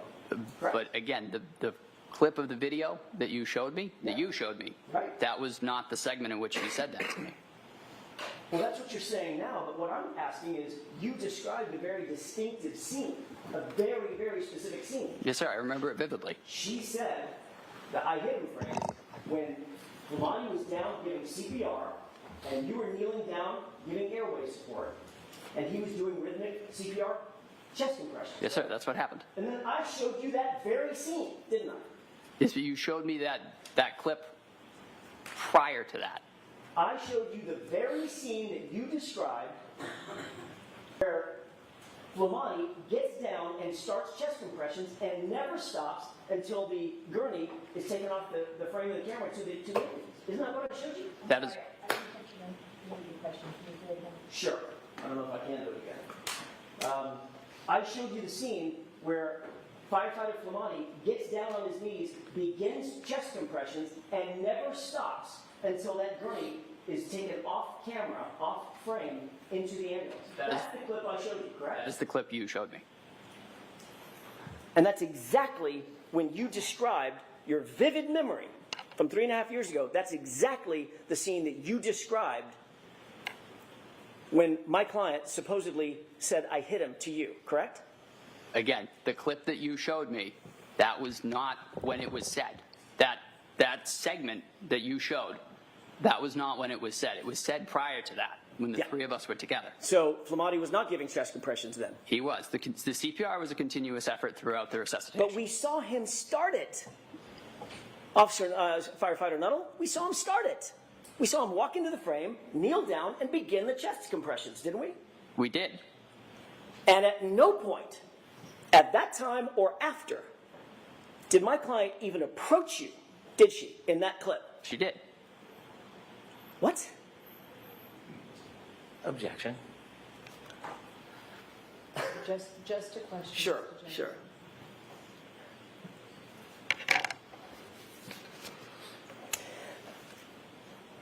Do you need to see the that clip again? Yes, please. We're not going to show the video again. We've seen 2 videos. Which one is marked? The The Commonwealth. one with the timestamp in Right. the top? It's the exact same video. One has timestamp, one doesn't.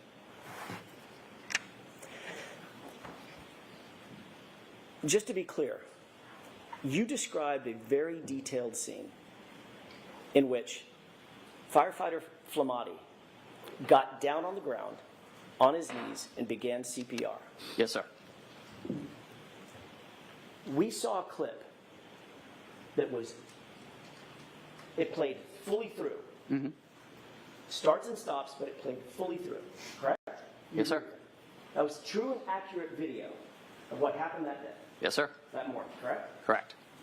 And from the time firefighter Flamati began his CPR, he never stopped. Went all the way through until the gurney was taken off the camera, correct? Correct. You also described very clearly, before you saw the video, that the time when my client walked over and you had this dialogue and you heard this statement, it was during the time that firefighter Flamati is given the CPR, correct? You described that. Yes, sir. But when we actually see firefighter Flamati giving the CPR, as per your description, at no time did my client walk over and have a conversation with you, did she? In that video? She did in the video. In the portion that Mr. Brennan played you, was firefighter Flamati giving CPR at that point? As I said previously Was as well. he or was he not? Yes or no? Objection. I'm going to let the witness answer the question. Firefighters Kelly and Flamati were trading off CPR. Tony started doing CPR, and it was passed off at one point to Firefighter Kelly. Firefighter Kelly at that time was a BLS EMT. Firefighter Flamati was a paramedic. They're going to move towards Firefighter Kelly performing CPR because at that time his skill set was not as advanced as Firefighter Flamati's, as Tony's. But they did switch off. That is a routine cardiac arrest. We switch off compressions. But the video that Mr. Brennan showed you was earlier in time, a few seconds or a minute or two earlier. Yes, sir. You'd agree with that, correct? I would. And firefighter Flamati had not begun CPR, had he? I don't believe so. That's right, he hadn't. But that's the time that my client walked over your general area, correct? Correct. Before CPR was started, correct? CPR was started immediately, sir. Can we wrap this up? I don't know if we can, Judge. Give you a couple more minutes. Do you understand the confusion? Objection. Sustained. All right, a couple more questions on this.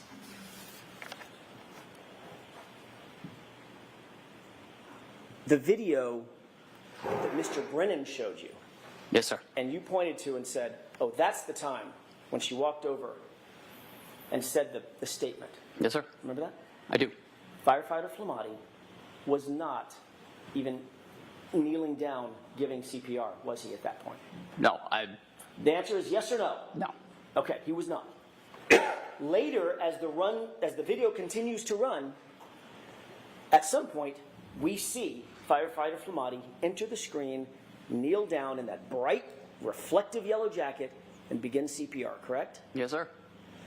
You had previously said that when you heard the statement and she walked over to you, it was when firefighter Flamati was giving CPR, correct? Yes, sir. And at no point, you'll agree with me, we just played the video, at no point after he started giving CPR did my client come anywhere near you. Isn't that what the video showed? That was the segment that you showed me. You indicated on redirect that Mr. O'Keefe did not have any injuries to the left side of his body. Not that I recall. Isn't it true that in addition to the egg on the right side of his head, he also had a black eye on the left side? I remember that the swelling had started to, it's referred to kind of as raccoon eyes. It's a bruising of both eyes. Do you Or remember battle saying- signs.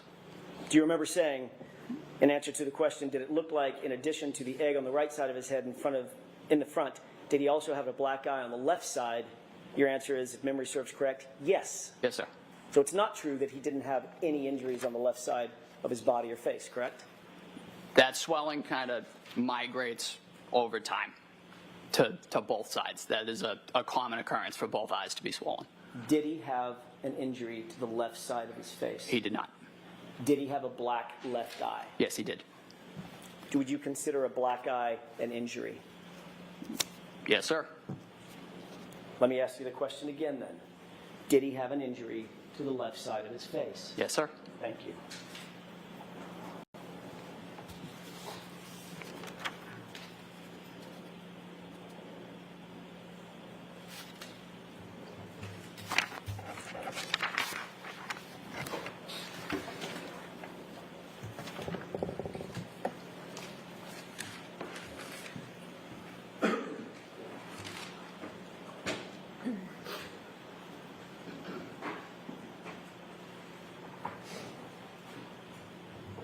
One last question. You indicated that it was a chaotic scene outside on that front yard. Yes, sir. Fire engines, ambulances, patrol vehicles, engines running, diesel engines, flashing lights, people screaming, people talking over the howling wind, correct? Yes, sir. Did you ever see the homeowner come out the front door? Don't recall. You don't recall, or you didn't? I have no idea who the homeowner is. And you never saw anybody come out of the front of the house? No, sir. That's all I have. One issue. Briefly. I want to see Councilor Tybar.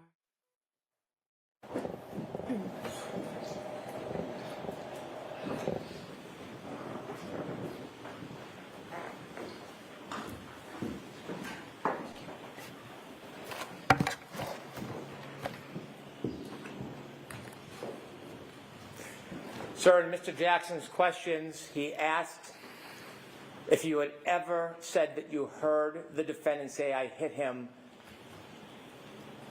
separate from when she approached you. Do you remember previously testifying that you heard her saying, "I hit him in the background," separately from you? Yes, sir. You remember testifying that before under oath Yes, sir. in court? I do. Anything, Mr. Jackson? Yeah, just a second, Your Honor.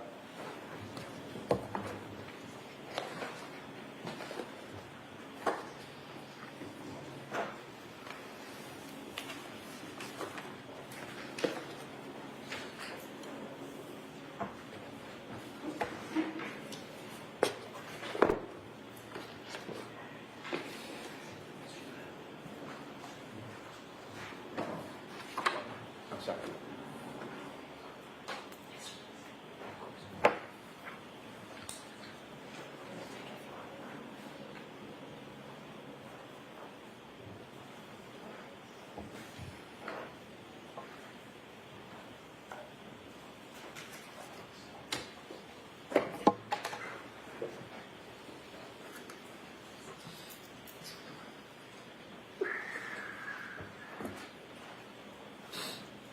Thank you, Your Honor. If I may? Yes. Just a quick question, Firefighter Nuttall. When you were asked to recite your memory of that day on February 8th, 2022, just 10 days after this incident, did you ever say that you heard in the background, "I hit him" over and over again? I don't recall. All right. When you testified at the grand jury, last question, when you testified at the grand jury, did you ever say that? I don't recall. But again, your memory is better now than it was then. Yes, sir. All right. Firefighter Nuttall, you are all set. Thank you, ma'am. All right, your next witness, Mr. Brennan. Thank you. The Commonwealth calls Kerry Roberts.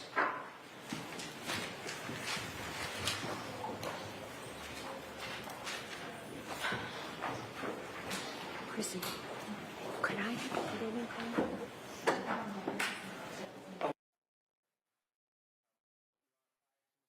In the stand, I did have an exhibit I would like to introduce and Okay. play for the jury.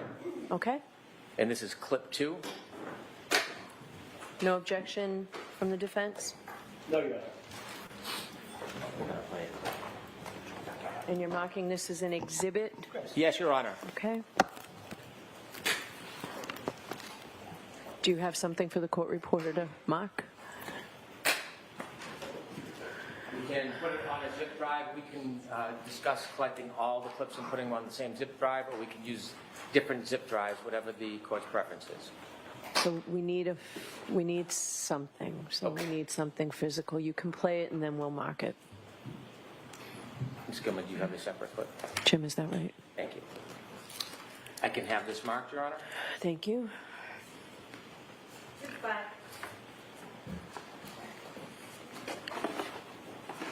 All right, Ms. Roberts, please. Okay, thank you. We'd like to play this first and then call Ms. Oh, Roberts. okay, I'm sorry. Thank you, Your Honor.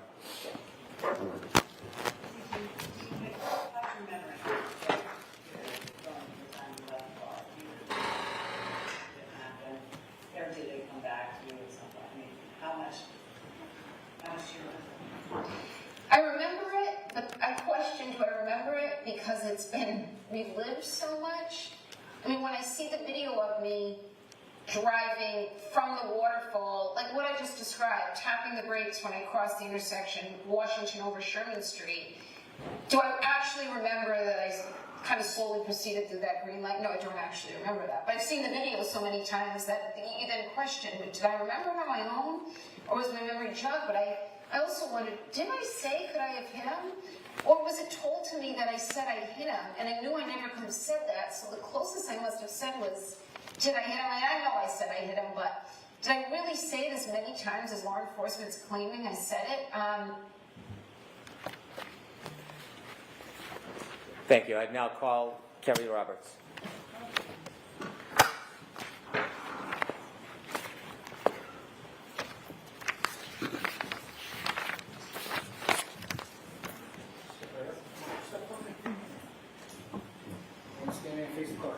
Raise your right hand. Do you solemnly swear the evidence given to the court and jury in the case down here is the truth, the whole truth, and nothing but the truth, so help you God? Yes. Thank you. You may be seated.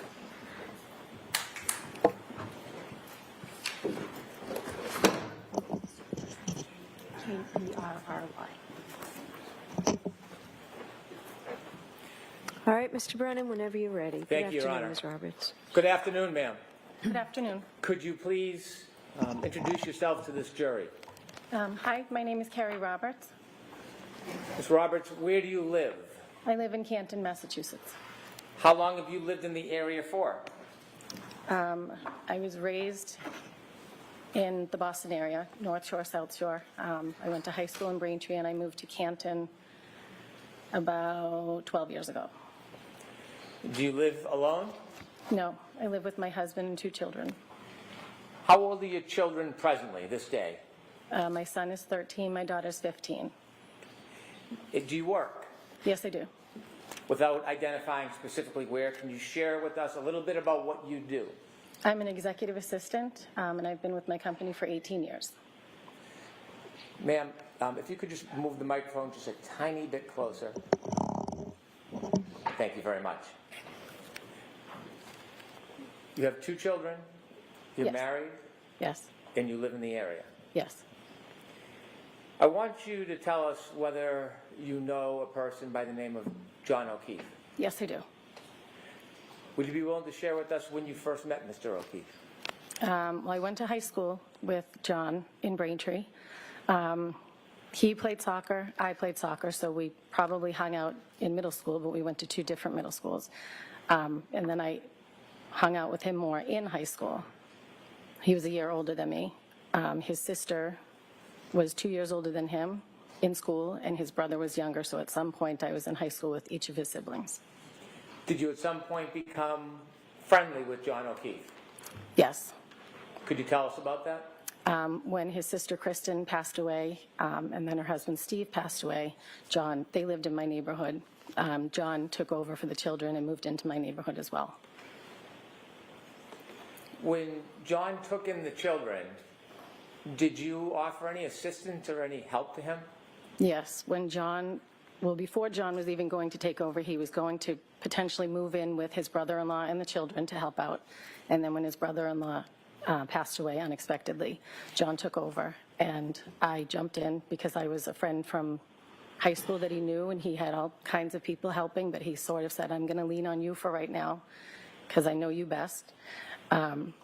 And I knew his parents and his siblings, and so I introduced him to my husband, and we jumped in. It was, preschool drop-offs, preschool pickups for my son and his son, and just from then until the time of his death, we were just friends, very close friends, and we hung out all the time. The children hung out all the time, and he was the emergency contact list at my children's school to call if something had happened.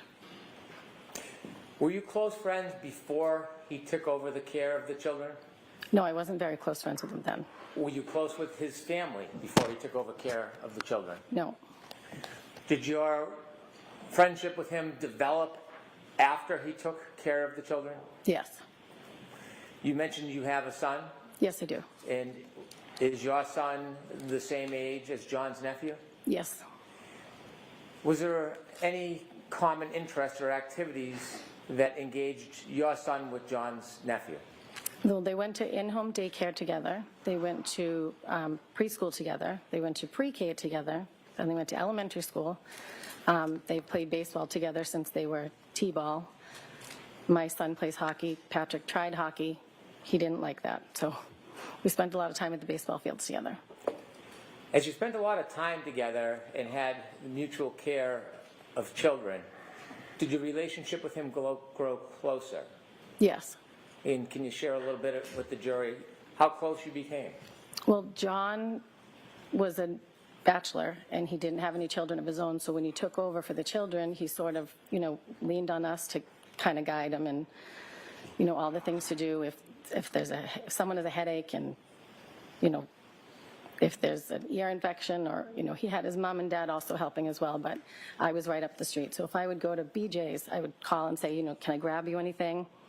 If I would go to Walmart, any of the places I would go, I would call and say, do you need anything? Can I help you? Can I grab something for you? And he did the same. We just sort of all chipped in and helped. As your friendship grew, could you tell us a little bit about your relationship with John? John and I were very close. We spoke on the phone and hung out. He became very close with my husband as well because he was right down the street. But we just had a friendship, a very close friendship. Tell us about the day-to-day activities and how you would try to assist John with the children. Well, John moved across town. I don't remember when. I forget how many. Patrick, I think, was in 5th grade or 4th grade, and I would take him home with me on Wednesdays because John would be working. So it was more of a, if he was at my house and my daughter needed a ride the other side of town, he would take her with him. We were just very close friends. We did a lot together. We would do baseball tournaments together. We would have drinks together. We would, all the things friends do. As you grew closer to John and helped with the children, did you become closer with his family? Yes. And who specifically did you become closer with? Mrs. O'Keefe and Mr. O'Keefe, his parents, and Paul I would see from time to time, but not a lot. He doesn't live in Canton. But Mr. and Mrs. O'Keefe would be there all the time to help as well. And Mr. O'Keefe would take my son and Patrick, the nephew, out to Dunkin' Donuts all the time. Can you tell us a little more about the collective effort of other people, including his family, helping John raise these children? There was a lot of us that jumped in to help. It was not just me. There was a lot of Kaylee's friends' parents that jumped in and helped for Kaylee, his niece, and Patrick, there was a lot of us that helped out with Patrick. All of the community all came together to help him because there was this guy that just lost his sister and brother-in-law, and he stepped in to take care of his two kids, and he didn't really know what he was doing at first, but he got the hang of it pretty quickly. You have a son that shared a lot of interests with his nephew. Yes. He also had a niece. Yes. Did you spend more time helping with his nephew or with his niece? With his nephew. Were there other people in the community you knew of who spent more time helping with his niece? Yes. And who was that? Jen McCabe. Did you know Jen McCabe? I had met her once.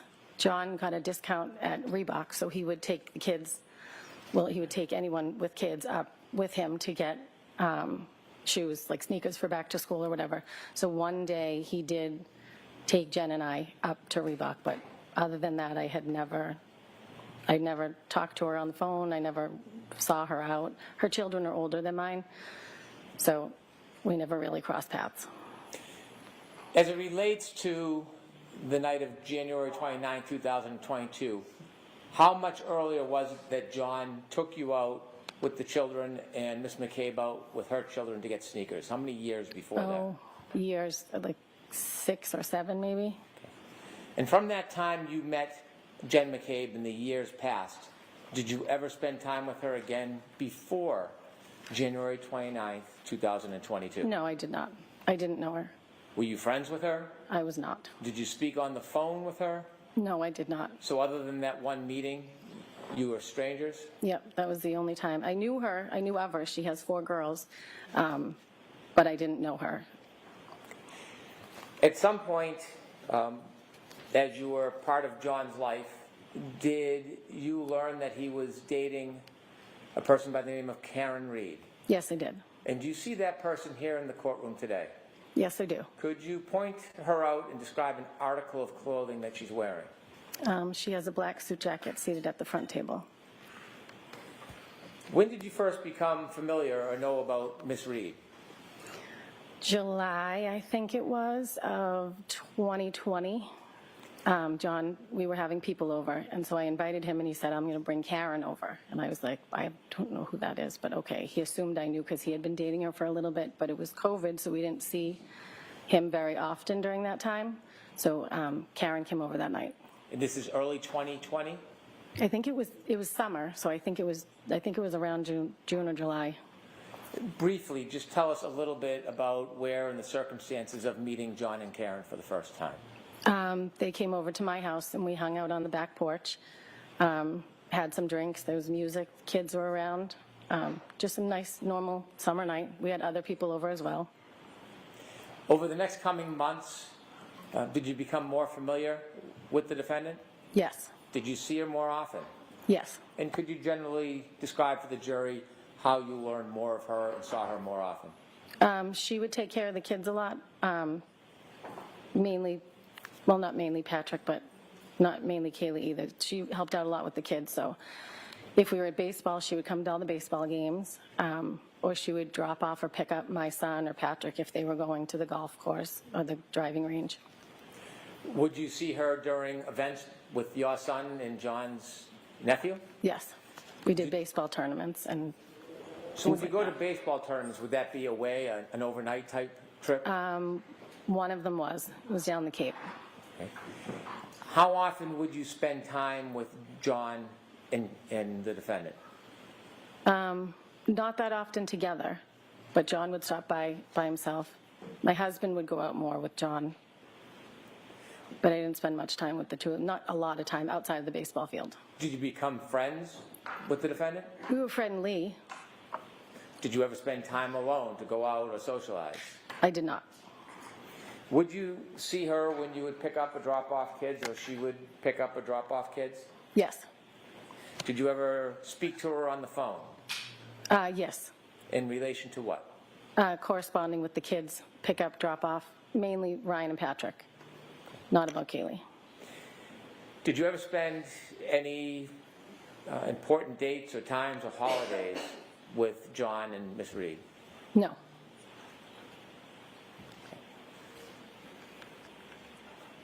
I want you to take us ahead to January 28th, 2022. Okay? On January 28, 2022, do you remember that day?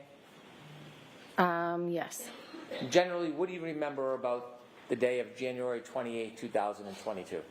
There was a blizzard coming, and it was my daughter's friend's birthday. So we were going to be going out celebrating that night, but we did it on the early side because there was a blizzard coming. What was your plan for that evening? We went bowling.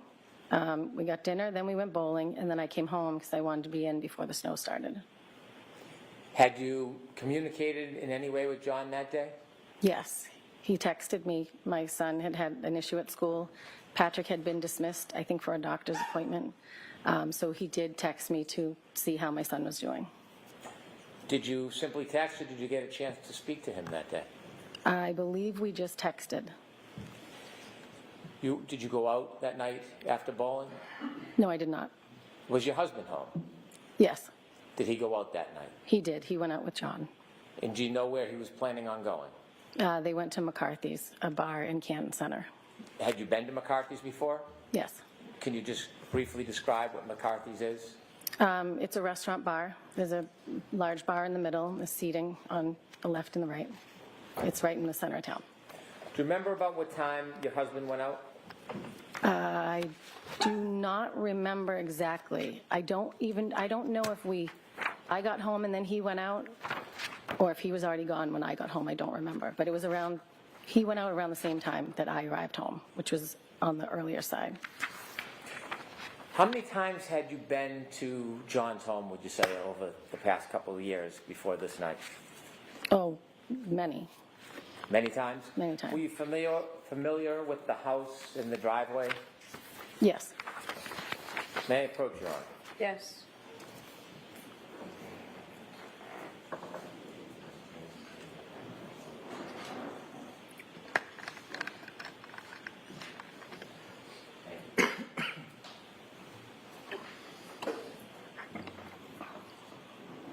Should I return to the podium and ask the questions? You John? can ask them from there. Thank you. Ma'am, I'd ask you to take a look at that photo in front of you. Do you recognize what is in that photo? That is John's house. Is that a fair and accurate depiction of how his house looks? Yes, it is. I'd like to move this to evidence, please. Okay, any objection? No objection. Six. May I publish to the jury, Your Honor? Yes. Thank you.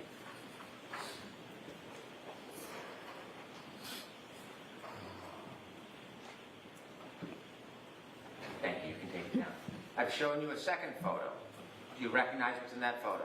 Yes, that's John's driveway. Is that a fair and accurate depiction of how John's driveway appears? Yes, it is. I'd move that into evidence. No objection. Okay. Exhibit 7, so marked. May I publish? Yes. Could.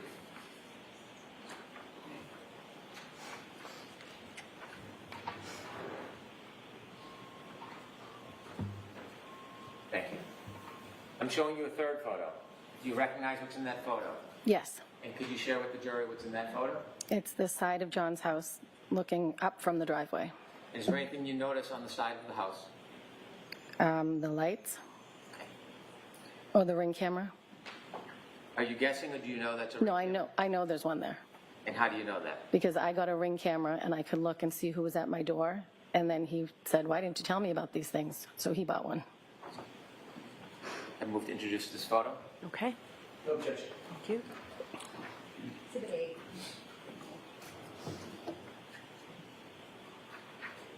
8. May I publish, Your Honor? Yes. Ms. Roberts, with the laser pointer, could you just point at the picture and show where the ring camera is? On this screen? Yes, please. Whichever one you can do. Okay. Why isn't it working?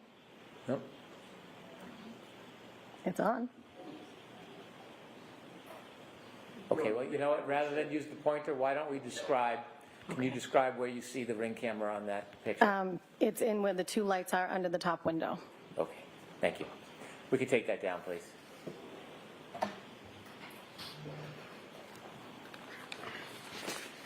How many times would you guess you had been over to his house? I don't know. More than 50,000. I don't even know. A lot. It was weekly. That night you told us that your husband went out to meet John at McCarthy's, a bar. Yes, he did. Do you remember your husband coming home that night? Yes. Do you have any memory of about what time he returned? I'm guessing, but somewhere around 10:30.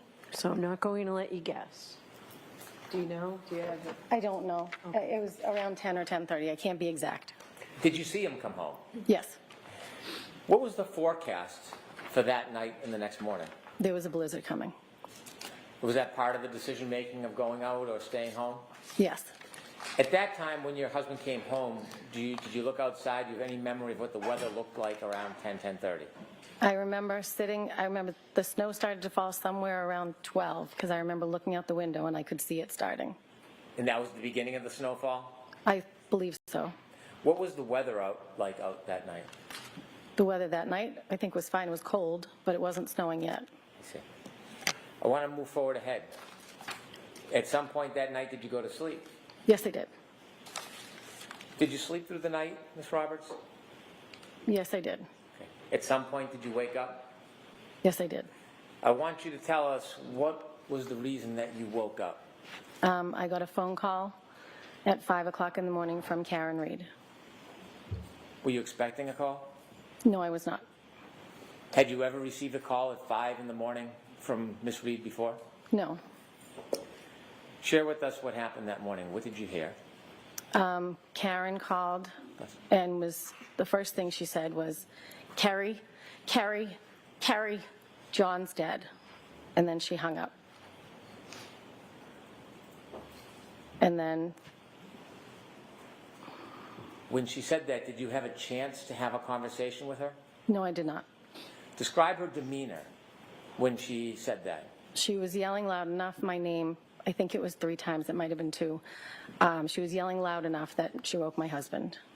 Your husband was sleeping next to you? Yes, he was. Was she loud, yelling, screaming? Yes, she was very loud. She was screaming. After she said, Carrie, John's dead, did you know what she meant? No. And did you say this was around 5:15? This was at 5. She called me at 5 on the dot. Okay. After she hung up, what did you do? I was half asleep still. I didn't know what was going on. So I started to get up, and I think I tried to call her back. I know I tried to call her back, but I don't know exactly when, because I was like, what? So my husband said, what was that? I said, I don't know. Something's going on. I don't know what's going on. That was Karen. And then I tried to call her back. I know I tried to call her back, but I don't know if she answered or if she called me back the next time I spoke to her. After she called you again, did you have another discussion, or did you hear her say something else the second time you spoke to her? Yes, the second time she said, I think something happened to John. I think he got hit by a plow. He didn't come home last night. Kaylee was home. He would never leave her by herself, and I was not supposed to stay at the house last night. So I think something happened to him. Did she say anything about drinking? Yes, she said, we drank so much, I don't remember anything from last night. And I said, okay, where are you now? She said, I'm driving. And I said, you need to go home. Where's Kaylee? And she said, at home. I said, you need to go home and be with Kaylee. She cannot handle this, thinking, her uncle's missing. I said, you're going to get a DUI. You need to go home. Was there anything else in the conversation that she said to you at that time? She said, I'm going to drive to your house. Would you drive my car? And I said, yes. So at that point, I started to get dressed. I turned on the automatic car starter so it would warm up. Told my husband, I don't know what's going on. John didn't come home. And so I think my husband tried to call him, and I tried to call him. And my husband said, you're not going anywhere. It's a blizzard. He's probably on somebody's couch. And I was like, I know, but she's really upset. I'm just going to go. She wants to come here. I'm going to drive her car. And then I went out to my car and sat and waited for her. When you called John, did you get any response? No, I did not. As you were waiting for the defendant, did you make any other phone calls? I did. When I was in the car, I thought to myself, well, she thinks he got hit by a plow. I'm going to call the police and see if there was any accidents or maybe something happened. They brought him in. And I spoke to the officer who said, no, nothing of that sort. I've been here all night. And then I called the Good Samaritan Hospital and Milton Hospital to see if they had anybody that was taken in an accident. When you called the police to look for Mr. O'Keefe, did you call 911? No, I called the non-emergency line. Do you know if that call was recorded? I believe so. I'd like to introduce an exhibit. Okay. Any objection?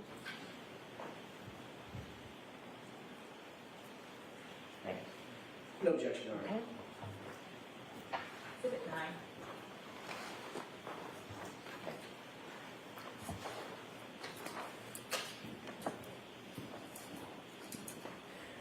When you called the police, what was your level of worry at that point?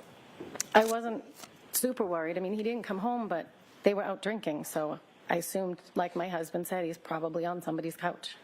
The second call you had with Miss Reed, can you describe her demeanor in that second call? She was frantic. She was frantic. I mean, she couldn't find John, so she was very worried. How soft or loud was that phone call? It wasn't as loud as the first one, but it wasn't a regular conversation. With the court's permission, I'd like to play the exhibit of the call. Okay.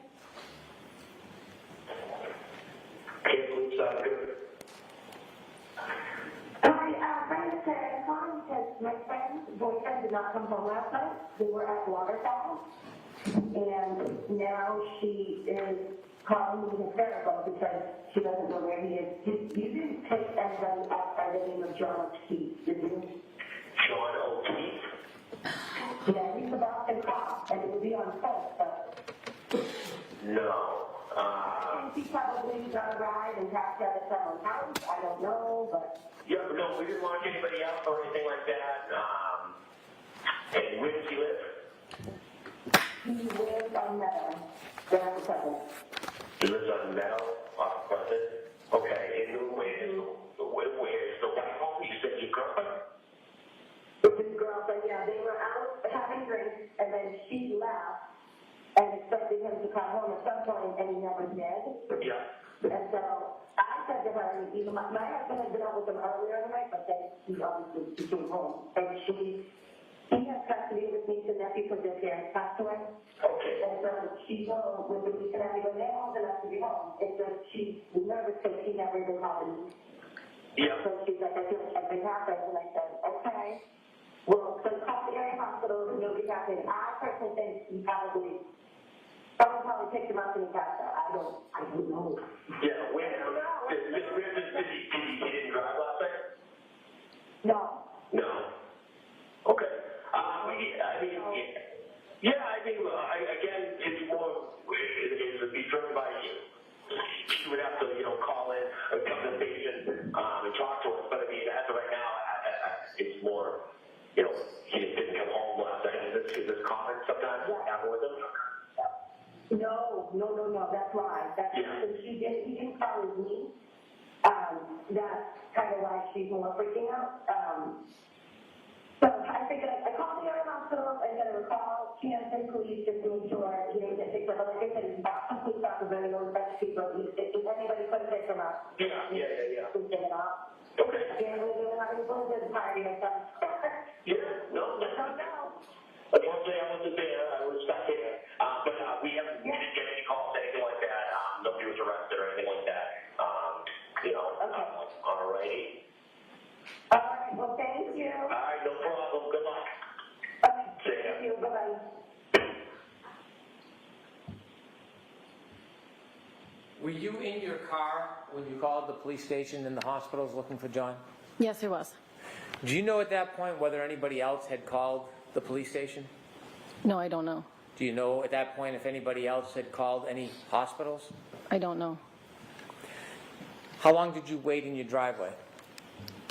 I don't know. I'm sorry. Okay.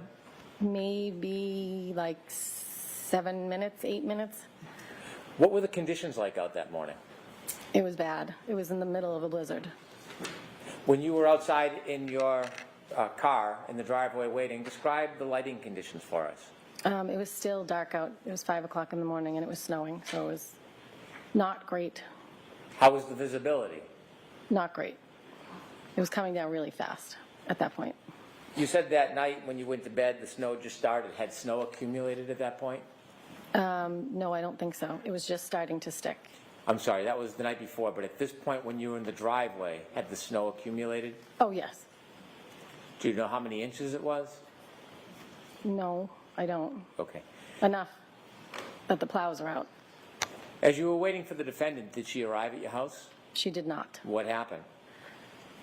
Again, I don't know if I called her or she called me, but eventually we connected on the phone and she said, I said, where are you? I'm waiting. And she said, I'm at Jen's house. And I said, Jen who? And she said, McCabe, she's going to drive my car. And I said, okay, well, listen, they don't want cars on the road because it's so bad. I'm already in my car. I'll come there to Jen's house, stay there, and we'll follow each other and we'll go back and drop your car off. Did you look in the house for John? Could he just be in the house, passed out somewhere? And she said, no, she hadn't looked in the house. So I said, okay, now I'm going to come to Jen's. We're going to take the car home, drop it off. We'll check around the house. And then I don't know what the next step at this point was. I just wanted to check the house. At the time you directed that you were going to meet at Jen McCabe's house and then drive to John's house, was there any suggestion by the defendant where she wanted to go?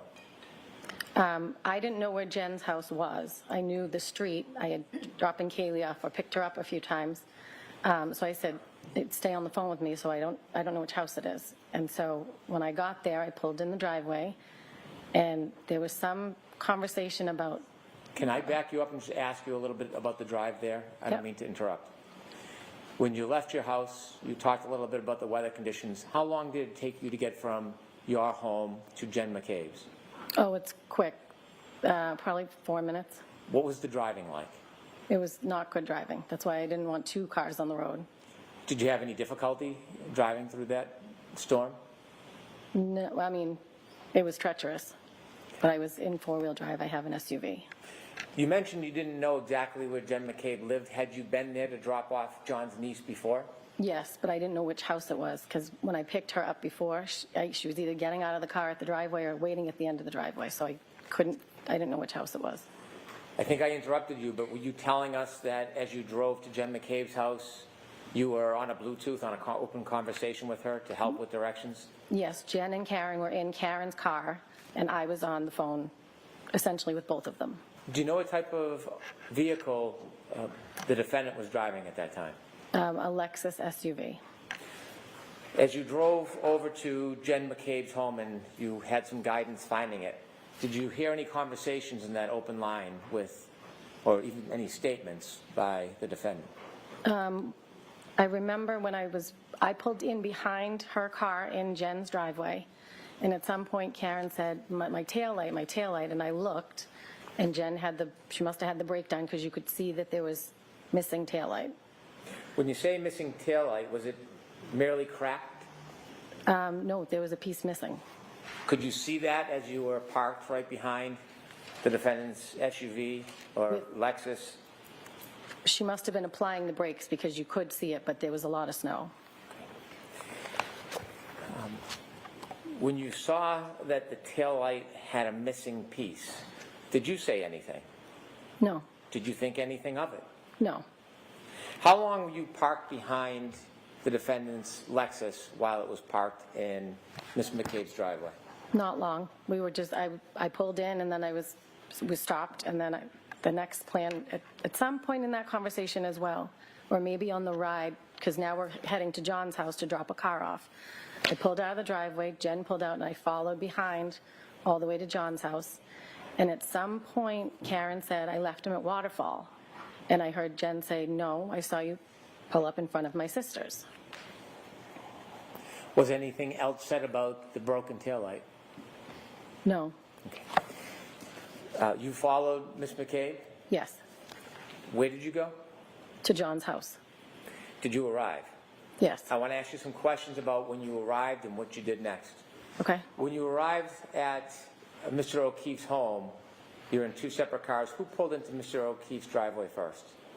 Jen pulled Karen's car in first. So Ms. McCabe was driving the Lexus, Correct. and the defendant was in the passenger seat? Yes. After you both pulled in, tell us what happens next. We went, I wasn't sure if it was, at some point Karen showed us the taillight up close, but I didn't know if it was when we arrived or when we left. But we went into the house to look for John. Okay. When the Lexus was parked by Ms. McCabe in Mr. O'Keefe's driveway, was it facing the street or facing away? Facing where the basketball hoop is, not facing the street. I'd like to approach. Okay.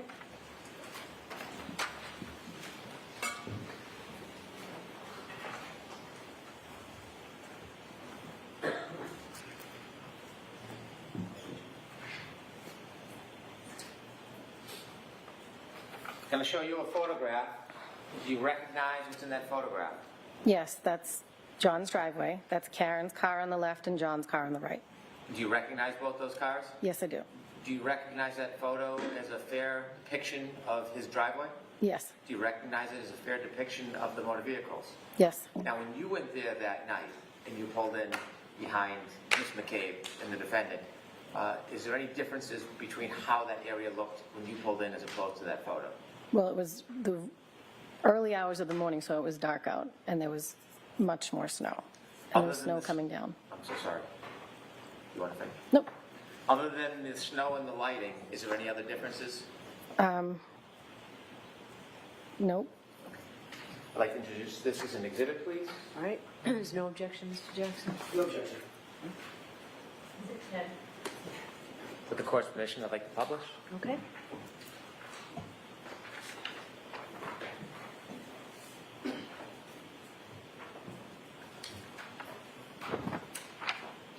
And to help us understand, you see on the left is the house. Yes. There's a motor vehicle in the middle of the driveway, but it's the vehicle to the left. Yes. And whose vehicle is that? That's Karen's. Is that where it was parked that night when you went into the house? Yes. And the motor vehicle to the right, you recognize that? That's John's car, or SUV. Thank you, you can take that down. I'm showing you a second photo. Okay. Do you recognize that photo? Yes. What is it? It's the back of Karen's car. Does it look like a fair and accurate depiction of her car as it appeared that morning in the early morning hours to you? Yes. Do you notice anything that's distinguished in that photo? The piece that's missing in the taillight. Which one? The right passenger rear. Do you know when? I'm sorry. Do you know when this photo was actually taken? I do not. Although you don't know when it was taken, is that a similar depiction to your memory of how it appeared that morning at 5? Yes. Or a little after 5? Yes. I move to introduce this exhibit. Okay. No objection. Okay. The court's permission, I'd like to publish. Yes.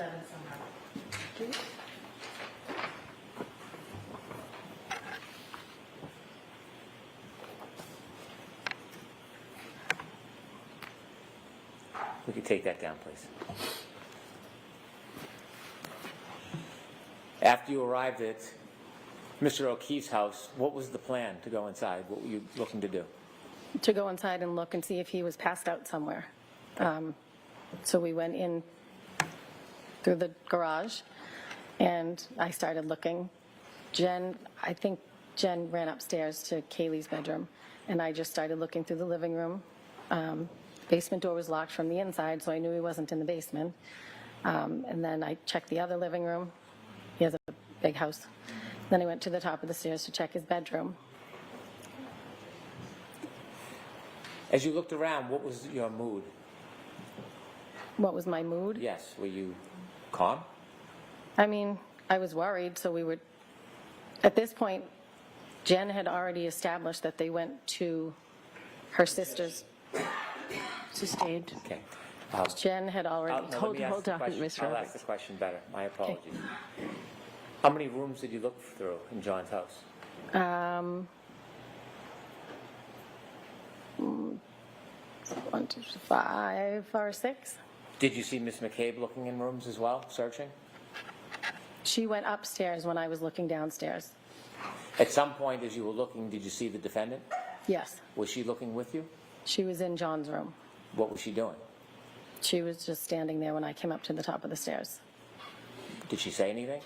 No, Did she do anything? no, Was she searching? I don't know. She was in the room. What happened next? At some point, Jen earlier had said, Well, let's not talk about what was said. Okay. Let's Well, just talk about the plan best at this you can, point your- is your to go to memory of what was 34 done. Fairview. Ms. Roberts, I know that I'm just going to ask you to wait for a question Okay. because we can only get one person at a time. So next question, Mr. Brennan. Again, my apologies.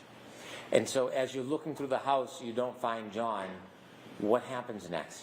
the plan was to go back to Jen's sister's house. Who made that plan? Karen wanted to go back there. Well, tell us a little bit about that. How did that conversation come up, and share with the jury what was said? And the car ride to Meadows, Karen said, I left him at Waterfall, and Jen said, no, I saw you pull up in front of my sister's. So then Karen said, we need to go back to your sister's, and I said, no, we're going to go to Meadows, and we're going to drop the car, and we're going to look there, then we'll go there if we don't find him. When you were at the house, Meadows, John O'Keefe's house, and you didn't find him, was there any further conversation about what the next steps would be? I said, let's go, he's not here. But I didn't know where Jen's sister lived, so we got into the car. Jen was in the passenger seat, I was driving my car, Karen was in the back seat. Did you And Jen begin? was giving directions. Did you begin your way towards Meadows? Yes, And it was Ms. McCabe who was giving directions? yes. As you began driving to head towards Meadows, in addition to trying to drive, were you doing anything like looking or searching? Well, yeah, we were looking on both sides of I was looking on both sides of the road in case he was walking home. Did you see Ms. McCabe searching? Yes, she was looking out as well. Describe a little detail about what you saw Ms. McCabe doing. She was looking out the window as we were driving, so was I, as I was driving. And where was the defendant during that time? She was in the back seat. Was there any conversation, comments, statements? Well, she would be in the back seat, and then she would be in between Jen and I, in the back seat, and then in between Jen and I. She was just very frantic. Okay. Was she saying anything? Specifically, I mean, there was conversation on the way there. Okay. Was she looking as well? Did you see her looking out the windows like you and Jen? I don't know if she was because she was in the back seat. As you drove to Meadows, what was the visibility? The same or better or worse? No, it was poor. Did you make your way towards Meadows? I did. As you finally got to Meadows, was the house on your left side, your side, or on the other side? Are you talking about Fairview or Meadows? I'm sorry, Fairview. Okay. The Fairview house came up on the left-hand side. Before you got to the house, is there a tree line between that house and the house before it? Yes. There's a cluster of trees and bushes. All right, take us back. I want to talk about that morning. As you're driving and approaching Fairview, tell us what you hear, what you see, what's happening. Jen's giving directions, and it was really bad driving. I was white-knuckling because it was getting slippery. Karen wouldn't put on her seatbelt, so because she was in between us again the whole ride, and then sitting back. But she was worried because we weren't finding John. Were you having words? Yes. Tell us. I said to Jen, where are we heading? And she said, my sister lives on Fairview. And I said, where is that? She said, off of Chapman. I said, oh, okay, near Spring Lane. At some point, Bella's mom came up. Tell me what that means. I didn't know who it was, but it was one of Kaylee's friends, Bella's mom. Well, the directions, at some point Karen was talking about Bella's mom to Jen, saying she never liked me. I didn't know who this woman was that they were talking about. But apparently Bella's mom lived near where Jen's sister lived on Fairview. Did you learn any more about the relevance of Bella's mom? No. Oh, well, I think John had dated her. Objection. I'm going to allow it. So as you approached Fairview, tell us what happens. As we approached Fairview at the house. You mean the house or the street? Yes, the house. The house. Jen said my sister's house is right up here. And I said, okay. And as we approached the house, Karen from the back seat is now screaming, there he is, let me the F out of this car. And she's out kicking the back door to get out. When you heard the defendant scream, there he is, and started kicking the car door, did you see anything? I did not. Did you see anybody? I did not. Did you look? I looked. Was there anything that impeded your ability to see far? No, it was just snow. How far could you see when she was yelling, there he is? How far could I see? Yes. I mean, the visibility wasn't great. Okay. Was she pointing or giving any direction? No, she just said, there he is. Okay. What happens next? And then I unlocked the car. I looked over, I didn't see anything, and I unlocked it so she could get out of the back seat. I looked at Jen and I said, she's crazy. And then I turned around and watched, and she ran over to a mound of snow. When she started running, before she got anywhere, did you see anything at that point? I did not. Were you looking? I was looking. She said, there he is, so I'm looking around to see where he is. And you could see nothing? I did not. Did you see her run around or directly? She ran right over to the mound of snow. Could you tell what the mound of snow was from the car? Once she got to it, yes, it was. Once she got to it, you could tell it was a mound of snow that was the length of a body. Okay. All right, I'm going to stop you there, Mr. Brennan. I need to see counsel at sidebar for just a minute, please, regarding.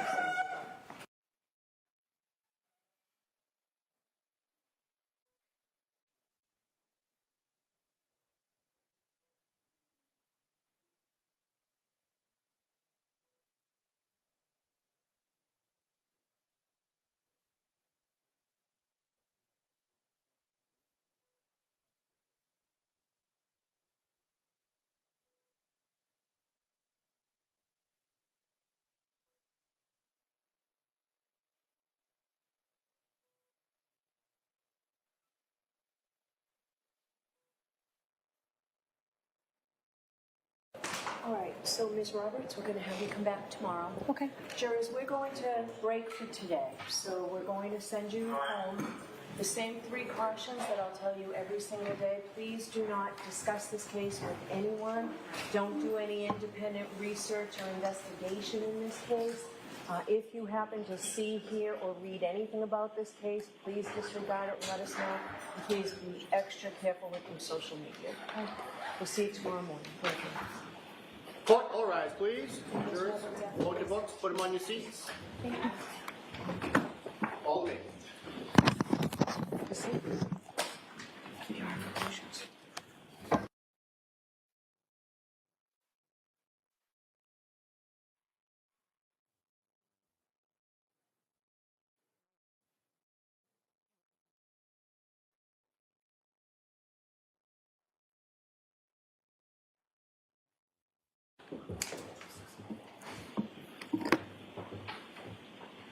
Jimmy, those motions gone through?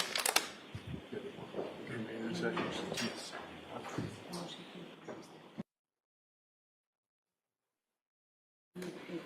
Jurors, excellent.